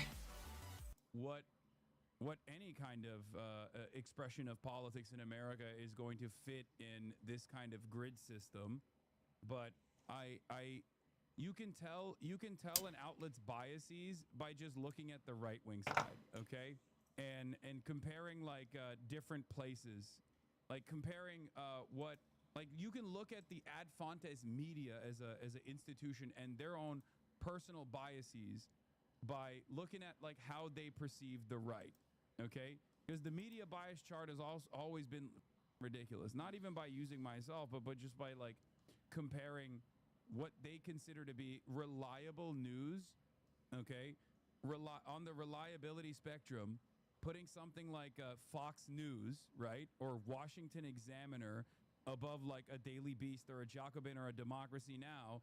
Very quickly shows you where these guys' opinions are, okay?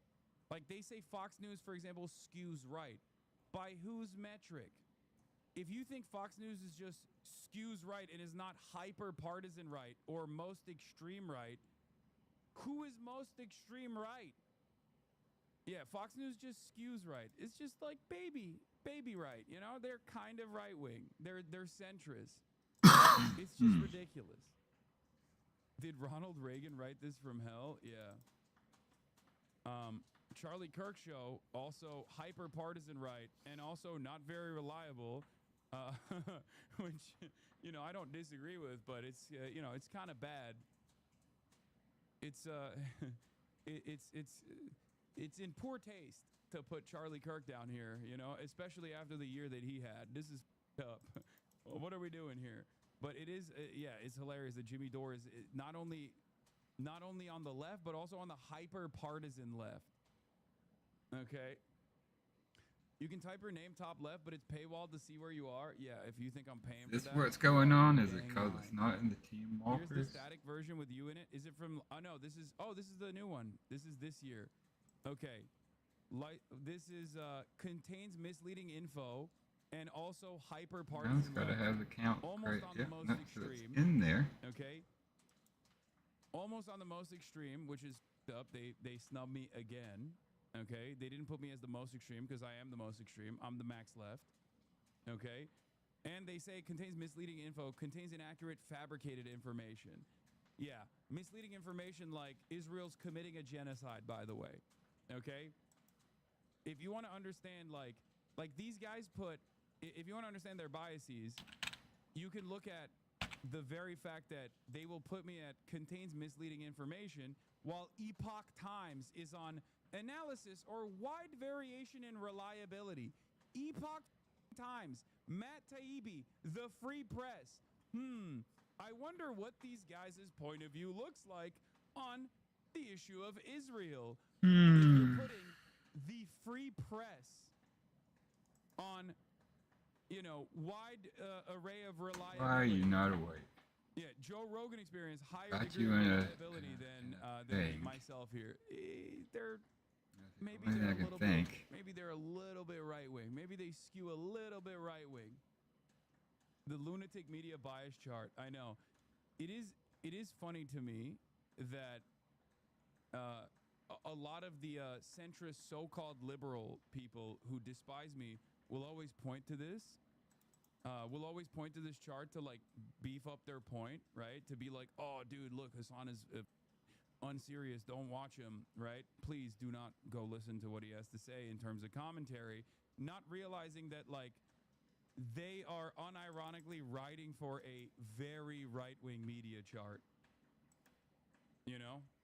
They're just like normalizing and trying to make legitimate a very right-wing media chart in general. If you have Epoch Times here, you're out of your mind. I don't know if they have Zeteo on here. Maybe they don't have Zeteo. Yeah, InfoWars is more reliable than me. I'm here. InfoWars is above me. InfoWars, they got they got sued for $1 billion. And the Free Press is like, the Free Press is also close to the middle, but skews right. InfoWars, with their consistent coverage on demonic entities taking over the United States of America, is considered more reliable. It's just, you know. I know people will say, oh, Hassan is so butthurt. I'm not. And the reason why I'm not is because all of these outlets obviously don't agree with this media bias chart. So it doesn't make sense even from that perspective, because virtually all of these outlets will come to me for coverage with regular frequency. So even in its own confined logic that they're trying to create within the bias chart, this doesn't make any sense. I can't find you, even though you're apparently small little dot on here, but I found Chapo and Al Jazeera. oh, this is like they've gone crazy with this. They've done a lot more. Oh yeah, on the news and reliability, they say Chapo is not reliable either. Anyway, from creating memories to finding the perfect gift, Steel can help make the holidays even easier. Check off. Kushner, Saudis, Qataris, and the UAE is teaming up with Ellison to try to form the world's dominant English language media property. Paramount's initial press statement didn't include a mention of sovereign wealth funds, but September SEC filing said that outside financing partners include funds from Saudis, Qataris, Emirates, as well as Jared Kushner's affinity partners. Those funders have agreed to forego any governance rights to not trip CFIUS limits. I wonder where Dropsite is on the media reliability. That's another very clear indication of their biases. But regardless, the other side of the story, as far as monopolization and power concentration, is that when you actually are able to achieve a monopoly, you can slowly but surely raise prices, and there's no market competitor. So what are you going to do, right? You still need delivery, so you have to keep paying the now increased prices. And also on top of that, in order to make sure that profit margins keep going up, regardless of this, regardless of the ways in which technological improvements actually lower profit margins in general, you can still turn around and lower wages and find new ways of increasing profits, because the most valuable aspect of commodity production, in order to extract more surplus labor value, is on the point of labor. You can always reduce wages, you can always reduce benefits, and continue to expand your profit margins year over year. And that's where we're at. And that's what's happened with Amazon, for example. Predatory pricing with Amazon and a bunch of anti-competitive initiatives that Amazon engaged in made it a monopoly in the field of e-commerce. And now they just dominate it. They dominate e-commerce. They can increase prices if they choose to do so, and no one can say anything about it because they can't go anywhere else. That's a major problem with monopolies in different airlines, for example. Certain markets in the American airspace are dominated by either one company or two companies. I don't know why that's like that. If you have to fly to, I don't know, Clearwater, Florida or something, you just have to take that airline. There is no alternative. Look that up right quick, though. No other alternatives. You have no alternatives. Just banging my head against the wall. I'll just in a train or slap a big old rubber patch on that You phone. don't even have any alternatives when it comes to different airlines that you can take, right? And that's precisely how these companies can continue to ruin whatever kind of services that they used to offer with not much pushback. We also have to take into account the opposite end of the monopoly. It's not just one seller, it's one buyer. For instance, something like Amazon, it forces people who want to sell goods to take bad revenue splits, or in TV, it forces writers to pitch a show to one or two people who will not offer competitive prices. Yes. Think about it from the same perspective of Twitch streaming, right? When there was only one dominant force, streamers couldn't argue for better contracts, for example. But when there's multiple platforms out there, that's actually supposed to be good for competition. So now you can leverage the relationships that you have with different platforms. And when that goes away, when all of the other, when Microsoft, for example, shuttered its competitive live streaming project, what happened? Twitch actually said, we don't have to do contracts anymore, right? Yeah, when Mixer went away, when it was not competitive, and the market consolidated even further, Twitch realized they don't actually have to offer big contracts to these top content creators in general. I'm not saying this from the perspective of like, oh, woe is me. Oh, big Twitch streamers deserve more money or some shit. I'm just giving you an example that you might be, aware of, right? Hassan arguing for free market capitalism? No, as a matter of fact, if you were to understand the point I'm making, I'm saying that free market capitalism, in the way that we understand it, immediately create these monopolies. Because every single company obviously wants to pay the least amount of wages that they can possibly get away with and extract the most amount of profits. Okay? And the best possible way to do that is by consolidating power in the hands of few. Mergers and acquisitions, horizontal and vertical integration. So you basically control every part of the productive process. And that this is before we even talk about like natural monopolies with major barriers of entry, because that's a whole different side of the story as well. But every single company wants to do that, right? Every single company wants to become a monopoly because competition reduces profits. And as long as there's an oligopoly, as is the case in many of these sectors now, virtually all of them, for example, with years and years of deregulation, years and years of the government basically stepping out of the way of companies, merging with one another, doing horizontal and vertical integration, you have arrived at a situation where, 6 companies basically own everything. Did you know Microsoft offers grants and discounts exclusively for eligible nonprofits? Whether you're looking to improve productivity, make better use of data, or integrate AI into your daily work, Microsoft has you covered. Getting started is quick and easy. Click the link or visit us at Microsoft.com/nonprofits. The United States seizes a Venezuelan oil tanker. Is war near, or is something else happening? Plus, what is our strategy on Russia, on China? First, our brand new Daily Wire talent, Matt Fradd, just released a special Christmas episode of Pints with Aquinas. It's streaming now on Daily Wire Plus. It's smart, it's meaningful, it's exactly what you want. Every aspect, every commodity that you consume comes from like basically a handful of companies. And when there's only 6 companies, it's much easier to engage in the act of price fixing. But price fixing is illegal. So what do these companies do? Well, they do the legal thing, which is called price leadership. Price leadership is much simpler if you have 2 companies or 3 companies or 4 companies, right? Where one company decides, hey, we're going to actually charge you for your luggage. Then the other companies go, ooh, that's a good idea. We should also do the same. Okay? Price leadership is much more legal than price fixing. Even though from the perspective of the consumer, it's literally the same. And technically it does operate almost in the exact same way. If there were 1,000 companies in that same sector, it'd be much more difficult to consolidate prices, okay?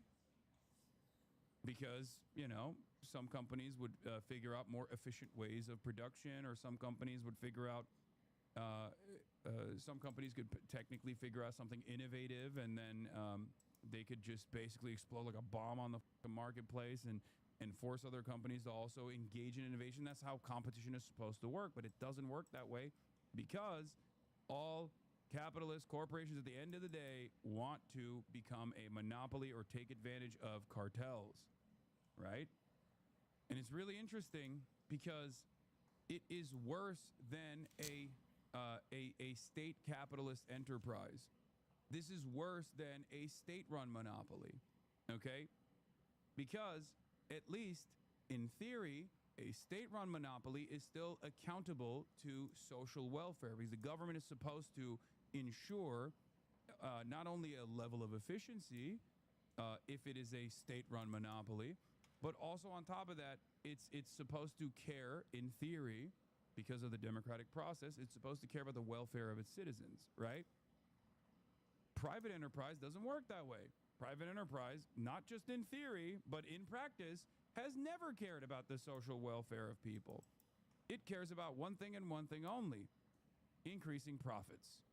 Okay? That's how you arrive at this situation. It's not an accident that America has become less and less innovative over the years. Especially, I would say, even though technology does seem to exponentially grow, and therefore we're still reaping the bountiful technological innovations as a consequence of that exponential growth. The only innovation you see from these companies is like newer methods of basically farming whatever meager wages you get year over year. Because that's what they care about at the end of the day. Innovating new ways of seeking out profit. Anyway, let's get back to show business, baby. Here is David Ellison talking about how his bid to purchase Warner Brothers is actually for competition. Measure every single metric you can measure. And we think that is bad. Again, it's bad for the consumer. It's bad for the creative community. This deal, if it is allowed to move forward, will actually be the death of the theatrical movie business in Hollywood. We're sitting here today trying to save it. And I should note, Warner Brothers Discovery is CNN's parent company. Joining me now is Bill Cohan, founding partner of Puck and veteran business writer. Thank you so much for being here, Bill. So you just heard David Ellison. I'm sure you watched the entire interview this morning. What he's saying is that they're going directly to the shareholders of Warner Brothers Discovery. Walk us through first how that works. Well, they tried to reach a deal with the Warner Brothers Discovery board late last week. And as you were saying, Dana, that was not successful because the Warner Brothers board decided on Netflix. And the Ellisons, who control Paramount Skydance, believe that their offer was superior to the Netflix offer. And they feel like they got short shrift. And so their choice was at that point to either, pack up their bags and go home, or to do what they're doing, which is to, quote unquote, bring their offer directly to Warner Brothers Discovery shareholders, which is Wall Street Argo foregoing hostile. And we haven't seen anything quite like this in maybe 25 years on Wall Street, not since Pfizer tried to jump a deal that Warner Lambert had struck with American Home Products. So this is kind of big news. Yeah, it's an understatement for sure, Bill. So given that and knowing that you know your stuff when it comes to this kind of thing, what do you think the chances are that Paramount's appeal to shareholders, the hostile takeover, will actually succeed? How did that get there? Oh,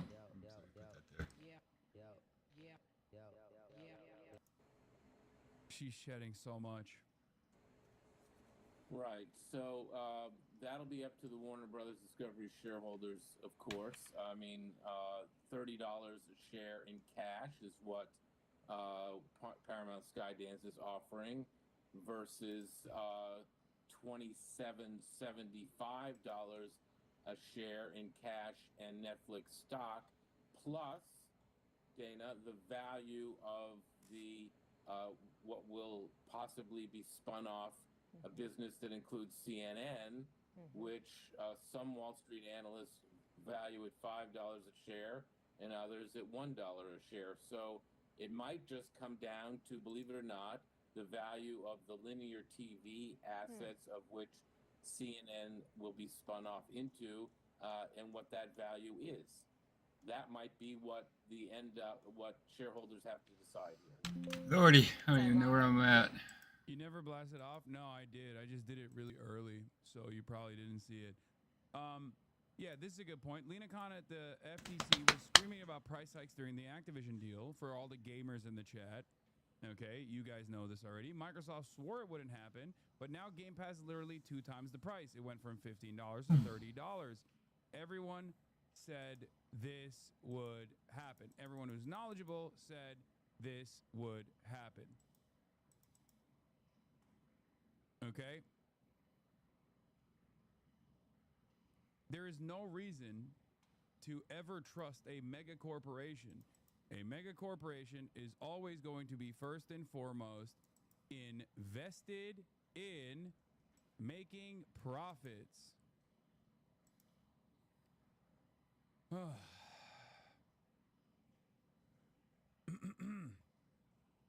But the big corporation said they wouldn't do it. How are the gamers supposed to know? I think Warner Brothers will be different. Just one more merger. Guys, just one more merger, okay? I promise you. One more merger and everything's going to be great. Just one more lane on the highway and traffic is gone. Just one more merger and our lives will improve. Okay? And the fact that The whole play here is about what they call sort of the future of media if it comes down to linear TV. And David Ellison, I watched that whole interview as well, was saying that the broadcast part of it is actually still very, very viable and is worth a lot more. So let's talk about where I am in Washington. And it matters a lot what the government, I mean, once Why do I have that as a numerator anyways? What the government decides. What am I doing there? And I would venture to guess, and it's probably not that much of a reach, that what happens with Netflix and Paramount, who gets it, is very much about what President Trump may want to do here. Now, when Netflix announced this deal on Friday, we did hear a lot of pushback in Hollywood, particularly from the creative community. And President Trump was asked about the Netflix deal. Just listen to what he had to say about that. This is last night. Well, that's got to go through a process, and we'll see what happens. Netflix is a great company. They've done a phenomenal job. Ted is a fantastic man. I have a lot of respect for him, but it's a lot of market share. So we'll have to see what happens. A lot of market share. That sounds like, let's just hold off here for 1 second. Now, before I bring you in, Bill, I want to play what David Ellison said this morning about the conversation. Why is the government involved? What does the government have to do with buying Warner Bros? Great question. Now, in a healthy government, in a normal government, the government should be involved in this. Okay? The government should be involved in stopping it. The government should be involved in implementing the antitrust laws that are in the books. Except we don't live in a normal government. We don't live in a normal world. We live in hyper-capitalist dystopia, the United States of America, where corruption is rampant and out in the open. And Donald Trump is only getting involved specifically so that he can get a better managed deal for his buddies, who I assume will either cut them a piece of that pie financially, or get favorable coverage out of this at the end of the day, And you probably really want favorable coverage at the end of the day if you are planning on staying in power far beyond what's supposed to be your term limit, right? I don't think it's just like Trump is silly and wants Rush Hour 4 is what I mean. I think he wants he wants to make sure that there is a servile major media monopoly that will make it seem like everything he's doing is great. Yes, a pliant propaganda engine. It's not like they're hiding it either. That he and his father, Larry Ellison, have had with President Trump. Do you sense that he is in your corner here? What I would say is I'm incredibly grateful for the relationship that I have with the president, and I also believe he believes in competition. Your take. Well, Dana, first of all, I mean, we use this word unprecedented way too much, but it really is unprecedented for the President of the United States to put his thumb on the scales of a Wall Street M&A deal. And that's what he's clearly doing. That's what he says he's going to do. He's already, as you know, he's courted the Ellisons, and the Ellisons have courted him, and now Ted Sarandos. Touchdown! You probably know these TD moves. But guess what? There's another TD, tardive dyskinesia. It causes uncontrollable movements. I don't even know why I had that there. That might have been effing me a whole bunch. Ankle rolling. Tardive dyskinesia is caused by certain prescription mental health medications. It's true. So, talk to your doctor and visit theothertd.com to learn about TD and treatment options that can help. This channel is not just about fixing the boat. We're actually going to go sail. The co-CEO of Netflix has courted Trump and tried to get on his good side. This just never happens until Trump. I mean, Trump likes to get himself involved in these things. It's completely inappropriate, but that's the realpolitik of the situation. Who has the better deal with Trump? A better relationship with Trump? We're just going to have to wait and see. The first thing, though, that has to happen is that the shareholders of Warner Brothers Discovery have to decide which deal they favor. At the moment, the board has chosen Netflix. They've rejected Paramount, And that's why Paramount has brought this deal directly to the Warner Brothers Discovery shareholders. If they prevail, in other words, if the shareholders who get a vote, and this is very important, if they choose the Paramount deal, then it goes into the regulatory environment, and we'll see which one prevails with the government. Right, but real quick, the point I was trying to make, and I think you would agree, is that it's not linear. These people. You said this is what Putin did in Russia. Dissenting media stations were forcibly sold to Putin cronies. Erdogan in Turkey. Dude, what is unfolding in front of our eyes, even though it has like the Western veneer of fake democracy or some sort of like democratic process or some sort of like laws in the books, has unfolded in every developing country. Every single one. Every country that has been destabilized by America, every single country that moved in this direction has done it. It is not unprecedented at all. You get a bunch of wealthy loyalists, okay? Wealthy loyalists that have the same exact class interests as you to go and pick up every media outlet you possibly can, okay?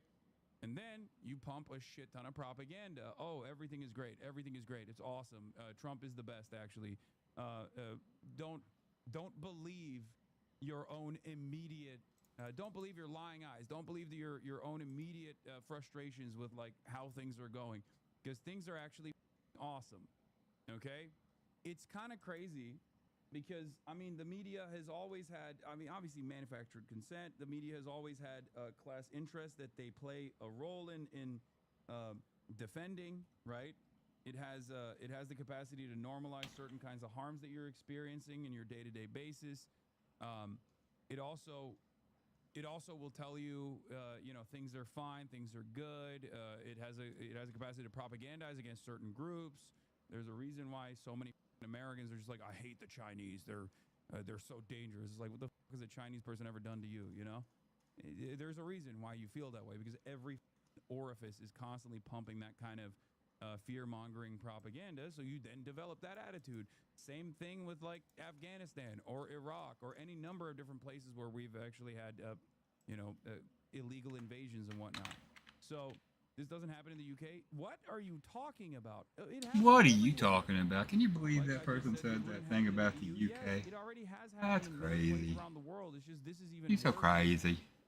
Like, this already exists. What are you talking about? I mean, look at Rupert Murdoch. Crazy. The difference is, yeah, also Beautiful feet and so blue. it's getting a metric ton worse, basically. It's worse than it was before, and it's only going to get worse. There is already a concept of like different media barons, both in the UK and everywhere else, and Europe as well. Billy, why are you asleep? This is becoming more like Venezuela, for example. And ironically enough, I don't mean like, because people, when I say Venezuela, assume that like, oh, Maduro controls the media. No, it's the actual opposite. Even during the Chavez time and certainly during Maduro, this is a version of this already exists in Mexico, in Venezuela, in numerous other places where, like, historically it's very wealthy billionaires in the country that own all of the media properties, and they pump a shit ton of negative coverage with regular frequency. At least there are state broadcasters in some of these countries, or at least in the case of, like, in the case of AMLO and now Claudia Sheinbaum, the Morena Party has basically cut out the middleman and go direct to market. With their daily fireside chats and whatnot. So there are ways of trying to overcome this kind of like incredible amount of negative propaganda when you are threatening their bottom lines. But ultimately, this is a classic. What the visit Fad.fan today? What the is that? 200 gifted subs. Hey, yo. The was that? Is that an ad or something? What's going on? No W. No W if it's an ad. I don't know what the that company is. They've never chatted before. It's not a real. That's a bit of an L. Let's be real. It's a Monad cryptocurrency ad? Ugh. Anyway. Where were we? It's probably not the best idea to do that here because I'm going to instantly start talking shit if I find out what it is. But in France, you got right-wing monopolies of the press and liberal monopolies of the press. Billionaires should not exist. Yeah, it's just it goes even beyond the regular like influence peddling. It goes beyond the regular influence peddling that already exists in like liberal societies as well. Even though there is a version of this that's taking place in liberal societies. It's just very. It's frustrating to experience this in the United States of America to this degree, but it is something that I think a lot of people are already familiar with. People are making decisions in part based on what they think the president will or will not do, right? Absolutely, and that's what's so incredibly unusual here, and I think inappropriate. Bill Cohan, thank you so much for being here. Really appreciate it. Good to see you. Thank you. I am here now with David Ellison, the chairman and CEO of Paramount, which this morning has launched a $30 all-cash tender offer to acquire Warner Brothers Discovery, a company that I believe you bid at the last count 6 times for. Correct. But did not come up with the prize that you sought, hence this morning's news. David, why are you doing this? So look, we're really here to finish what we started. Like, just to kind of take you through the road in terms of how we got here. On December 1st, we made an offer to acquire Warner Brothers Discovery to their board. Had a conversation with David Zaslav. He came back with a bunch of issues. We then on December 4th sent in a bid that addressed every single one of them that is superior to the bid that they signed up. Our offer is $30 a share, all cash, $41 billion in equity that's backstopped by the Ellison family and Redbird, $54 billion in debt with commitments from Citi, Bank of America, and Apollo. We have faster regulation. Michael Moynihan had Brace on his podcast, and he mentioned you in such a bad faith way, comparing your China trip to Tucker Carlson's Russia trip. I hope you can talk to him. Wait, what? That's the worst person to bring up China to. Brace loves China. So, also, who cares? Yeah, I mean, yeah, Michael Moynihan is like a libertarian chat. He's like a OG libertarian guy. I don't really think that Brace is that pro-China. No, he's pretty. I mean, he's as pro-China as I am. If you think that that's like really pro-China, then that's on you. But Brace is white Chinese. Yeah, he's Michael Moynihan's like a old Vice guy. Anyway, regulatory certainty to close, and our deal is pro-consumer. Across industries, digital transformation is accelerating like never before. Improvada's innovative access management solutions give users what they need. Fast, seamless access controls. Improvada. The girl in room 21 isn't real, but her story is, and it's happening to children in our backyard every single day. Every day in America, more than 300,000 sex ads are posted online, thousands of them featuring children trapped in a nightmare that they can't escape. And the men who buy them, they walk free. This isn't over there. This isn't someone else's problem. These are our kids. This is our fight. We may never end trafficking once and for all, but together we can defend one more child and then one more after that. So I want to ask you, would you refuse to look away? Would you stand with us, stand with them, and fight for them?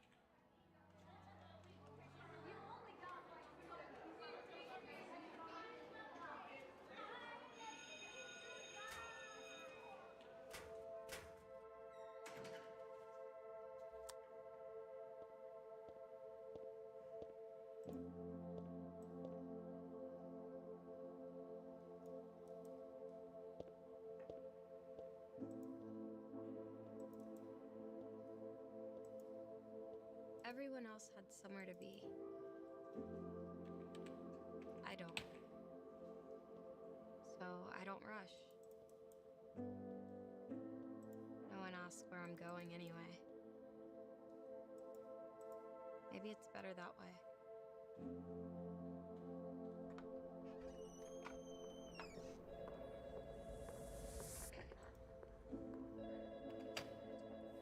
Another day, another meeting. Deal closed. Everyone's happy.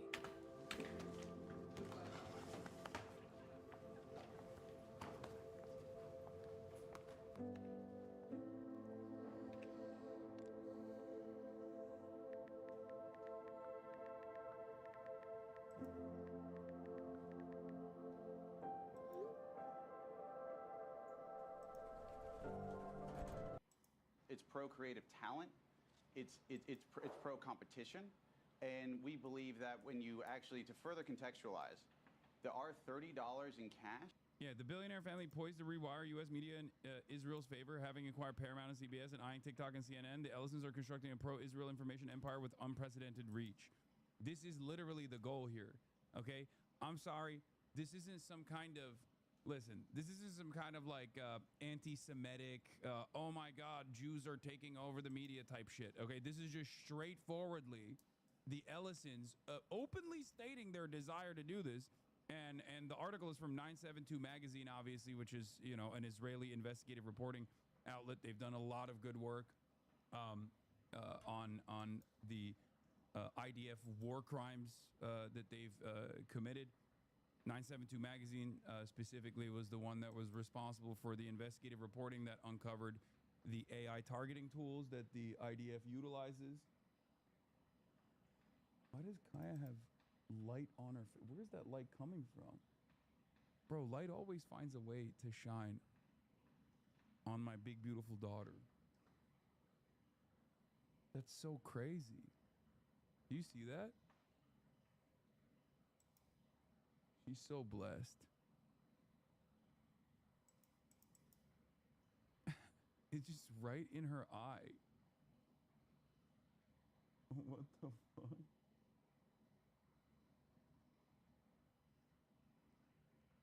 That's crazy. I can't believe it. Hold on. Get her some shades.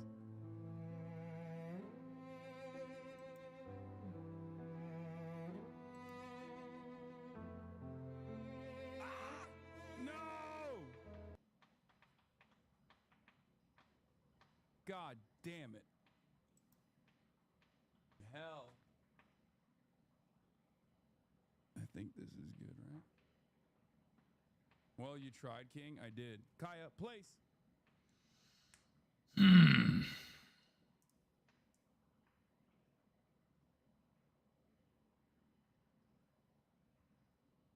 Now it's on her butt. Streamer Awards Productions. Okay, chill. Yeah, body cam off. Kaya posted this TikTok. When your dog follows you into every room, psychology says he's not being clingy or needy. He's doing what his brain is wired to do. Stay close to the person who makes his world feel safe. Dogs imprint on their favorite human the same way a child anchors to a parent. Your scent lowers his cortisol, your footsteps guide his confidence, and the sound of your voice regulates his entire nervous system. So when you move, he moves. Not because he's afraid of being alone, but because he feels most balanced in your presence. These things kind of make me sad. I've watched one of these videos about like your dog's final moments, and it like literally killed me. Propaganda written by a dog? Okay, calm down. Every room you enter becomes a safer place the moment you arrive. To him, walls don't create home. You do. He checks the bathroom, the kitchen, the hallway, not out of curiosity, but responsibility. He's making sure you're okay, the way his instincts have told him to protect his pack. Clingy dogs made this to justify their clinginess. Chad, I'm not an OG. Do you think he will react to Piers X Fuentes? I'm desperate for a Hassan breakdown. Yes, I will. If dogs wrote propaganda, it'd be pro-human. They just really are ride or die like that. Yeah. I saw the TikTok you mentioned. It legit made me cry. It made me cry too. It's the worst. I don't want to even think about it. From creating memories to finding the perfect gift, Steel can help make the holidays even easier. Check off more of your wish list when you get an extra battery with select Steel battery sets. Happy holidays from Steel. Did you know that your favorite productivity solutions are 75% off for eligible nonprofits? Power your nonprofit with access to Teams, Excel, Outlook, PowerPoint, and more. Plus, simple device management and best-in-class security to connect people and information. With Microsoft 365, you can improve cybersecurity, reduce costs, empower work. Let's just move on. Let's just move on from that. Let's just move on from that. Wow, wow. Okay. Brought to you by Dog Pack. Okay.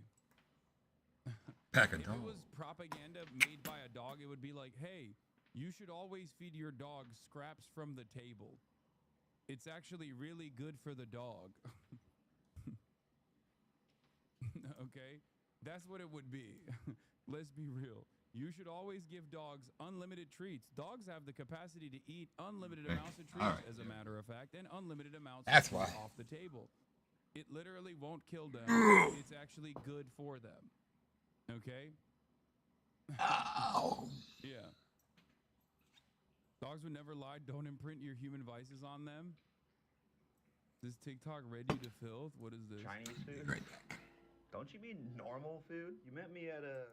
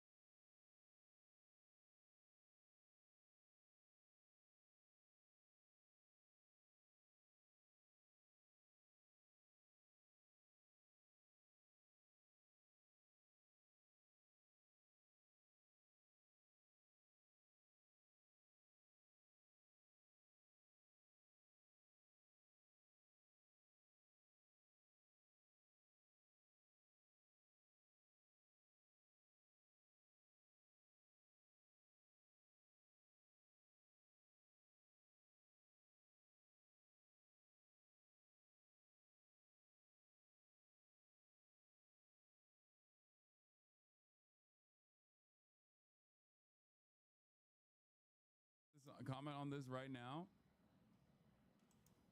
It's Zhonghu.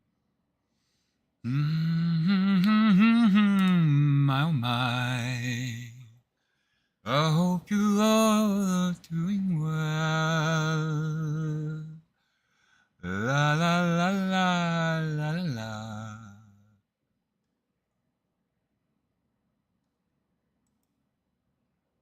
Homemade taste, made with care.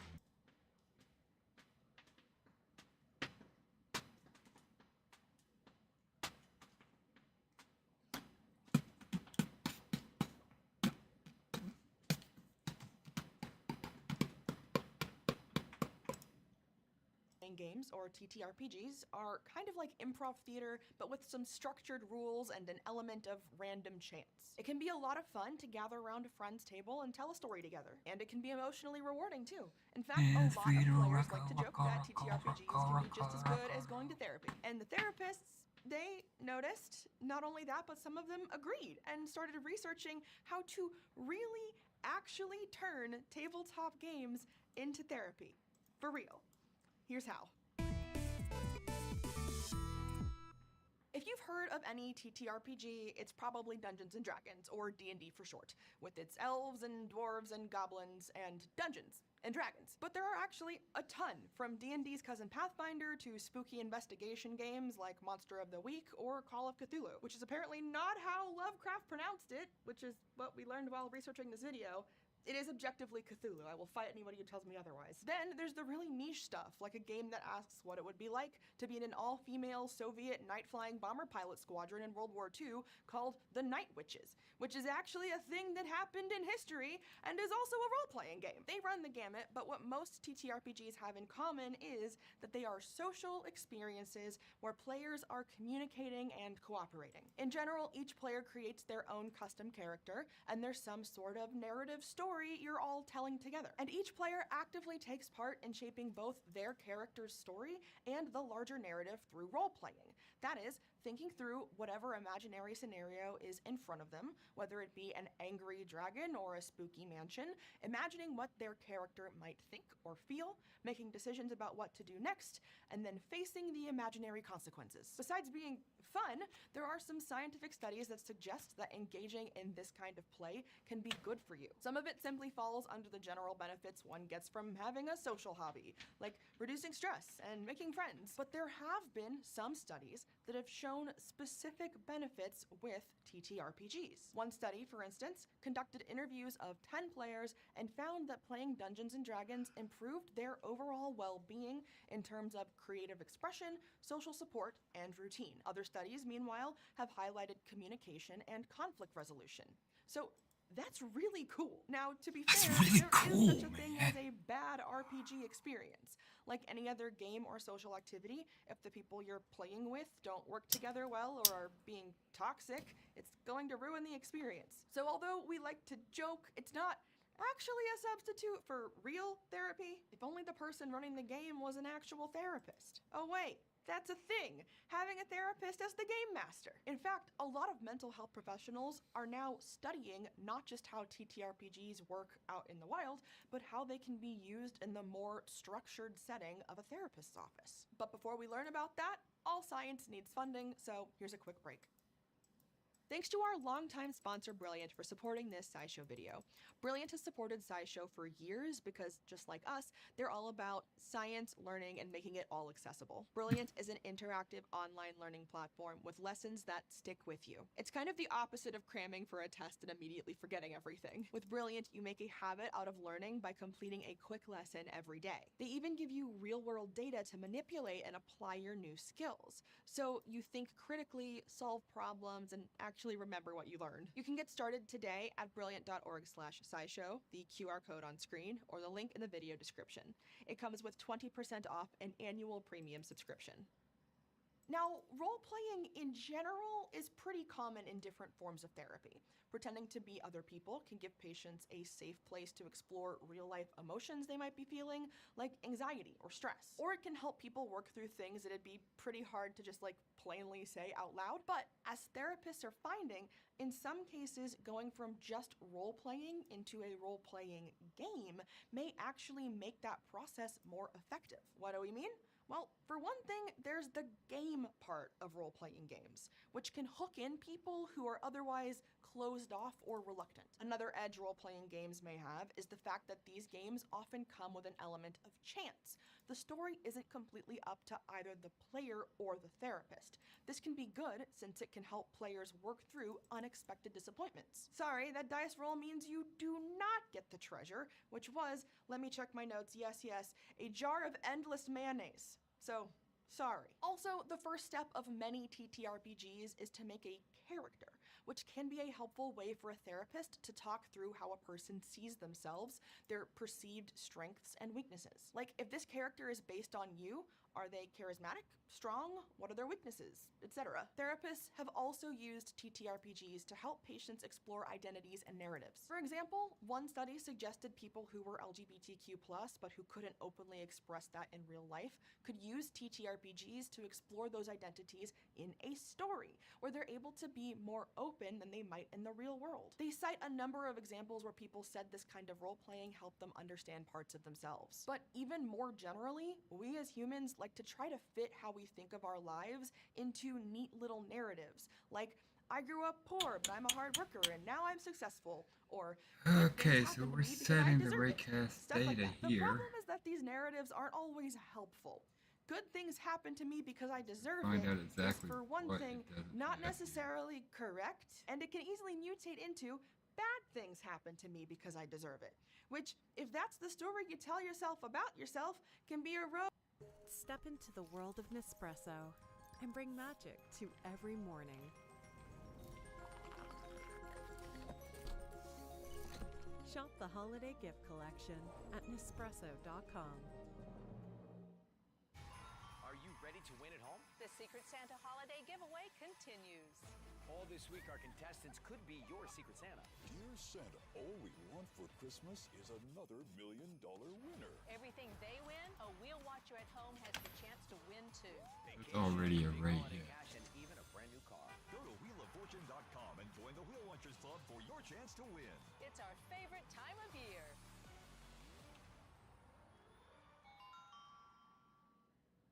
to a bad place mentally. But role-playing games can allow players to explore and reflect on these narratives. And since TTRPGs are often heroic stories, they may be especially helpful for cultivating a positive self-image. Sometimes the dice just roll bad, no matter how good your character is, but that doesn't mean the story is over. Another big theme in the way therapists are using TTRPGs is helping players talk through behavioral patterns. Similar to how our brains fall back on narratives to make sense of our lives in general, they also tend to fall back on tried and true thought patterns when confronted by new situations. Unfortunately, not all patterns are helpful, so therapists have looked at whether TTRPGs could help patients confront these unhealthy patterns. In particular, they use the lenses of attachment theory, which is all about how people bond with each other, and cognitive behavioral therapy, which is all about reframing thoughts. In a few case studies, therapists looked at children processing traumas or phobias, such as parents getting a divorce or a fear of ghosts. Traumas and fears can resurface with surprising intensity when they're triggered, which can make it tricky to talk through normally. But by framing traumas It's free to rocko, round, that's right, on time as to a way to distance themselves a little bit and give the space to experiment with different emotional reactions to the triggering. In these cases, the games can help with emotional resilience and regulation, regaining a sense of agency or trust, and learning to recognize unhelpful thought patterns. The last big theme we wanted to highlight is that role-playing games could be used by therapists to give patients a kind of safe practice space for real-life skills. For example, easing social anxiety and improving communication in people with autism spectrum disorder. For instance, in one case study, there were 2 players who named their characters Blood Owl and Egg. I love it.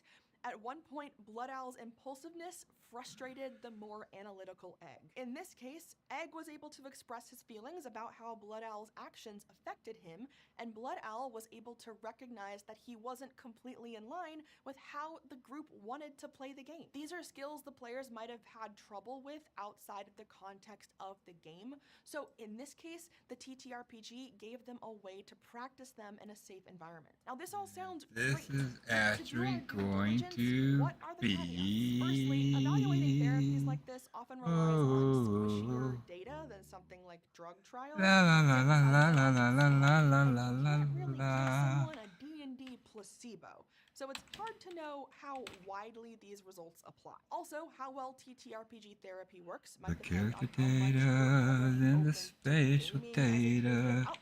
Some folks just Try them getting it aren't all into sorted D&D. out, you Hard little. to believe, I know, but overall, it does seem like TTRPGs might be a promising tool for therapists, especially in terms of helping us think about narratives and choices, and in terms of giving people a safe place to experiment and grow. In the hands of a trained professional, D&D really can be therapy, which is pretty cool for a type of activity where, I must reiterate, you can get a jar of endless mayonnaise.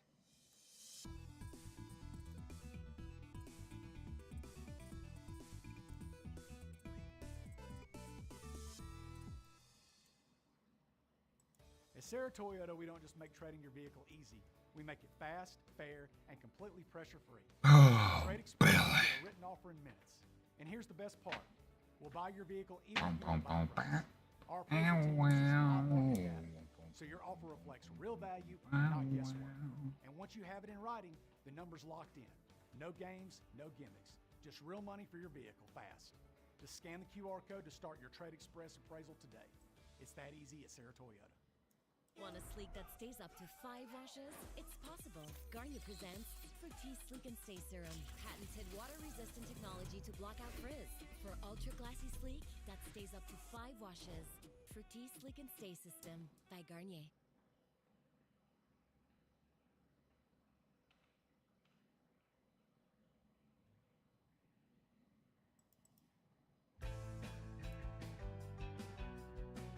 So I don't know how a kazoo works.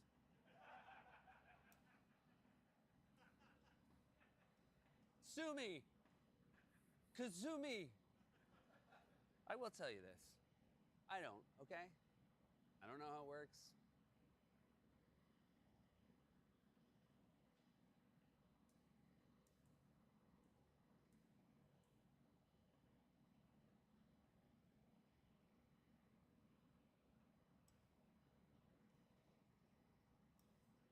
Oh, I'm glad it stopped that because lot of Certainly feedback didn't about mean how to it have worked. that going while it's... And in the moment, I Stop knew it. I didn't know how it worked. Why is my mouse not working?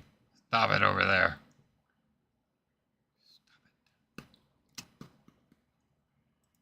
Alright, now what I want to do here, I think maybe I can just paste, because I've got something going on there. Oh, I do. What I want to do here,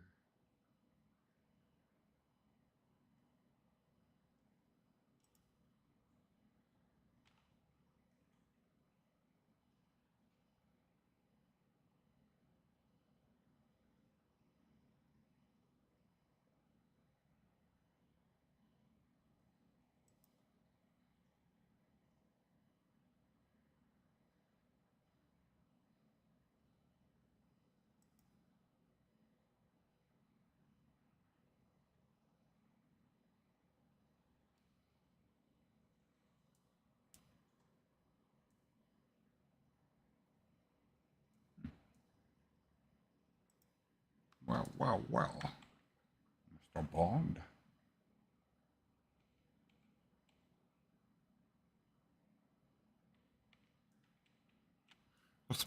Spatial data should have that.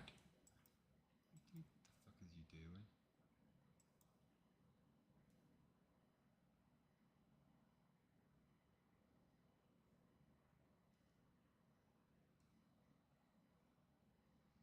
I know a girl who...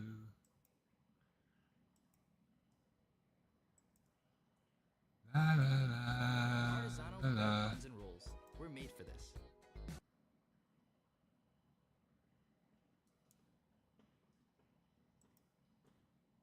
One thing I've noticed about football fans is they all talk like the players can actually hear them. Proud of you. But when you have Geico Insurance, you'll always be heard. There you go. That's how you run inside zone. Anything for you, bud. It feels good to be heard. It feels good to Geico. Zepbound may help in your weight loss journey. Once weekly, Zepbound helps adults with obesity lose weight and keep it off. People taking Zepbound lost up to 48 pounds. And there are multiple savings options available, even if you don't have insurance. Imagine you and a friend both want to draw a random network. I said, and a friend. Oh yeah, come on in. Hey, how you doing? You know, I do know, because I'm you. Okay, whenever you're ready. Look, here's what you do. Okay. Both people draw a collection of vertices, and then, for every pair of vertices, they flip a coin to decide whether or not to link those two vertices with an edge. Initially, the two networks looked very different, but were these two close friends to carry on for a countably infinite number of vertices, they would end up drawing exactly the same network. And not just a network that seems similar, the identical network. This is the radograph. Okay, plan 2, folks. I want you both to draw a new random graph that's different to the previous one. Now my plan to make it different is instead of flipping a coin, I'm going to throw a dice, like on 2 different axes to make it random. If the top number is a 6, which is not, I will then join the next 2 edges together, which means now there'll be far few edges. So I just did that one, that's not going to be drawn. So in theory, I should end up with, not a 6, a very different network. So my plan is I've numbered all the vertices, and whenever I pair up 2 of them, I'm going to get the smallest number and find that position in the other number in its binary representation, and if it's a 1, I'm going to link them. If it's a 0, I'm not. So the first position in 2 is a 0, so I don't link them. The first position in 3 is a 1, so I'm going to link those. First position in 4 is a 0, not linked. First position there is a 1, so I link those. Now I do all the second positions. So the second position in... Well, that's all well and good, folks, but it turns out you are both once again drawing exactly the same network. Unbelievable. Yes, it turns out the radograph is inevitable. Hey, got it. Thanks. Even though random graphs may start off looking different, the longer you carry on making them, the more similar they become. And, should you have infinitely many vertices in your random graph, it will always converge to be exactly the same. Yes, there is only one random graph. It's inevitable. No matter what you do, you end up with the Rado graph, named after mathematician Richard Rado, or Rado. Anyway, people before Richard discovered this graph, and people after him have and will continue to, because it is inevitable. So I think of it as the rando graph. And you won't hear graph theorists really talk about imagine a random graph. They will say imagine the random graph. There's only one, and you can't avoid it. It's always there, lurking behind you. And it is the creator of all other graphs. Any graph you think of. So here we have the Peterson graph. Big fan. You can think of your own favorite graph. Somewhere in the Rado graph, this set of vertices exists exactly like this as a subgraph. And not just that one. Boom! Herschel graph. That's in there too. Any finite, or indeed countably infinite graph you can imagine is in there somewhere. It's inevitable and it contains all. Oh, Network why then? God, their deity would be the Rado graph. And that could be it. That could be the end of the video. Crazy mass fact.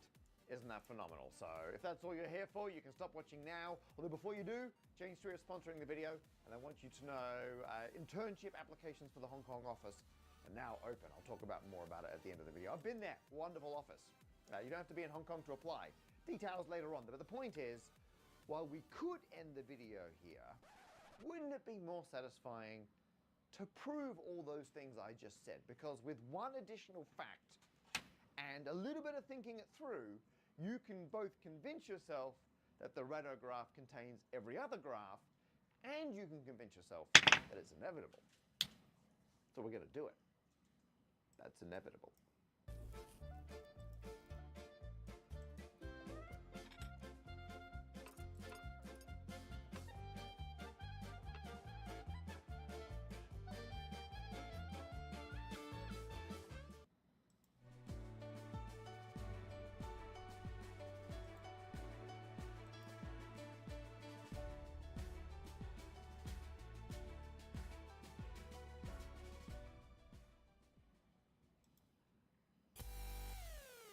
Okay, now it's just us, people taking it seriously.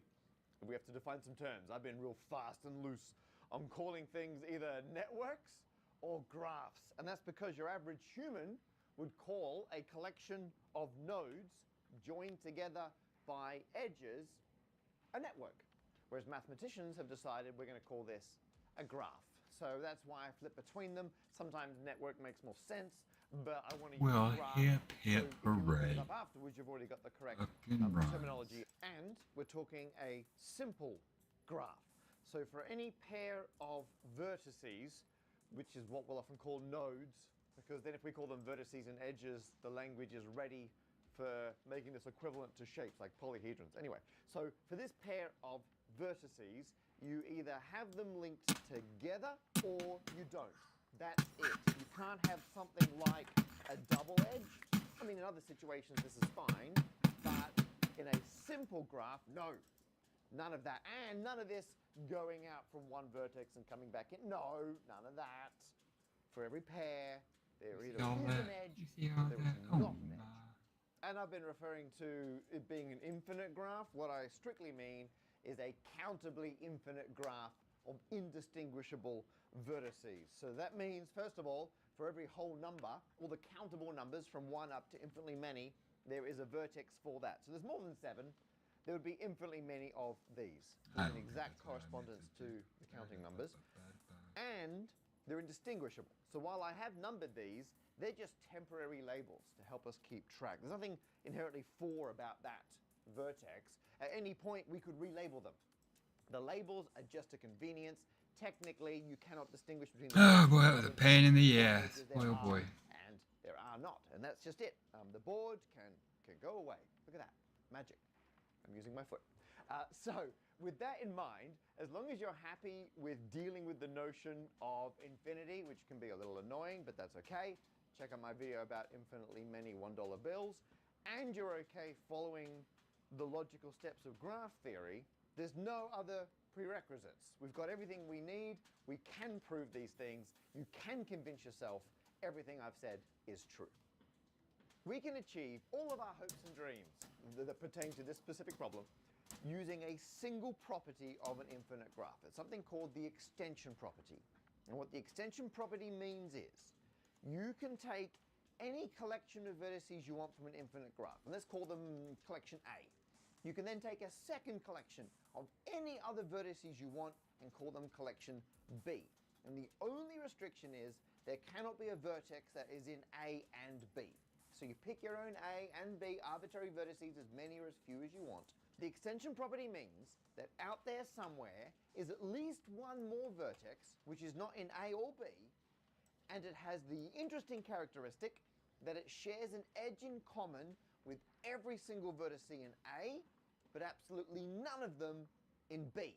So you can pick any collection of vertices in A that you do want to all be connected to this new vertex, and any vertices in B that you don't want to be connected, and you're guaranteed to have at least one vertex which fulfills your wishes. And that's it. If we can show that a graph has the extension property, not only does that mean that it definitely contains every other graph as a subgraph somewhere, but it also means that any two graphs that both have the extension property are actually the same graph.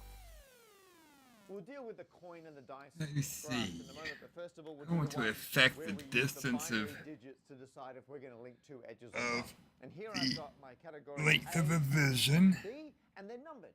And again, the numbers are arbitrary. We've just all the I think vertices just in some order. maybe Doesn't stamina matter and what. dexterity. A quick recap on the binary method for edge rules. You have two vertices. You pick whichever one has the lowest, albeit arbitrary, number. That number will be our place position value. We then look at that place position in the binary version of the other vertex's bigger number. And if that position in the bigger number is 1, then we join those two vertices together with an edge, Fuck is the and we stamina don't if it isn't. And what I'm about to do next is show per that for action. these two sets, we can always find, by a method of construction, Is that one of my random outside of attributes? them that fulfills the extension property requirements. And we look at all the numbers in here, and we think, okay, there's going to be some other vertex out here, number n, that links to these, but not those. So first of all, we just guarantee n's going to be bigger than any of these, so it's going to be bigger than 6. 6 has 3 digits in binary. So long as this has more than 3 digits in binary, it's going to be bigger. And then we go through and we construct our number. You know what? I'm actually going to give it 6 digits in binary.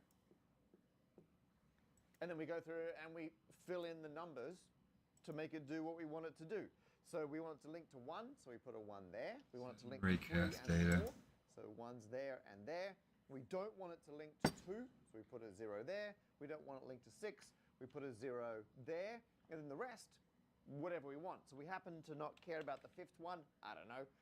Let's make that 0. Let's be a little bit lazy, which means now we've got the number 13. So it turns out n equals 13, vertex number 13, if we were joining vertices up with that binary matching rule, would fulfill our extension property requirements. And that would work for any set of numbered vertices in A and B. Float. You definitely find another numbered vertice which links to everything in A and nothing in B, and you're doing that by construction. The probability ones a little more hazy. Okay, for the coin flip graph, we're going to start with the same two categories of A and B, and then we're just going to pick some vertex out here somewhere. Let's say that's vertex, I don't know, vertex I. There's a probability vertex I is the one we're after. There's a probability it's not. It's probably not. We could say, actually, the probability of the vertex we're after not being I is equal to some value x. And x is between 0 and 1. It can't equal 1 because there is a chance it's the one we're after. It's just probably not. So we'll look at another one. Here's a second vertex. We'll call that vertex J. There's a That's probability how much that's the one we're stamina you after. have in your Probably eye. not. The probability that it's not I or j equals x to the 2 now, because we've got 2 of them. And the key thing here now is that x squared is going to be smaller than x, because x is less than 1. So if we were to pick another vertex at random, k, and then check is it not I, j, or k, we're now up to x cubed. It's even smaller. And if we had n different vertices that we've looked at, the probability that we've not found the one we're after yet is x to the n, and as n approaches infinitely many, The x visual to the distance n is going to bonus approach is going to 0. be So the probability, after we've checked infinitely many other vertices outside of A and B, that we haven't found the one that we're after, make that it pretty satisfies the wide. extension property, 30 is F. 0. So the probability that vertex does exist is 1. It's almost certain. Time. Which is subtly different to guaranteed. Times Theory stuff. There's always like some malicious crap like, what if there were no edges at all? I don't care about that. The point is, Intelligence. if you've got infinitely many vertices that are joined together randomly, it is So I was almost going to do probability dexterity. 1 that the extension property holds. And we haven't picked a value for x. That's anything between 0 and 1. So this logic holds for coin flips, it holds for rolling a dice. As long as there's a non-zero chance you've linked any given pair of vertices together, you will have the extension property almost certainly, with probability 1. Start. And who can ask for more than that? The point is, all random graphs converge on the Rado graph with the extension property. Future-proof your home and garden with AARP today. Harvest the rewards for years to come. That's why the younger you are, the more you need AARP. That's going to be default. It is the vibe. It's the best animated film of the year, and audiences will keep coming back. I love you! Disney Default. Zootopia 2, rated PG, now playing. We now know that all our graphs have the extension property, and we'll deal with proving that they're all the same graph in a moment. It's easier to first of all prove that the extension property implies all other graphs are subgraphs. So as an example, here I have a nice friendly small graph. I have the diamond graph, and I've numbered the vertices 1 to 4. Again, that's arbitrary. You can number them however you want. We're going to prove that this, indeed any other graph, somewhere in the Rado graph. And we do that by building it up one vertex at a time. So the lowest numbered vertex, 1, just pick a vertex. That's going to be our corresponding number 1. Then, to fill in the second vertex, we work out what we need it connected to. So I've already got 1. So we do want it connected to 1. So we're going to call that category A. And we don't want it connected to, well, we haven't got anything else yet. So strictly speaking, B would be a null, some kind of null set over here somewhere. That is just completely empty. We don't care. And we know by the extension property, we can definitely find a vertex that's connected to everything in A and nothing in B. So now we've got 2. Now 3 has to be connected to both of the previous ones we've already got. So now we redefine A to not just be 1, but to be 1 and 2 at the same time, and B is still the empty category. And we know by the extension property, we can definitely find a vertex 3, add it to the graph. And then we just keep going. Each time we want to add one more vertex, we define our categories A and B to force that vertice to exist. And we know by the extension property, it will. So 4 has to be connected to 2 and 3, but not 1. Give me a second.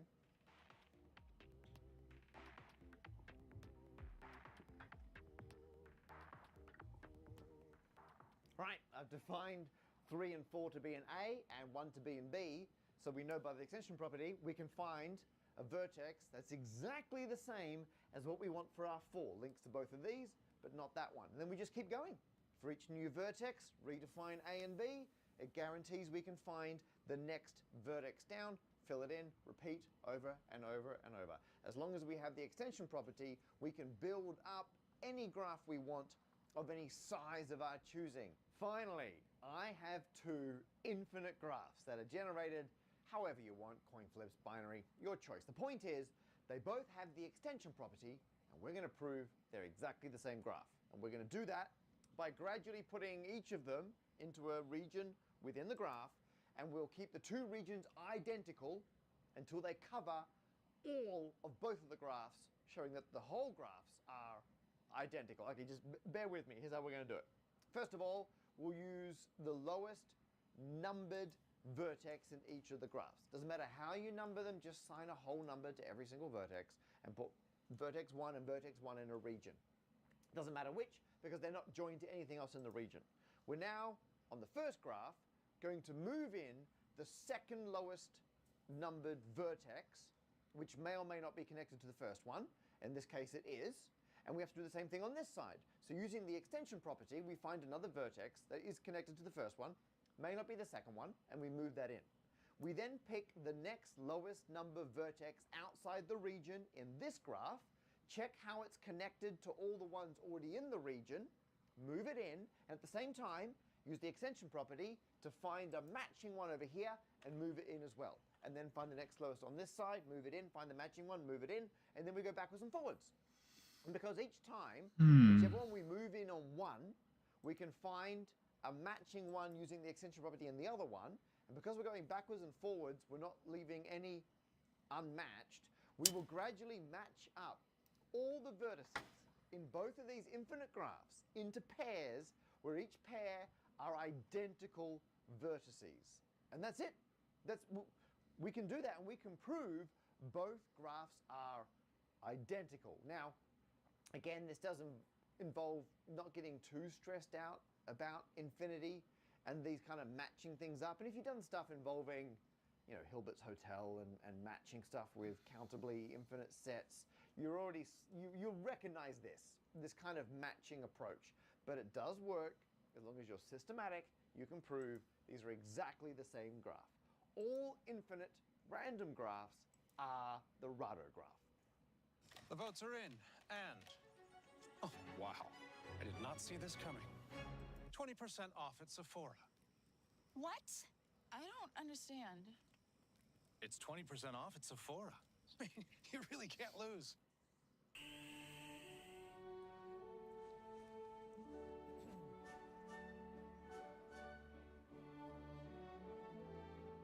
Or you could simply press a button, because each K-Cup pod contains freshly ground coffee, precision measured for a perfectly delicious cup.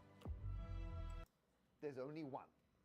So that is the rando graph, and isn't it satisfying that we actually went through the explanation, the logic, the proof, and we took what were counterintuitive, weird properties and eventually made them, well, almost obvious. In fact, the longer you think about it, the more obvious they get, and the whole extension property is just kind of codifying obviousness. I mean, it's my theory.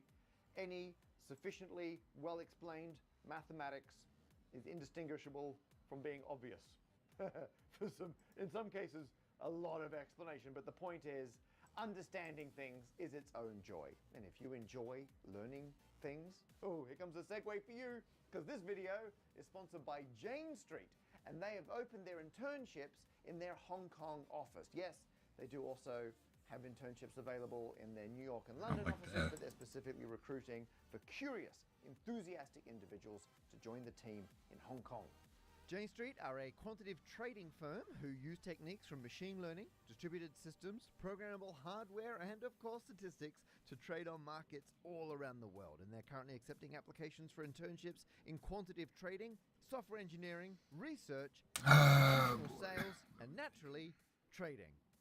This one-of-a-kind internship experience runs from May until August in 2026, and during that time, you'll be surrounded by brilliant people from a diverse range of backgrounds and If I can cultures go ahead and start getting rid of that. about what they do and eager to teach you what they know.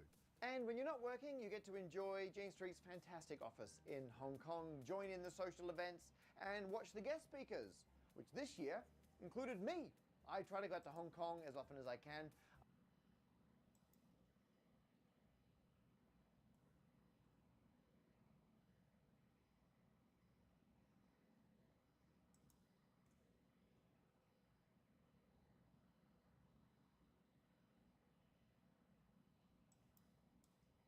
the new iPhone 17 Pro? Make their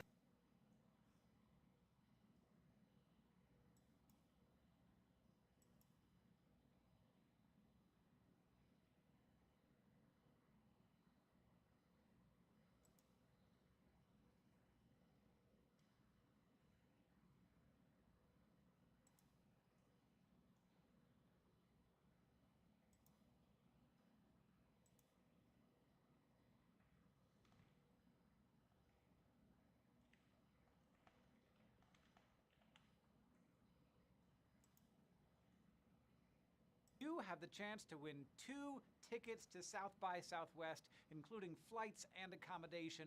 Stay tuned for the full video to learn more.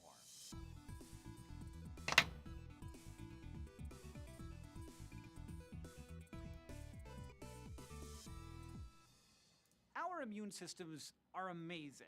Like, we're just sitting on the couch, shoving our faces full of Doritos or whatever, and they're recognizing pathogens and other things that do not belong and ousting them from our bodies. If you ever feel like you're not being productive, at least your immune system is kicking butt. And on top of that, they remember previous intruders, and they make it harder for them to invade again, all while leaving our cells and the microbes that help us alone. Basically, our immune systems are like really good bouncers for the happening clubs that are our bodies. Except when they're not. Sometimes the body's immune system mistakenly decides its own tissues are foreign, what immunologists call autoimmunity. Currently, there are more than 80 autoimmune conditions defined by doctors. These include a slew of well-known conditions like lupus, rheumatoid arthritis, and multiple sclerosis, as well as lots of more rare ones. They tend to be chronic and are often debilitating. And taken together, they're a leading cause of death and disability worldwide. It's estimated that from 3 to 10% of people have an autoimmune condition at some point. But if you were to put all of the people with I bet you are an autoimmune condition. you would notice something. They're almost all women. A whopping 75% of US cases of autoimmunity are in people who identify as women, and rates are similar in other countries. And for some autoimmune conditions, the disparity is even higher, which is not only like super unfair, it's also a scientific enigma. This gender bias of autoimmunity is considered one of the great mysteries of medicine right now. And it's one that researchers are fervently trying to solve because it could reveal new ways of treating these usually incurable and often devastating conditions. Now, we'd be remiss if we didn't mention that part of the reason, maybe even a lot of the reason, that we don't fully understand these immunological betrayals is cultural.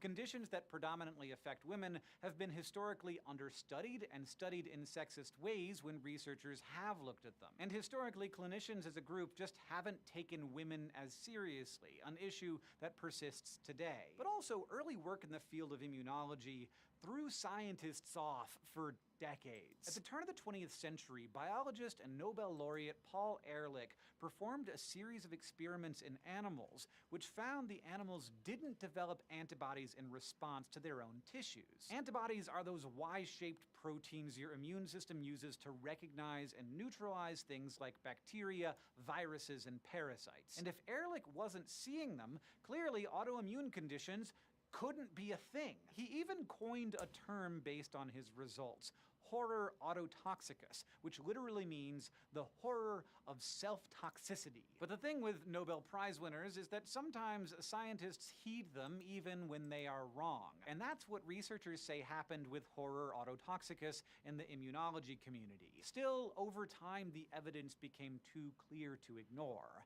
Like in 1946, a British immunologist developed a test that could detect self-targeting or autoantibodies attached to the surface of a person's red blood cells. Then there was the discovery of rheumatoid factor, a type of autoantibody that occurs in rheumatoid arthritis and some other autoimmune diseases. Long story short, these findings piled up until finally in 1964, the global immunology community rang in their acceptance of autoimmunity as an actual thing with an international conference. Research into autoimmunity in the decades since has come a long way. But the mystery of why these these conditions are so much more prevalent in women remains. And just to be clear, we do mean women, not just people with two X chromosomes or a uterus and ovaries. It's true that the bulk of autoimmune research has been conducted on people whose sex assigned at birth matches their gender identity, but it's also been shown that some autoimmune conditions are more common than expected in transgender women. Often these conditions are associated with medical transitioning,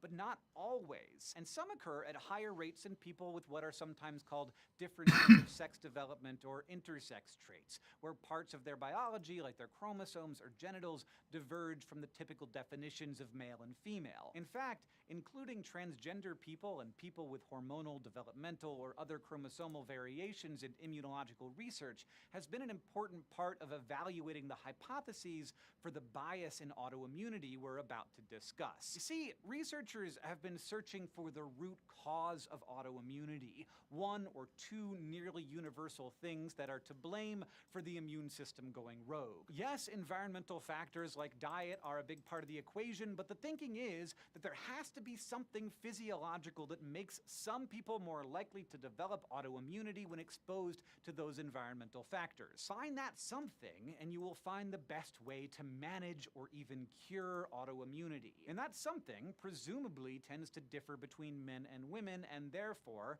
can explain why women are so much more prone. This is what led to the earliest and perhaps most immediately obvious hypothesis that autoimmunity has something to do with sex hormones, the hormones involved in sexual differentiation and reproduction. If that's true, it could mean autoimmune conditions could be better treated by tweaking a person's hormone levels or the pathways those hormones interact with. But researchers don't always agree on which sex hormones are most important, and overall, results are mixed. Like, some think that it's all about testosterone or other hormones that generally occur at higher levels in men, and there is pretty solid evidence that testosterone suppresses immune function. And scientists know for sure that increasing a person's testosterone levels reduces the number of B cells in their body, a type of white blood cell that recognizes foreign stuff and the only type of cell that produces antibodies. So the idea has been, since testosterone reduces B cells and B cells produce antibodies, that may be why men generally have weaker immune responses than women. The upside to which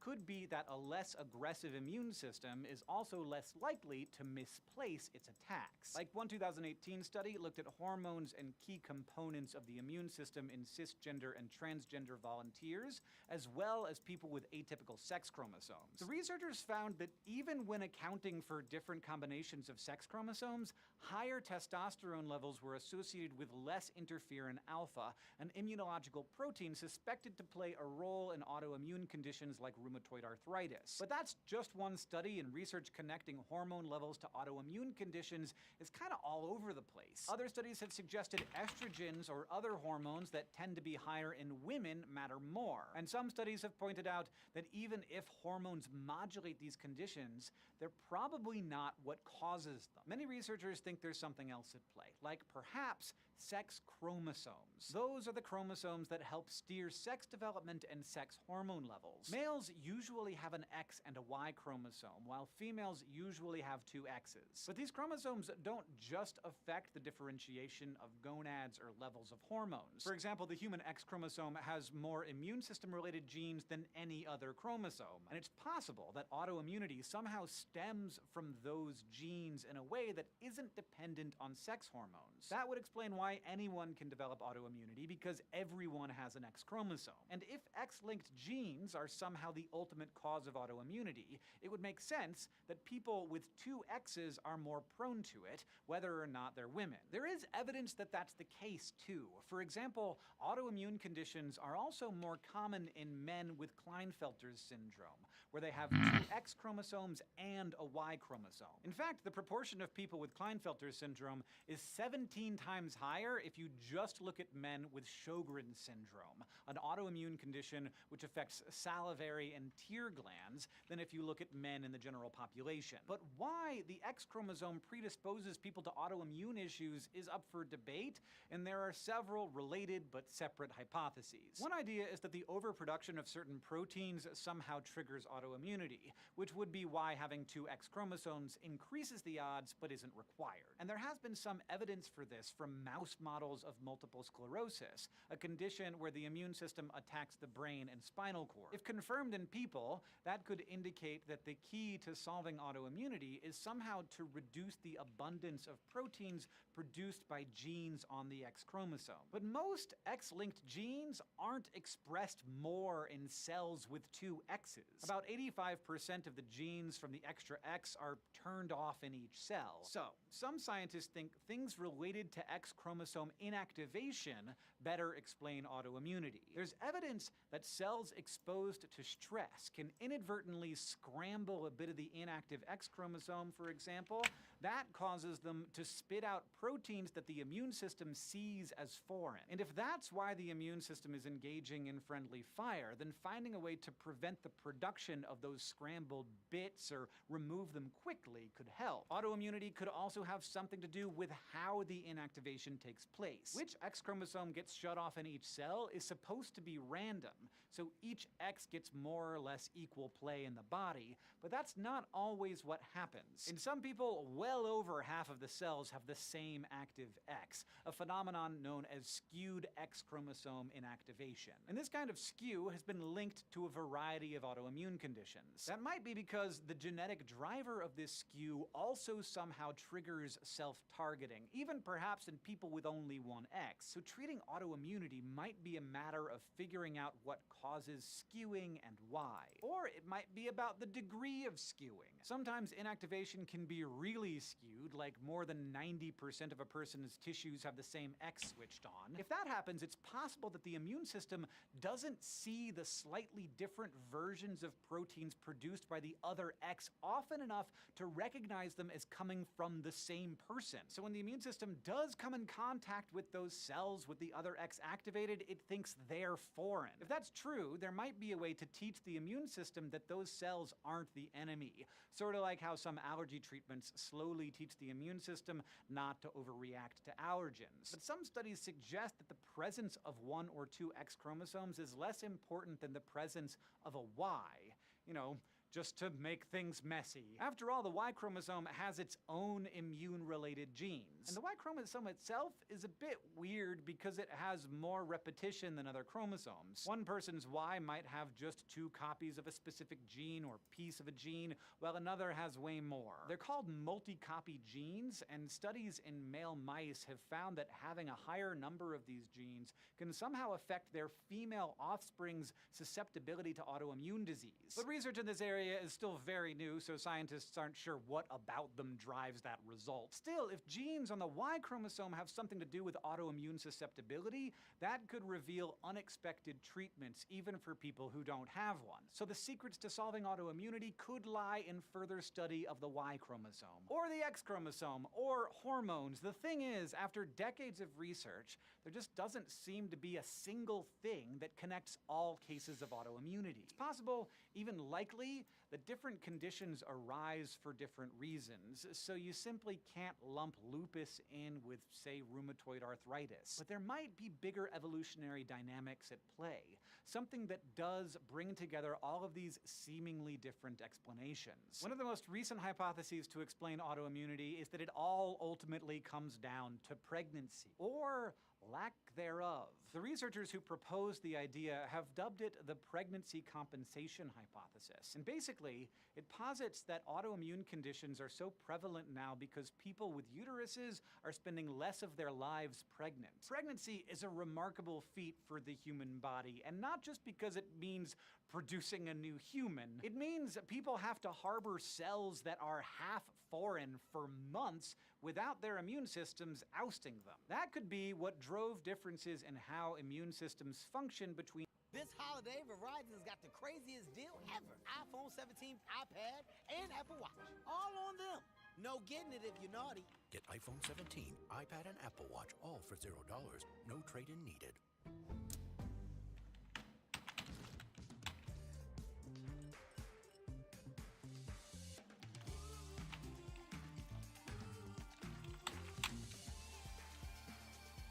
Real cocktails, perfectly mixed.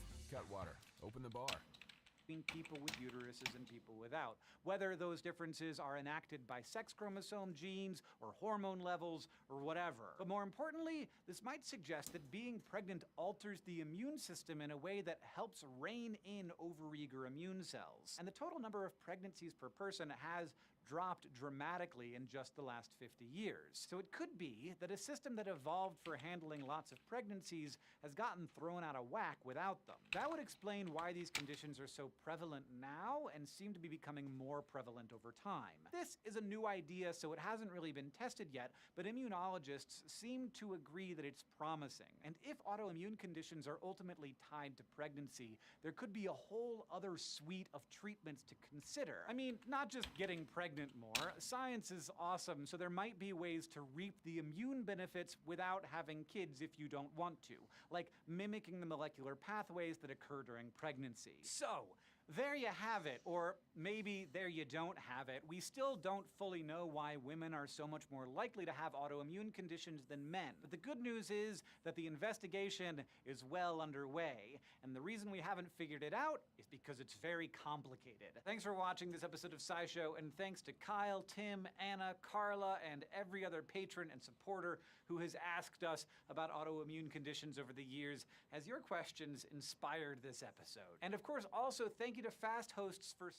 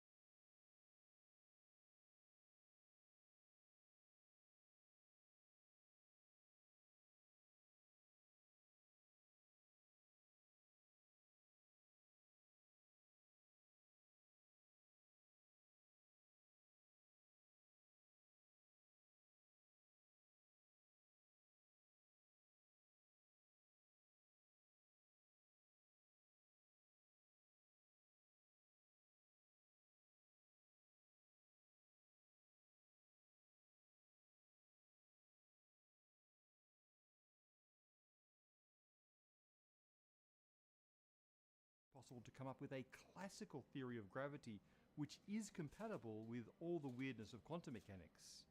And according to physicist Jonathan Oppenheim, the answer is basically yes.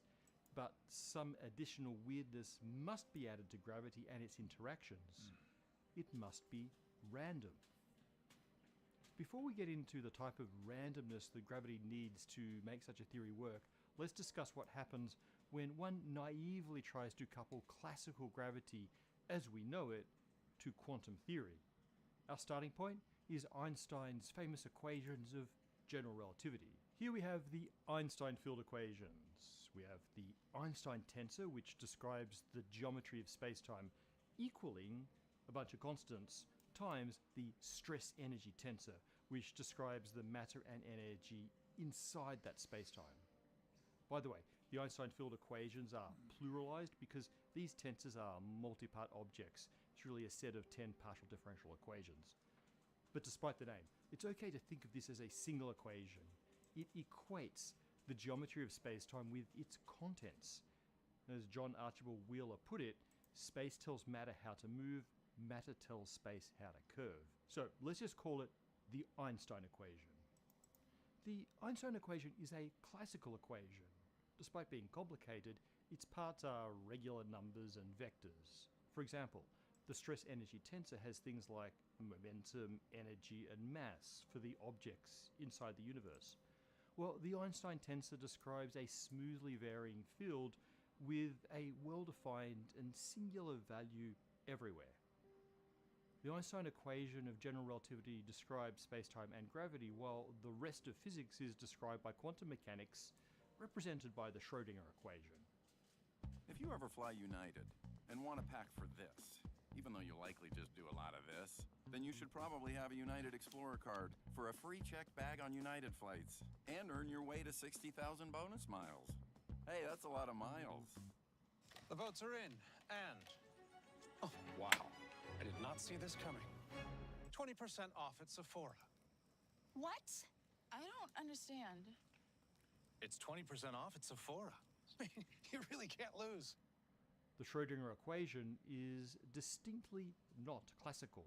It does not describe precise properties of objects, but rather tracks the evolution of the wave function, the fuzzy distribution of probabilities, representing what might be observed when a measurement is made. The subjects of the Schrödinger equation, like systems of quantum particles or quantum fields, are quantized, in that they tend to jump between discrete states rather than move or vary smoothly like a classical object or field would. We tend to think that our classical macroscopic world arises as the combination of countless quantum interactions. We say that the classical behavior is a statistical limit of large numbers of quantum interactions. In that spirit, many physicists believe that general relativity and the Einstein equation are not fundamental, but rather emerge from quantum foundations. And that's understandable because we know that matter and energy are fundamentally quantum. There must therefore be quantum fields and quantum particles that somehow work together to produce the classical stress-energy tensor. Those quantum entities do all the weird quantum stuff, like existing in superpositions or being in multiple states at once and having discrete energy levels. So, the classical stress-energy tensor on the right of the Einstein equation should emerge from some quantum analog. Standard approaches to unifying quantum mechanics and general relativity have tried to make the left side of the equation quantum also, effectively to find a quantum version of the Einstein tensor representing a quantum spacetime geometry. But our long difficulty in making that work is what led Jonathan Oppenheim to ask, what if only the right side of the Einstein equation is quantum but not the left? What if matter and energy can be quantum but the spacetime they live in is really fundamentally classical? The challenge here is that both sides of the Einstein equation have to be the same type of mathematical object.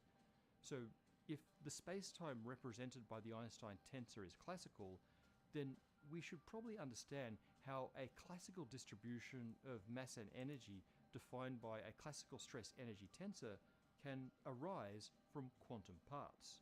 Take the Earth, for example. Each of our planet's countless atoms has a bit of quantum uncertainty in its position. Each atom is in a superposition of being in multiple places at once until measured. If you were to measure one atom, its location would resolve randomly within a small range defined by the uncertainty principle. But each different possible location for that one atom gives a different stress energy tensor for that atom, and so a different space-time geometry due to the gravitational field of the atom. So what if you try to measure the position of the entire Earth by finding, let's say, its center of mass? Think of that as measuring the position of every single atom in unison.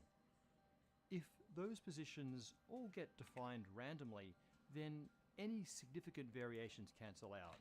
It's like flipping a coin a cajillion times. You tend to roughly end up with equal numbers of heads versus tails. In the same way, each time you measure the center of mass of the Earth, you'll get the same position, accounting for its own movement, of course. You find also the same stress energy tensor, and so the same gravitational field each time you look. This is why the stress energy tensor for macroscopic objects can be treated as classical. But what about describing the classical gravitational field for a truly quantum object? Let's look at two options. We can either write down all the possible stress energy tensors for all possible locations of that object. The Einstein equation could then be used to find a whole family of possible gravitational fields for each of those. A superposition of many mass energy distributions leading to a superposition of possible spacetimes. While the superposition part of this is a quantum phenomenon, each spacetime in the superposition is otherwise classical. For example, it is smoothly varying without discrete quantized states. Alternatively, we could say that there's just one spacetime which is somehow uniquely defined by the superposition of all of those mass energy distributions. As though the effect of matter on the fabric of spacetime is determined by every possible configuration that quantum matter might be in. Both of these approaches are problematic. Let's start with the second one that I described, a singular spacetime shaped by the quantum superposition of mass and energy that it contains. In fact, this is historically the most successful approach to introducing quantum mechanics into general relativity. It's called... You need to make your life what you want it to be. You are the main character. Wear what makes you feel confident. You don't have to go with the trends. You don't have to have the latest and greatest or what's on the runway or the most expensive. Wear what makes you feel confident and what makes you feel beautiful.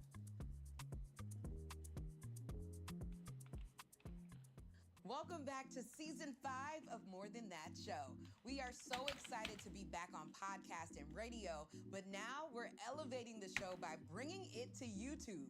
What better way to kick off our visual journey than by talking about curating joy in our everyday lives? But before we get into that, we want to thank Buick for sponsoring this episode. Head to Buick.com to see how the sleek and stylish Buick Envista elevates every day with exceptional design. Hey y'all, it's me, Gia Peppers. As an award-winning journalist, host, and storyteller, I'm so proud of how far we've come. We started as a podcast and radio show on over 100 stations, grew into an NAACP Image Award nominated series heard by millions, and tapped into TV screens across the country. But we're still evolving, challenging the norms and embracing thought leaders that impact the culture at large. But can I be real, y'all? Y'all know, despite our voices being loud and proud, it seems like new fights are coming every day to keep us distracted from shaping what's next. That's why this season, we're finding ways to infuse joy into everyday life, even in the midst of all of this. We're anchoring ourselves in the pillars that keep us nourished: creativity, connection, care, our culture, and our community. Because we are powerful alone, but unstoppable together. Today, we're honoring that mission with an episode about authentic living, giving the culture permission to be bold and intentional. We're here with fashion and lifestyle creator Monroe Steele, whose content is a fearless mix of glam and relatability. Through her fashion-forward looks, vibrant home interiors, and heartfelt blogs, Monroe shows us how to create spaces that nourish us and design lives that center joy, freedom, and intention on our own terms. Welcome, Monroe. Hi. How are you? I'm so good. Thank you so much for having me. Thank you. I love it. So, I mean, you are a multi-hyphenate creative. Like we heard a little bit about you in the intro. You're into fashion, lifestyle, and home decor, etc. But you didn't start out that way. Tell me about the beginnings of your career and then what inspired. Semi-classical gravity, and it's how Stephen Hawking figured out that radiation leaks out of black holes. The idea is that space-time curvature is defined by something called the expectation value of the stress energy tensor. Now, the expectation value is just the average measurement value that you would get if you were to measure a quantum system multiple times. It better reflects the global wave function than does a single random measurement or realization of it. In our example of the Earth, we saw that the location of the center of mass doesn't depend on the quantum uncertainty of its component atoms. That's basically the same as saying that its classical stress energy tensor is equal to the expectation value of the total quantum stress energy tensor of all of its atoms. But consider a truly quantum object, say a quantum version of the Earth, that really could exist in a superposition in which there are two locations for its center of mass. If you were to measure the location of the quantum Earth, it would resolve as, say, left or right. The expectation value of its location prior to that measurement would be halfway in between. In semi-classical gravity, that in-between location defines the singular space-time geometry and defines the gravitational field. In regular classical gravity, objects like apples fall towards the center of mass. In semi-classical gravity, apples fall towards the expectation value of the center of mass. In the case of a quantum Earth in superposition, it falls halfway between our two possible locations. In fact, each version of the Earth itself should also fall towards that in-between point. For those living in one of those superpositions, unable to see the other superposition, the Earth would appear to be attracted towards nothing. Needless to say, this seems odd. Semi-classical gravity was always meant to be an approximation, valid only in specific circumstances, but this thought experiment rules it out as a consistent unification of quantum mechanics and classical general relativity. Okay, moving right along. The other option I mentioned for gravity being classical-ish is for there to be a different classical spacetime corresponding to each possible mass energy distribution in our quantum stress energy tensor. If our quantum Earth is in a superposition of two locations, then instead of having a single classical spacetime geometry representing the average of the two, we might have a superposition of two spacetime geometries, one for each of the two mass energy distributions. In this case, our falling apple wouldn't fall towards the average center of mass. Instead, it would fall to one or the other possible locations randomly. Our intel chain is compromised. How long have you willingly been committing treason against the United States government? What? You're the mole, Alexander. Someone's been watching and listening through you. You're telling me it's real? That's a Wi-Fi signal streaming from your head. You were hacked. We can either attempt to remove what's in your brain, Or we keep the hack open? yeah, that. We need to infiltrate his life. They're cute together. He has to trust you. They want me to play the girlfriend. Or you're just keeping an eye on me? From this moment forward, your life is mine.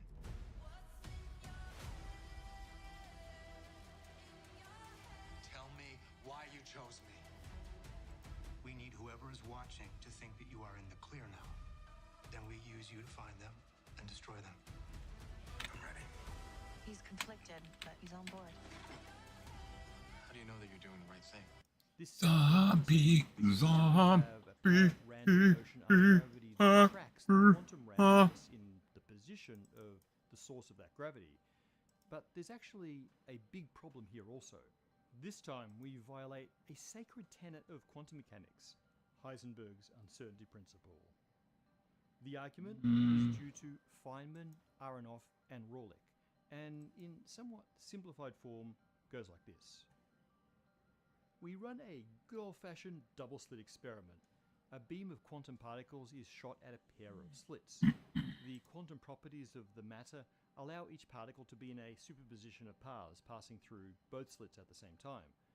The wave functions of the particles interfere with themselves and produce an interference pattern on the screen placed after the slits. The shape of the interference pattern tells us the wavelength of the particle's wave function, which is equivalent to knowing its momentum. But according to Heisenberg's uncertainty principle, this means we should not be able to determine the particle position. So, if we measure the interference pattern, we can't know which slit the particle went through. But what if we try to cheat by placing a test mass between the slits? When our quantum particle passes through one or the other of the slits, then it'll exert a gravitational pull on the test particle towards that slit. So the response of the test mass should identify which slit was traversed without disturbing the interference pattern, allowing us to simultaneously measure both position and momentum. This method of cheating Heisenberg only works if the gravitational field of the particle is localized and classical, i.e. the field really does have to pass through one slit or the other. And this has been taken as a solid argument for why gravity can't be truly classical, even if it's allowed to be in superposition. So far, so bad. We found that a singular classical space-time geometry that depends on the collective quantum state of its contents doesn't behave sensibly for quantum superpositions of matter. But an otherwise classical space-time geometry that is in superposition along with the superposition of its contents will betray information about its contents in a way that violates the uncertainty principle. But there is a way to have a singular classical space-time that allows its quantum contents to still behave like quantum objects. The trick is to add noise, to add a type of randomness to gravity itself. In Jonathan Oppenheim's theory, which he calls post-quantum gravity, we still have a singular space-time, one gravitational field, but now it fluctuates randomly at every point, and the distribution of values of those fluctuations reflects the quantum superposition of the matter generating that field. In January of 2025, Southern California experienced one of the most devastating, catastrophic wildfires in its history. But what's actually perhaps more devastating is the toxic mess that it leaves behind. All that toxic stuff that was in the house or the car gets deposited right into the soil where it stays. The problem is that because we don't have a good way of dealing with this polluted soil other than just digging it up and moving it somewhere else, these sites often sit for... Another way to think of it is like this. In regular general relativity, when two objects interact gravitationally, they sort of learn each other's location based on the direction of the gravitational field. It's that perfect learning of position that can violate the uncertainty principle. But in post-quantum gravity, gravitationally interacting objects don't learn precise positions, but rather a probabilistic distribution of the possible positions that depend on the position wave function of the sources of that gravity. Let's see how this works with the example of the quantum Earth in superposition. The apple starts falling generally towards the Earth, but due to the fluctuations in the gravitational field, you can't at first tell whether it's falling more left or more right. In fact, those fluctuations cause the apple to take a sort of random walk, sometimes drawn more to the left superposition, sometimes more to the right. Let's see what the Earth is doing as the apple falls. Well, in Oppenheim's theory, there's feedback between the noisiness of the gravitational field and the quantum matter that generates that field. So the quantum matter of the Earth gets its own random fluctuations. These fluctuations slowly destroy the superposition. They cause decoherence. Basically, they collapse the wave function of the quantum Earth. This causes the Earth to end up at a single location. In a sense, with every interaction between the apple and the Earth's gravitational field, the apple conducts a very gentle measurement of the Earth's position. The strength of these measurements Hey, what's in your head? apple becomes Zombie. and the Earth's position becomes defined. If the Yeah. apple fell more to the left, that's where the Earth's center of mass will end up. If to the right, then the right. This fundamental randomness also resolves the issue with the uncertainty principle when we try to use gravity to measure the path in the double slit experiment. If the gravitational field of a particle traveling through the slits is itself noisy, then that noisiness destroys the information about which path the particle traveled, and we can no longer use the field to identify that path. Perhaps the most radical aspect of Oppenheim's idea is that it throws away determinism. It requires that this noise in the gravitational field is truly random.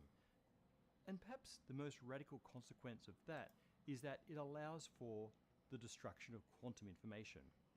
Conservation of quantum information is thought by many to be among the most fundamental underpinnings of quantum mechanics, that without it, quantum mechanics is inconsistent.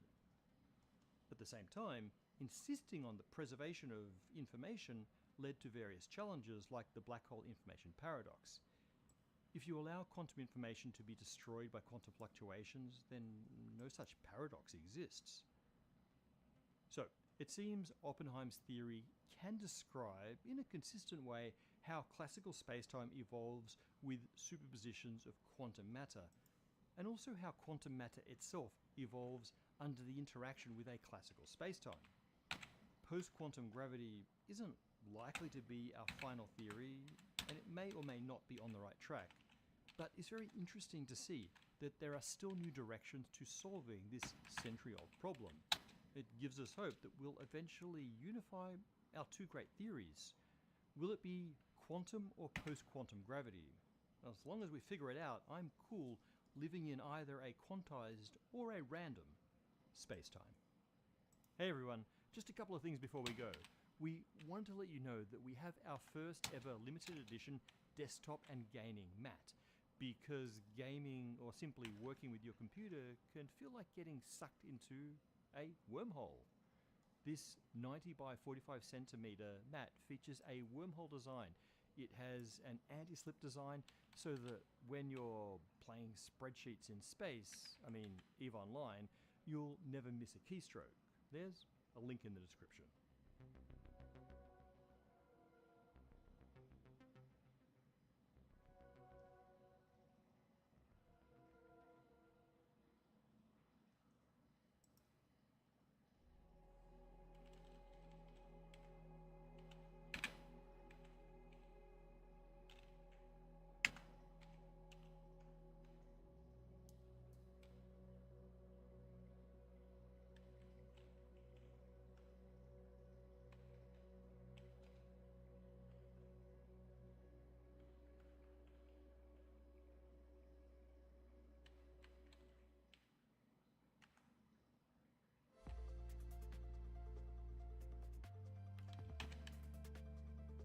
The future of biopharma clarification has arrived. The next generation of clarification. 3M Harvest RC Centrate Chromatographic Clarifier. A range of high-capacity, single-use synthetic chromatographic clarification products that separate by charge. This line was engineered to help you clarify centrate like never before. Leveraging advanced material science technology, it allows you to remove more impurities earlier in the process, so you can benefit from downstream efficiencies later. Harvest RC Centrate Chromatographic Clarifier offers superior impurity removal for superior fluid quality, including DNA reduction to less than 500 ppb.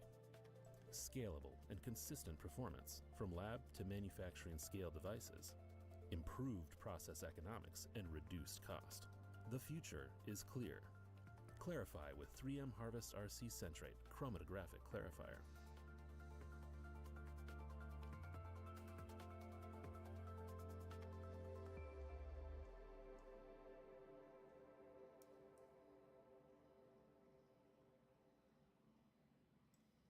A new and exciting Pokemon adventure begins. You can discover, catch, and train your favorites from every corner of the world of Pokemon. Train with powerful new attack features and with clip-and-go Pokeballs and accessories that fit all 2-inch figures from Jazzwares, each sold separately.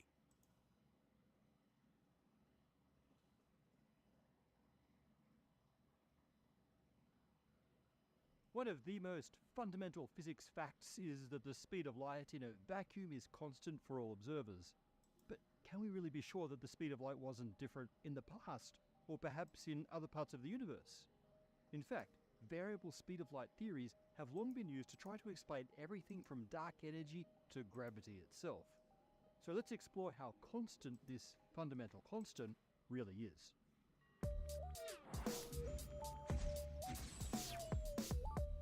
Speed is relative.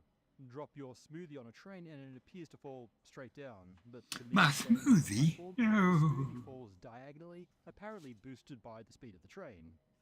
But shine a laser beam from that train and everyone observes the same speed, 299,792,458 meters per second in a vacuum, no matter their relative speeds. The invariance of the speed of light is more precisely described by something called Lorentz invariance, and it's the founding axiom of special relativity.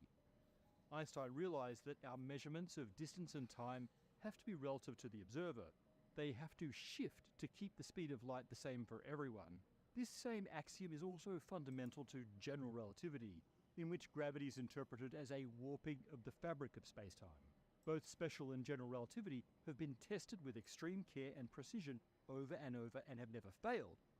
More to the point, the speed of light has been measured in different reference frames, and its invariance holds down to the exquisite precision of current methods. That said, we scientists are supposed to remain simultaneously skeptical and open-minded, somehow applying both mindsets to both old and new theories.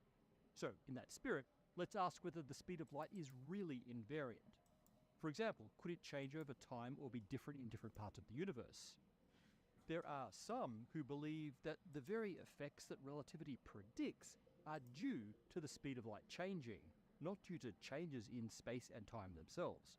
Now, before I start talking about what it means for the speed of light to change, I want to make it clear why many and perhaps most physicists think that it's not only impossible, but it's not even meaningful to think about a variable speed of light. The speed of light isn't really about light. It's the speed of any massless particle, and also the maximum speed that information can travel. It's the speed of causality. It's the rate at which one point in space can communicate with its neighbors, assuming no impediments.